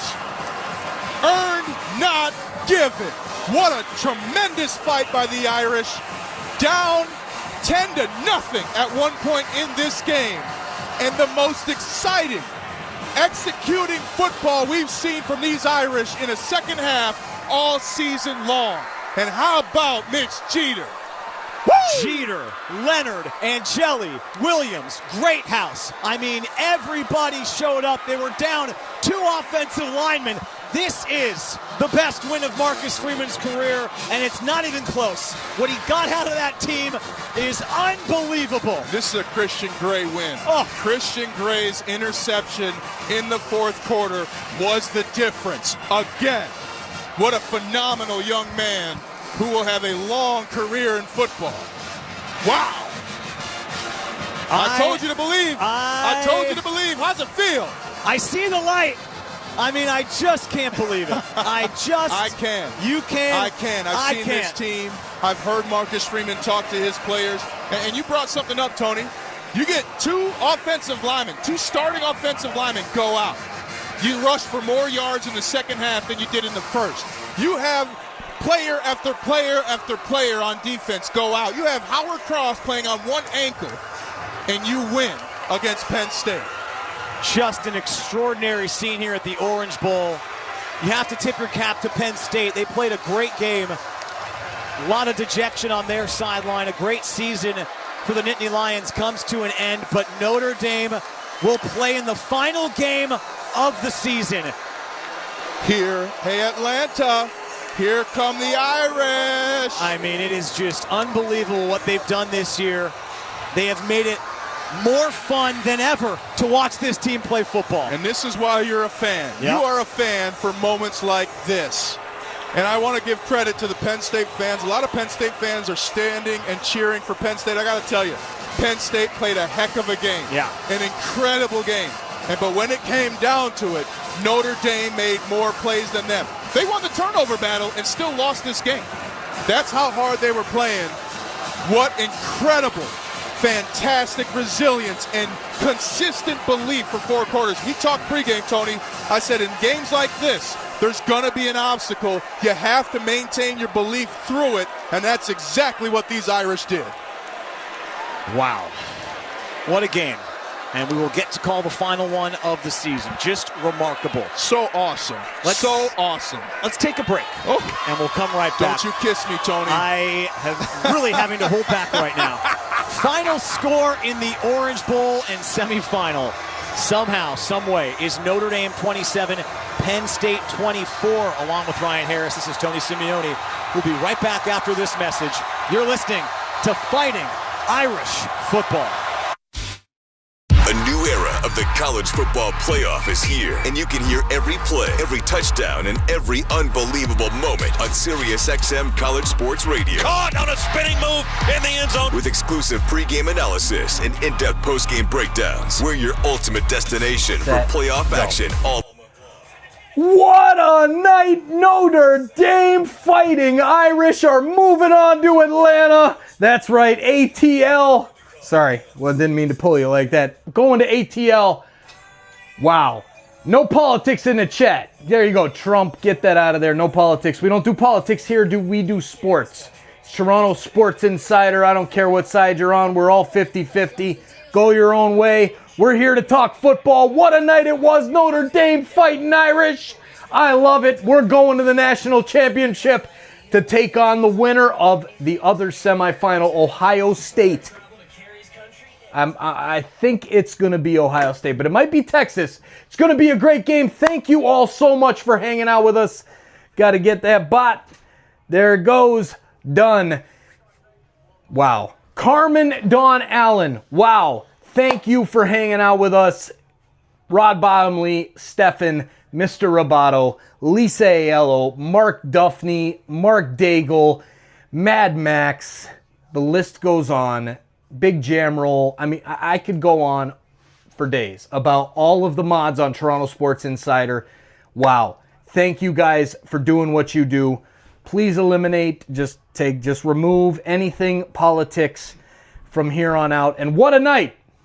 I will be live in Atlanta for the national championships. So Notre Dame fans will be live at the game. Everything you see here is going to be live, and I will be in Atlanta at the stadium. Or not, hanging out. There you go. Get rid of Monkey's uncle there. He's funny. He thinks he's funny. All right, and that bot. There you go. Austin Miller, you're awesome. I'm an Ohio State fan. Can I have permission to give you a special shout out? Absolutely. Outdoors with Austin Miller. Hey, you know what? Keep it classy. That's what we're about here. We don't do politics. We do sports. All right? We keep it classy, and no, just relax. Just leave it. We just have fun here.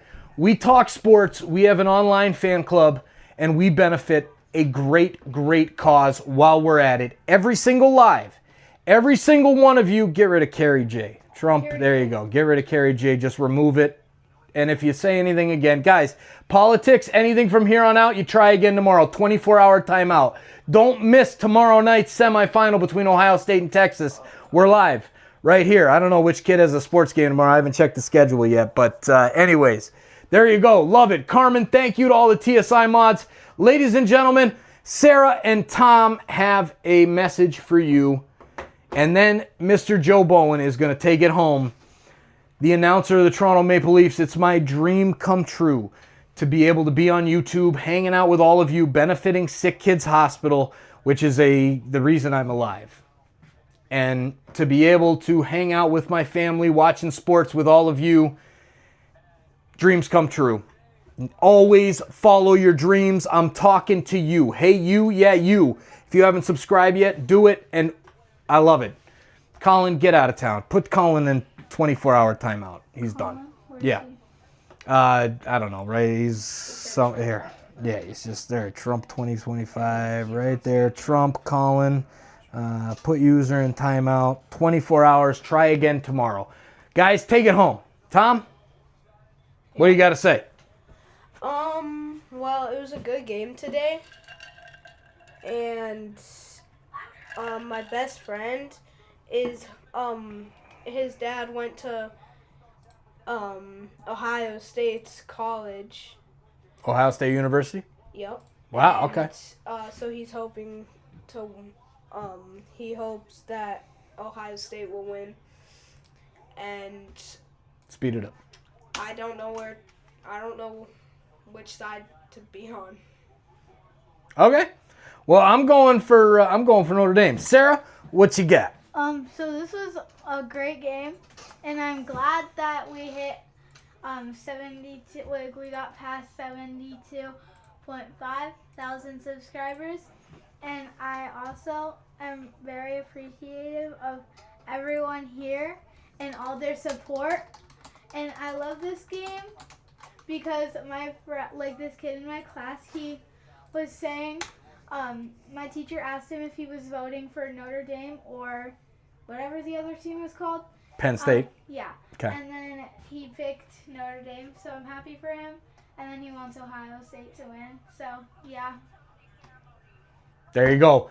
All right, we're going to take it to post game. I'll let it run for probably about 15, 20 minutes, and then I am going to send every single one of you Oh, maybe 10, 5 to 10 minutes because we got to get ready for tomorrow night. I got to shut this down. We're about to hit 500,000 views on this live stream. Thanks for your help tonight, guys, modding it up. I appreciate it. Cheers.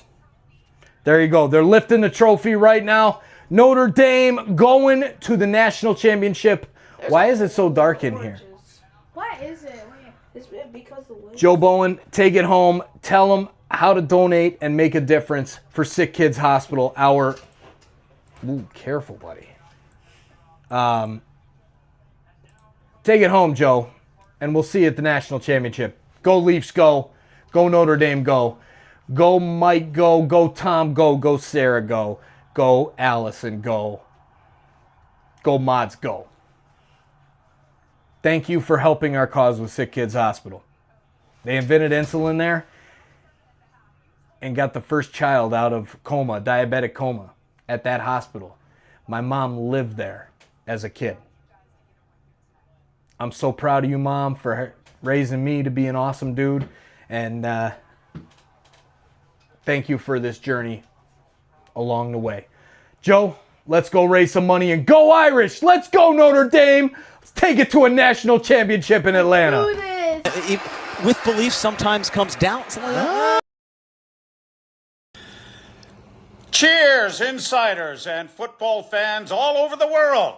This is Joe Bowen, Hall of Fame voice of the Toronto Maple Leafs, and, more importantly under these circumstances, a huge football fan of the Fighting Irish of Notre Dame. Well, we want to thank you for hanging out with us and cheering on your favorite team during the Sick Kids Football Frenzy campaign here on TSI, where we make a real-world difference in our Toronto community. Now, I'm sure you're all wondering how you are making a difference. Well, a percentage of revenue from every single game will be donated directly to Sick Kids Hospital, as we have raised over $6,500 in just 8 months. Sick Kids has impacted my life, and I'm sure the lives of countless families in the Toronto area, and I know probably a number of yours as well. Please check out the link that is pinned in the chat or in the description and donate if you are able. Let's show the power of community of sports fans making a difference.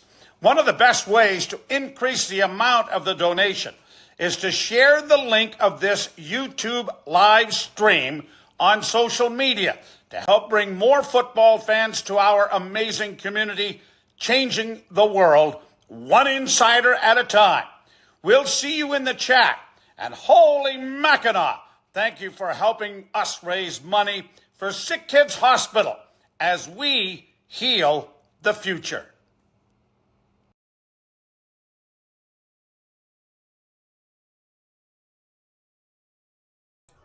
$72,702 subscribers. Cheers, football fans. Thanks for hanging out with us. The best online sports fan club in the frickin' world. Let's go, baby! Insiders, you guys rock.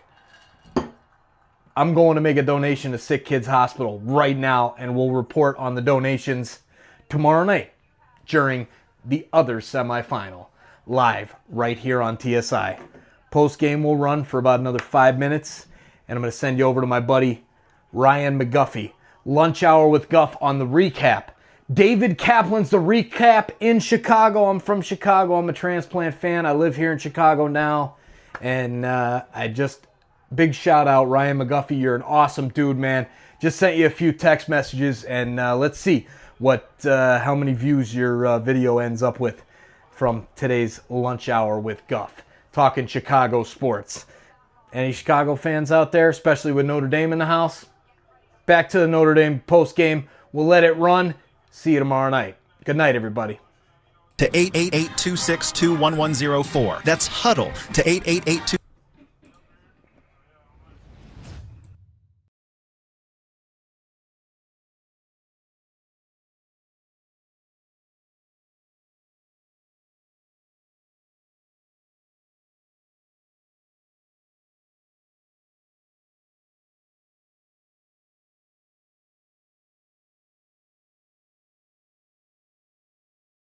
Freight Line, official freight carrier of Notre Dame Athletics, helping the world keep promises.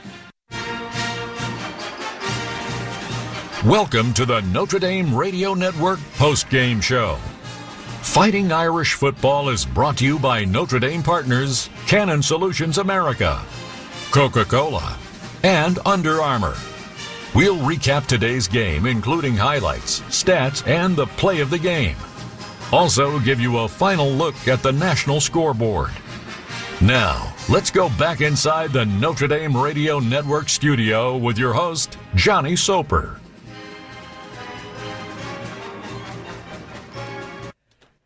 It is the year of our Lord 2025, and the University of Notre Dame is playing for a national championship. What a ball game. The Fighting Irish take down Penn State in the Capital One Orange Bowl in the college football playoff semifinal. Final score, Notre Dame 27, Penn State 24. Here's how the final kick sounded from Tony Simeone.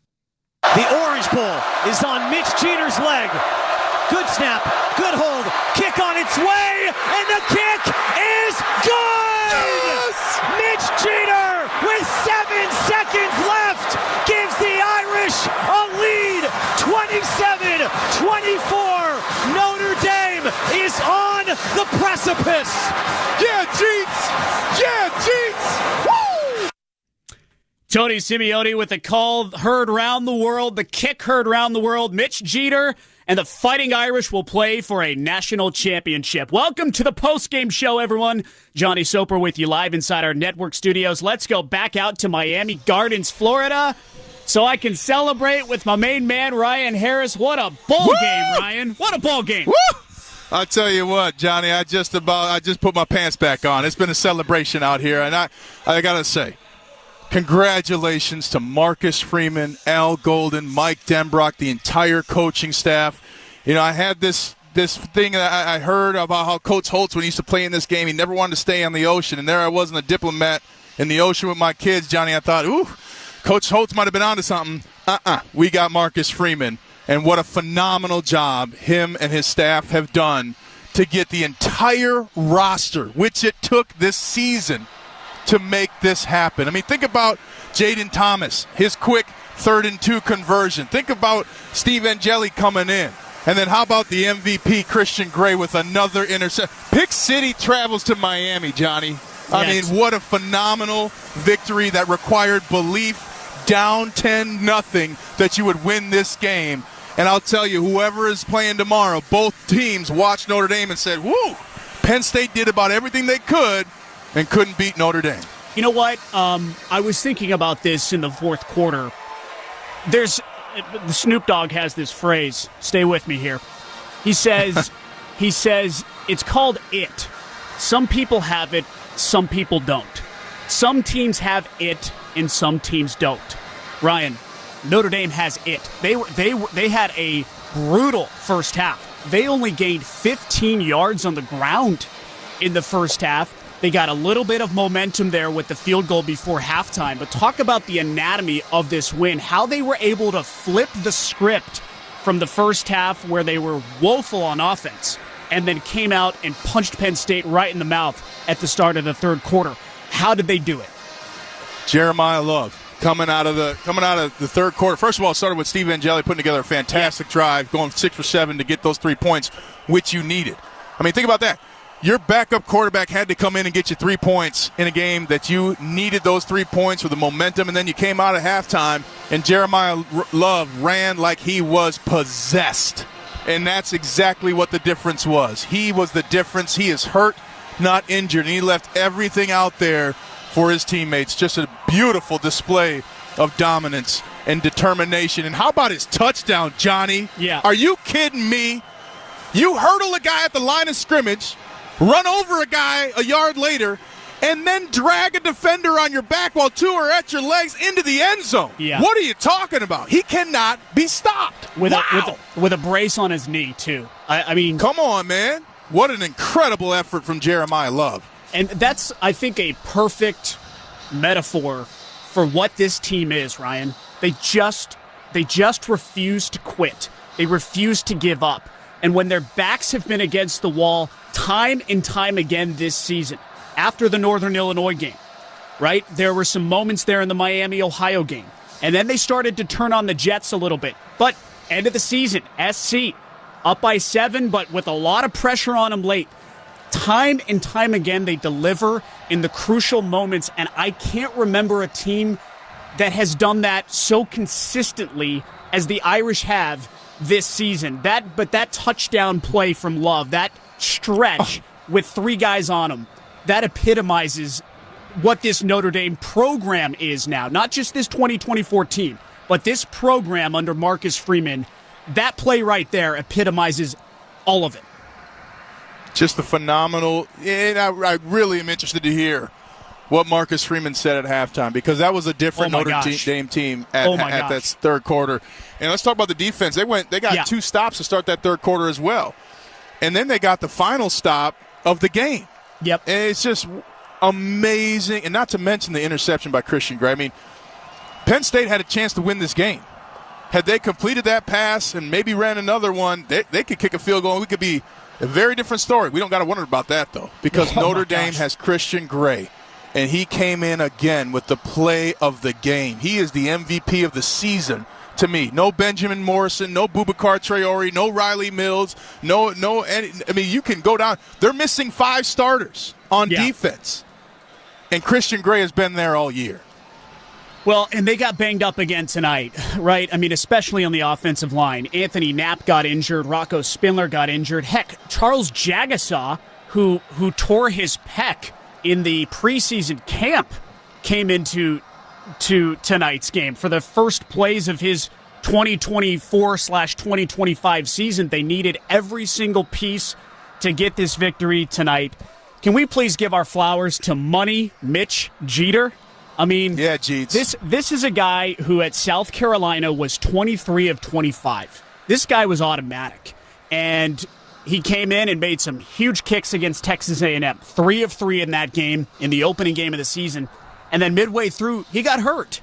And it affected the kicking game, obviously. The Irish had a couple of other kickers in there. And for a while, that operation looked like it was going to be a liability for Notre Dame. Remember against USC, Ryan, he missed a 27-yarder, and he wasn't fully healthy in that game. He was just starting to come back, and now he kicks what is probably the biggest field goal.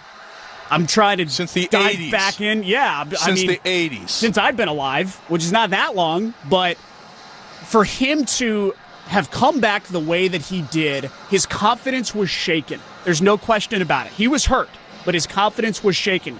Against Indiana, had a kicked block. But for him to do what he did last week against Georgia, and then today at the end of the half and at the end of the game, the pressure kicks. This is a 6-foot putt to win a major. The pressure on Mitch Jeter to make those kicks today was enormous, and this man delivered. Can we please give him his due? Well, and he's one of many members of this team who have battled through injury. We talked about Jeremiah Love. Not a player is actually healthy down on that field for Notre Dame, not even the backups. They've been practicing so long, Johnny. Before we go to our first break, I do want to say Notre Dame is just walking off the field after Xavier Watts during the presentation was throwing oranges from the Orange Bowl to his teammates. These Irish are having fun, and they're heading to Atlanta. What a ball game. 27-24 is the final score. We'll take a quick break and come back with Ryan Harris on the postgame show. You're listening to the Notre Dame Radio Network. Credit Union One, the official banking partner of Notre Dame Athletics, wants to reward you for everyday banking. CU1's high-yield checking offers the opportunity to earn highly competitive dividends when you make qualifying transactions each month. No monthly fees and no minimum or opening balance required. Plus, you'll be able to bank anytime and anywhere with 24/7 digital and mobile banking. Start making more of your money with Credit Union One. Open an account at cu1.com/high-yield-checking. Federally insured by NCUA. Now, Two Pigeons and Coach Prime bemoaning the fact you can stream DirecTV satellite-free. These humans get the biggest college football games on DirecTV, and we don't even get a satellite dish. Enough squawking. It's Coach Prime. Bring it in. Sure, they could get all that college football without a dish, but you still got your passion, your drive, your resolve, your incredible career as a football icon? No, that's me. Stream the biggest college football games, no satellite dish. Visit DirecTV.com. It takes hard work to be the best in the game. Planning, commitment, resilience, sweat. That's why Old Dominion Freight Line, the #1 national LTL carrier for quality, works hard to be the best in the game and is proud to support those striving to be the best in theirs. Old Dominion Freight Line, official freight carrier of Notre Dame Athletics, helping the world keep promises. You've got to watch your NFL team every Sunday, and Verizon's got you covered for all your team's out-of-market games every Sunday afternoon. Come on! From kickoff to sign-off, from first downs and touchdowns to turnovers and overturned plays. After review. Cheers, insiders and football. Darn this OBS thing, I'm still trying to learn it. Cheers in the chat, still going on here in the chat. I love it. And we're going to switch it up here. We're going to end the stream. Congratulations, Notre Dame fans. You're going to Atlanta to take on the winner of Ohio State against Texas. Will the Big Ten prevail? Took a video right outside the Big Ten headquarters today on my way home from work. Rushing home to make it to start these lives and record videos, and I had to do this one completely from scratch. 100% live tonight. Just me, TSI Mike, in the chat, hanging out with you guys, so thank you. There you go. Kyle Carr, bro, why can't credit be given where deserved? Why can't people be like, great game, good luck, and congrats and success? No, people always jump to Notre Dame sucks, overrated, yada, yada, yada. Agree with you 100%. Listen, the schedule, if they didn't lose to Northern Illinois, shout out to Melvin. If you're watching, my buddy. Dude, Melvin, you are a rock star, dude. Thank you for teaching me how to be a good parent. Most importantly, I have looked up to you, how you have raised your girls. Thank you, sir. The rotation, I'm sorry, bro. You're going to have to figure it out, you and Derek, I guess. Anyways, we just are passing 500,000 views on this live. I am going to let the full Joe Bowen promo run for our Sick Kids Football Frenzy campaign. We still have 2,900 people hanging out with us. There were less people in Germain Arena when I worked in Fort Myers, Florida as the mascot of the Florida Sea Dragons torch. You guys saw it in the Leafs game tonight. The green screen blocks it out. He's green. He's a sea dragon. I worked for the Florida Sea Dragons of the United States Basketball League in Florida when I went to college. And look, I learned so much from that run. And man,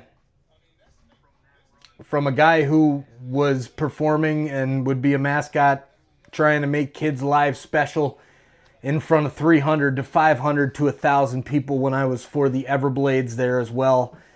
7,000. We packed Germain Arena. We filled Germain Arena tonight. We also filled Scotiabank Arena. We doubled the population of the town that we live in, the small little town outside Chicago. You guys rock. 500,000 views, 500,000. We'll see you guys tomorrow night. Let's break 1 million views. Please share this link out. Please help us make a difference for our Toronto community with Sick Kids Hospital. Go Notre Dame, go. Go Leafs, go. Go Raptors, go. Go Blue Jays, go. Go Argos, go. Go TFC, go. TFC till I fucking die, baby. I got to get to the gym. All right, y'all. See you in Atlanta. Joe, take it away. I mean, are you kidding me? What a fun ride this has been. Can't wait to do it with you again in Atlanta, Georgia for the national championship game. Ryan, thank you so much. Thank you, Johnny. You did a great job. And thank you, Notre Dame fans. What a fantastic season that we have had. And it's going to continue. And I can't wait till Atlanta. And I already got the ludicrous. Cheers, insiders and football fans all over the world.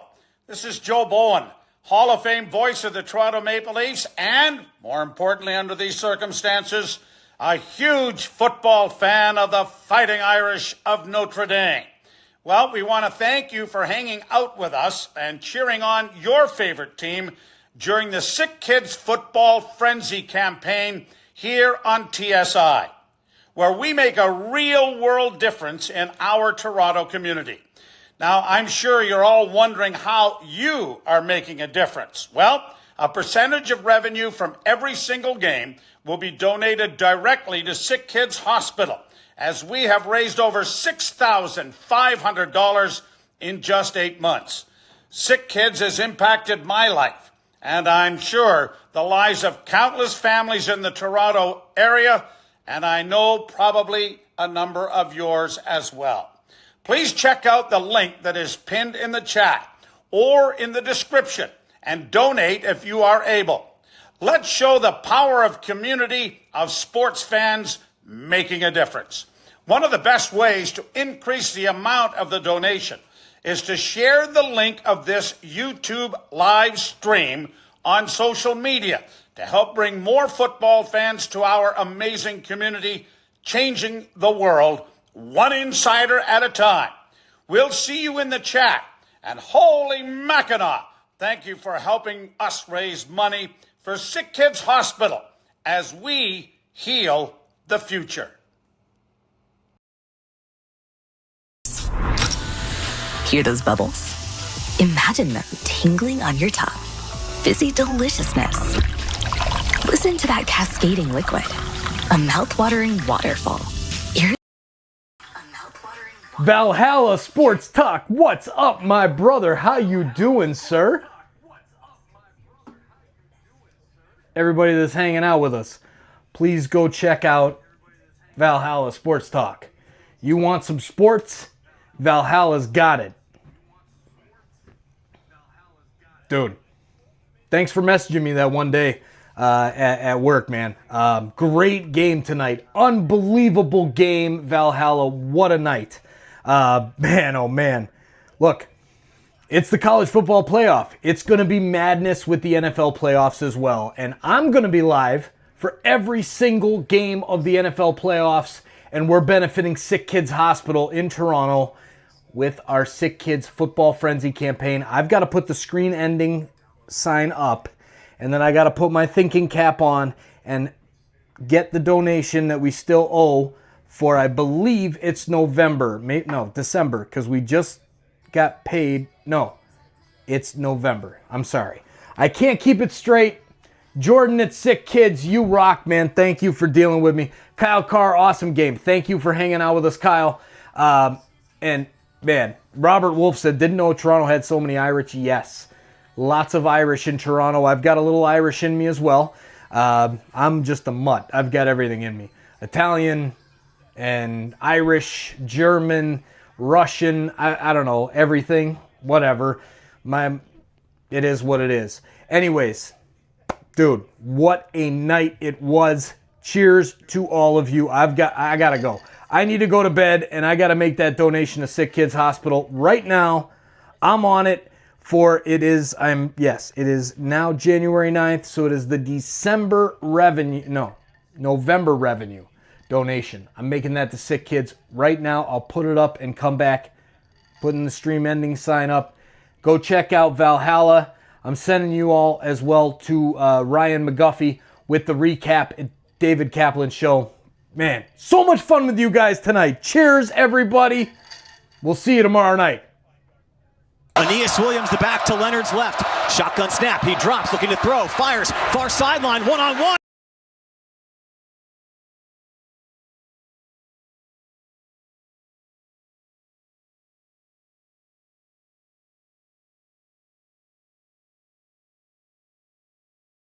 Probably the best play of the first half. That pushed the ball to the Penn State 43, but the Irish drive stalled, and they ended up punting it back to Penn State.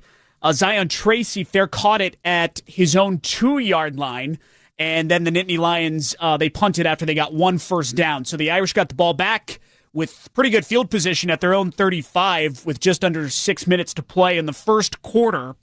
And Riley Leonard committed his first big mistake of the game. It was a 3rd down and 12. He overthrew Jaden Harrison, intercepted by Penn State's Zakee Wheatley, the safety, at the 42-yard line. So the Nittany Lions got to work with great field position. They converted a 4th and 2 inside Notre Dame territory. They pushed it to the 3, and this will be a play that Penn State will look back on and think to themselves, what if? They had 3rd and goal, and Drew Aller had Nick Singleton wide open out of the backfield. He dropped it at the goal line. Penn State forced to settle for a 20-yard Ryan Barker field goal, which he made to make it 3-0. But had that touchdown been converted, Penn State maybe wins this football game. Irish began their ensuing possession at their own 25 as the game moved into the second quarter. They got 2 first downs, but then stopped at midfield. Anthony Knapp was injured on that series, the Notre Dame freshman left tackle. So it was not a great series for Notre Dame, to say the least. James Rendell ended up punting it back to Penn State, where they took over at their own 10-yard line, and then they put together an impressive 15-play, 90-yard touchdown scoring drive, capped off by Nick Singleton, who had one heck of a game tonight, finished with 84 yards and 3 touchdowns.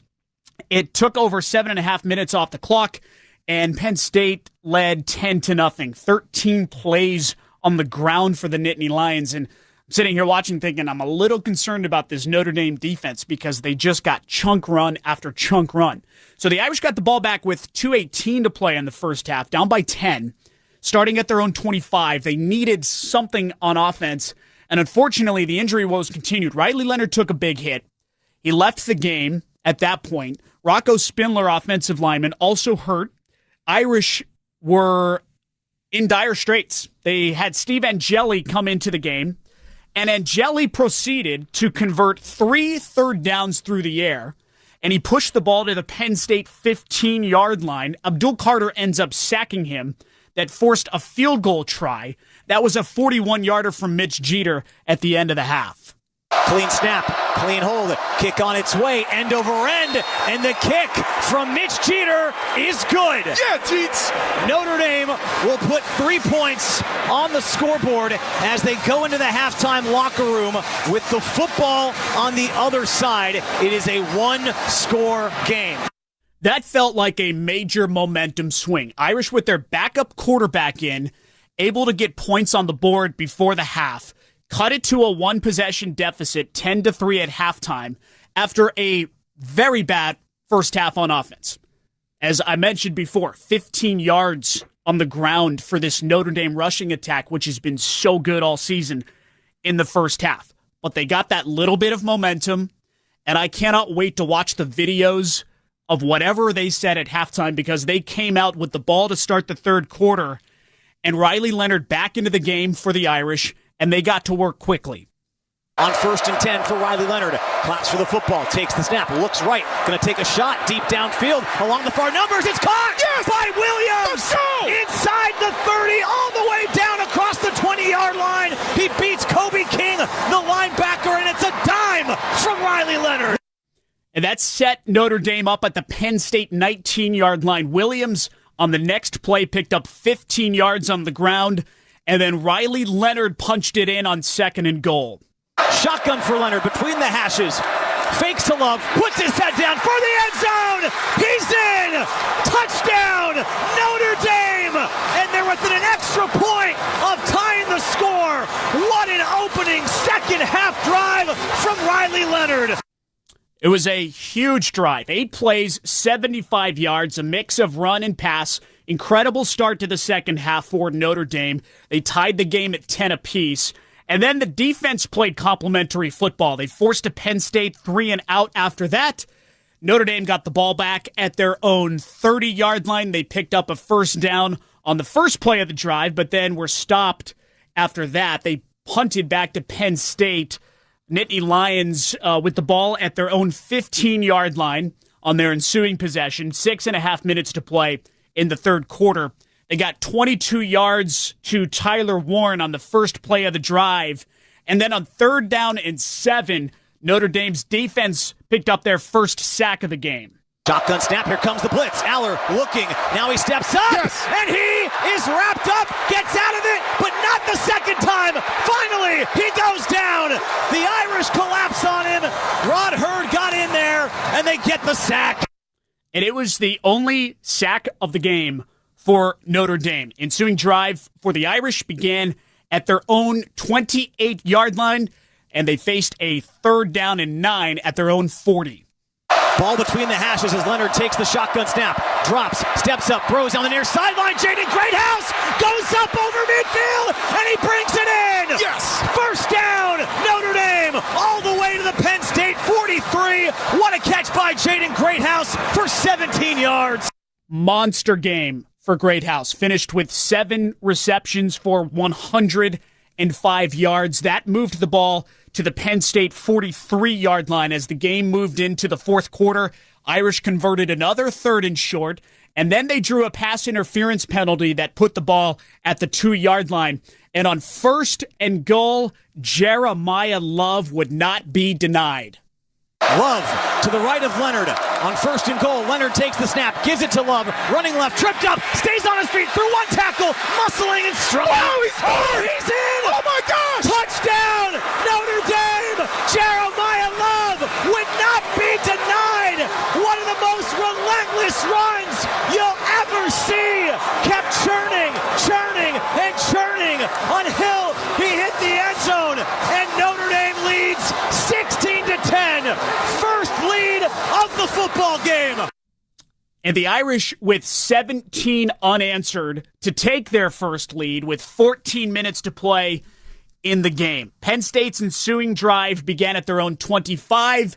Their offense woke up in the second half. Couple of chunk plays to move the ball into the Notre Dame red zone. And then on 2nd and goal from the 7-yard line, Nick Singleton scored his 2nd touchdown of the game, tied the score at 17 apiece. Great response from Penn State. They made it look easy. 7 plays, 75-yard drive, took over just over 3.5 minutes off the clock. So the Irish got the ball back, 10 minutes, 20 seconds to play in the game, at their own 25. And on the first play of the drive, Riley Leonard was picked off for the 2nd time in the game. Danny Dennis Sutton, a defensive lineman, dropped into coverage, made a terrific play. So the Nittany Lions took over at the Notre Dame 39-yard line. It's a bad decision from Leonard. Threw it into double coverage, but a terrific play by the defensive lineman.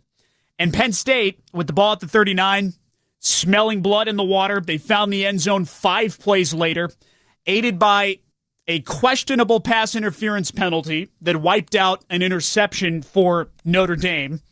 Nick Singleton ends up scoring his 3rd touchdown of the game from 7 yards out. So it was 14 unanswered by the Nittany Lions. They regained the lead 24-17 with just under 8 minutes to play in the game.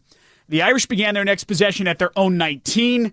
They went backwards on 1st down, converted a 3rd and 3 at their own 26. And then on 2nd and 8 from their own 46, they hit a home run. 2nd and 8 for Leonard. Takes the shotgun snap, looking right, going to throw wide open. He's got Greathouse. Catches to the 30, cuts back at the 20. Jaden Greathouse is going to walk in to tie the game. What a throwing catch. 54 yards. Leonard to Greathouse, and Notre Dame strikes back with 4:38 to go in the Orange Bowl. 2nd touchdown of the year for Greathouse. 7 plays, 81 yards in 3 minutes, 11 seconds to tie the game at 24 apiece. As you just heard Tony say, there was just over 4.5 minutes to play in the game. So Penn State got the ball back, and the Irish defense came up big once again. They forced their 2nd 3-and-out of the game. That gave Notre Dame the ball back with just over 2.5 minutes to play at their own 32-yard line. They converted 3rd down and 1 at their own 33 and moved the ball into Penn State territory. And then on 3rd and 5 at the Penn State 44, the Nittany Lions sacked Riley Leonard to force the Irish punt. And at that point, you're thinking, okay, Penn State's got a chance here. They had all 3 timeouts at that point. They got their ball back. They got the ball back with at their own 15 with 47 seconds to play in the game, and they got 13 yards on 1st down. So this was very nerve-wracking. All they need is a field goal to win. Game is tied. And then from their own 28-yard line, the Irish defense and Christian Gray once again comes up clutch in a huge spot. Ball's at their own 28. Quick snap for Aller, looking left. Can't get it out. Now pressure coming. Aller throws. Loose ball. Yes! Intercepted! Christian Gray picks it off at the 42-yard line. Notre Dame will get the ball back with 33 seconds left in the game. What a big-time pick from Christian Gray. Pick City has arrived in Miami. That felt like it was a long time coming. Drew Aller was throwing up meatballs all night long. There were 2 interceptions, actually, that were wiped off the board prior to that one because of penalties. The Irish finally got one, so they took over at the plus 42-yard line with 33 seconds to play and all 3 timeouts.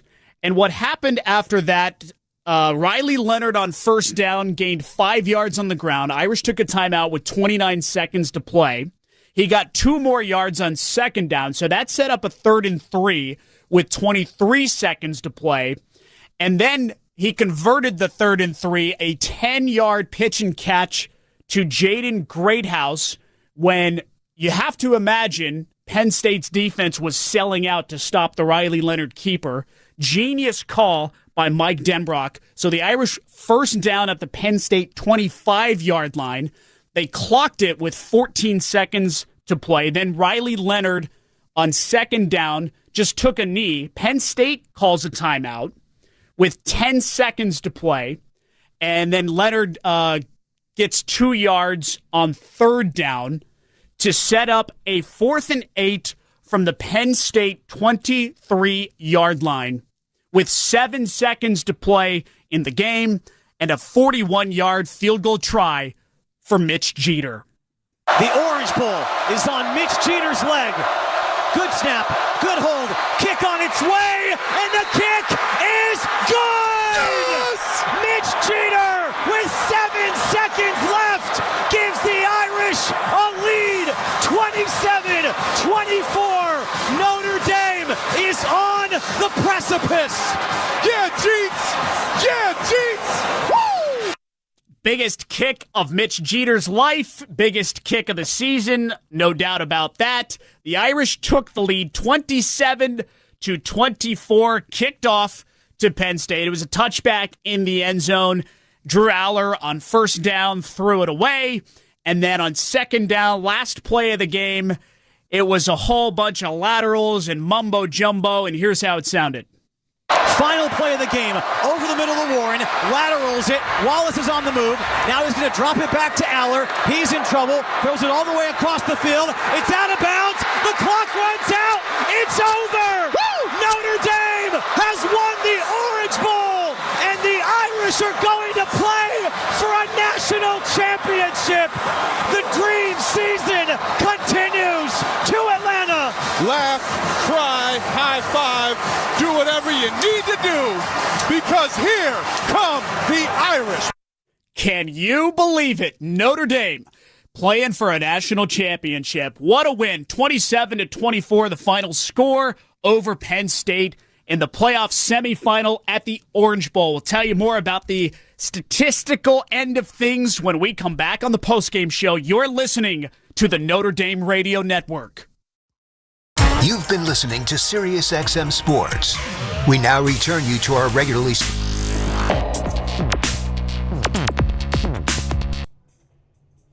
What's up, football fans?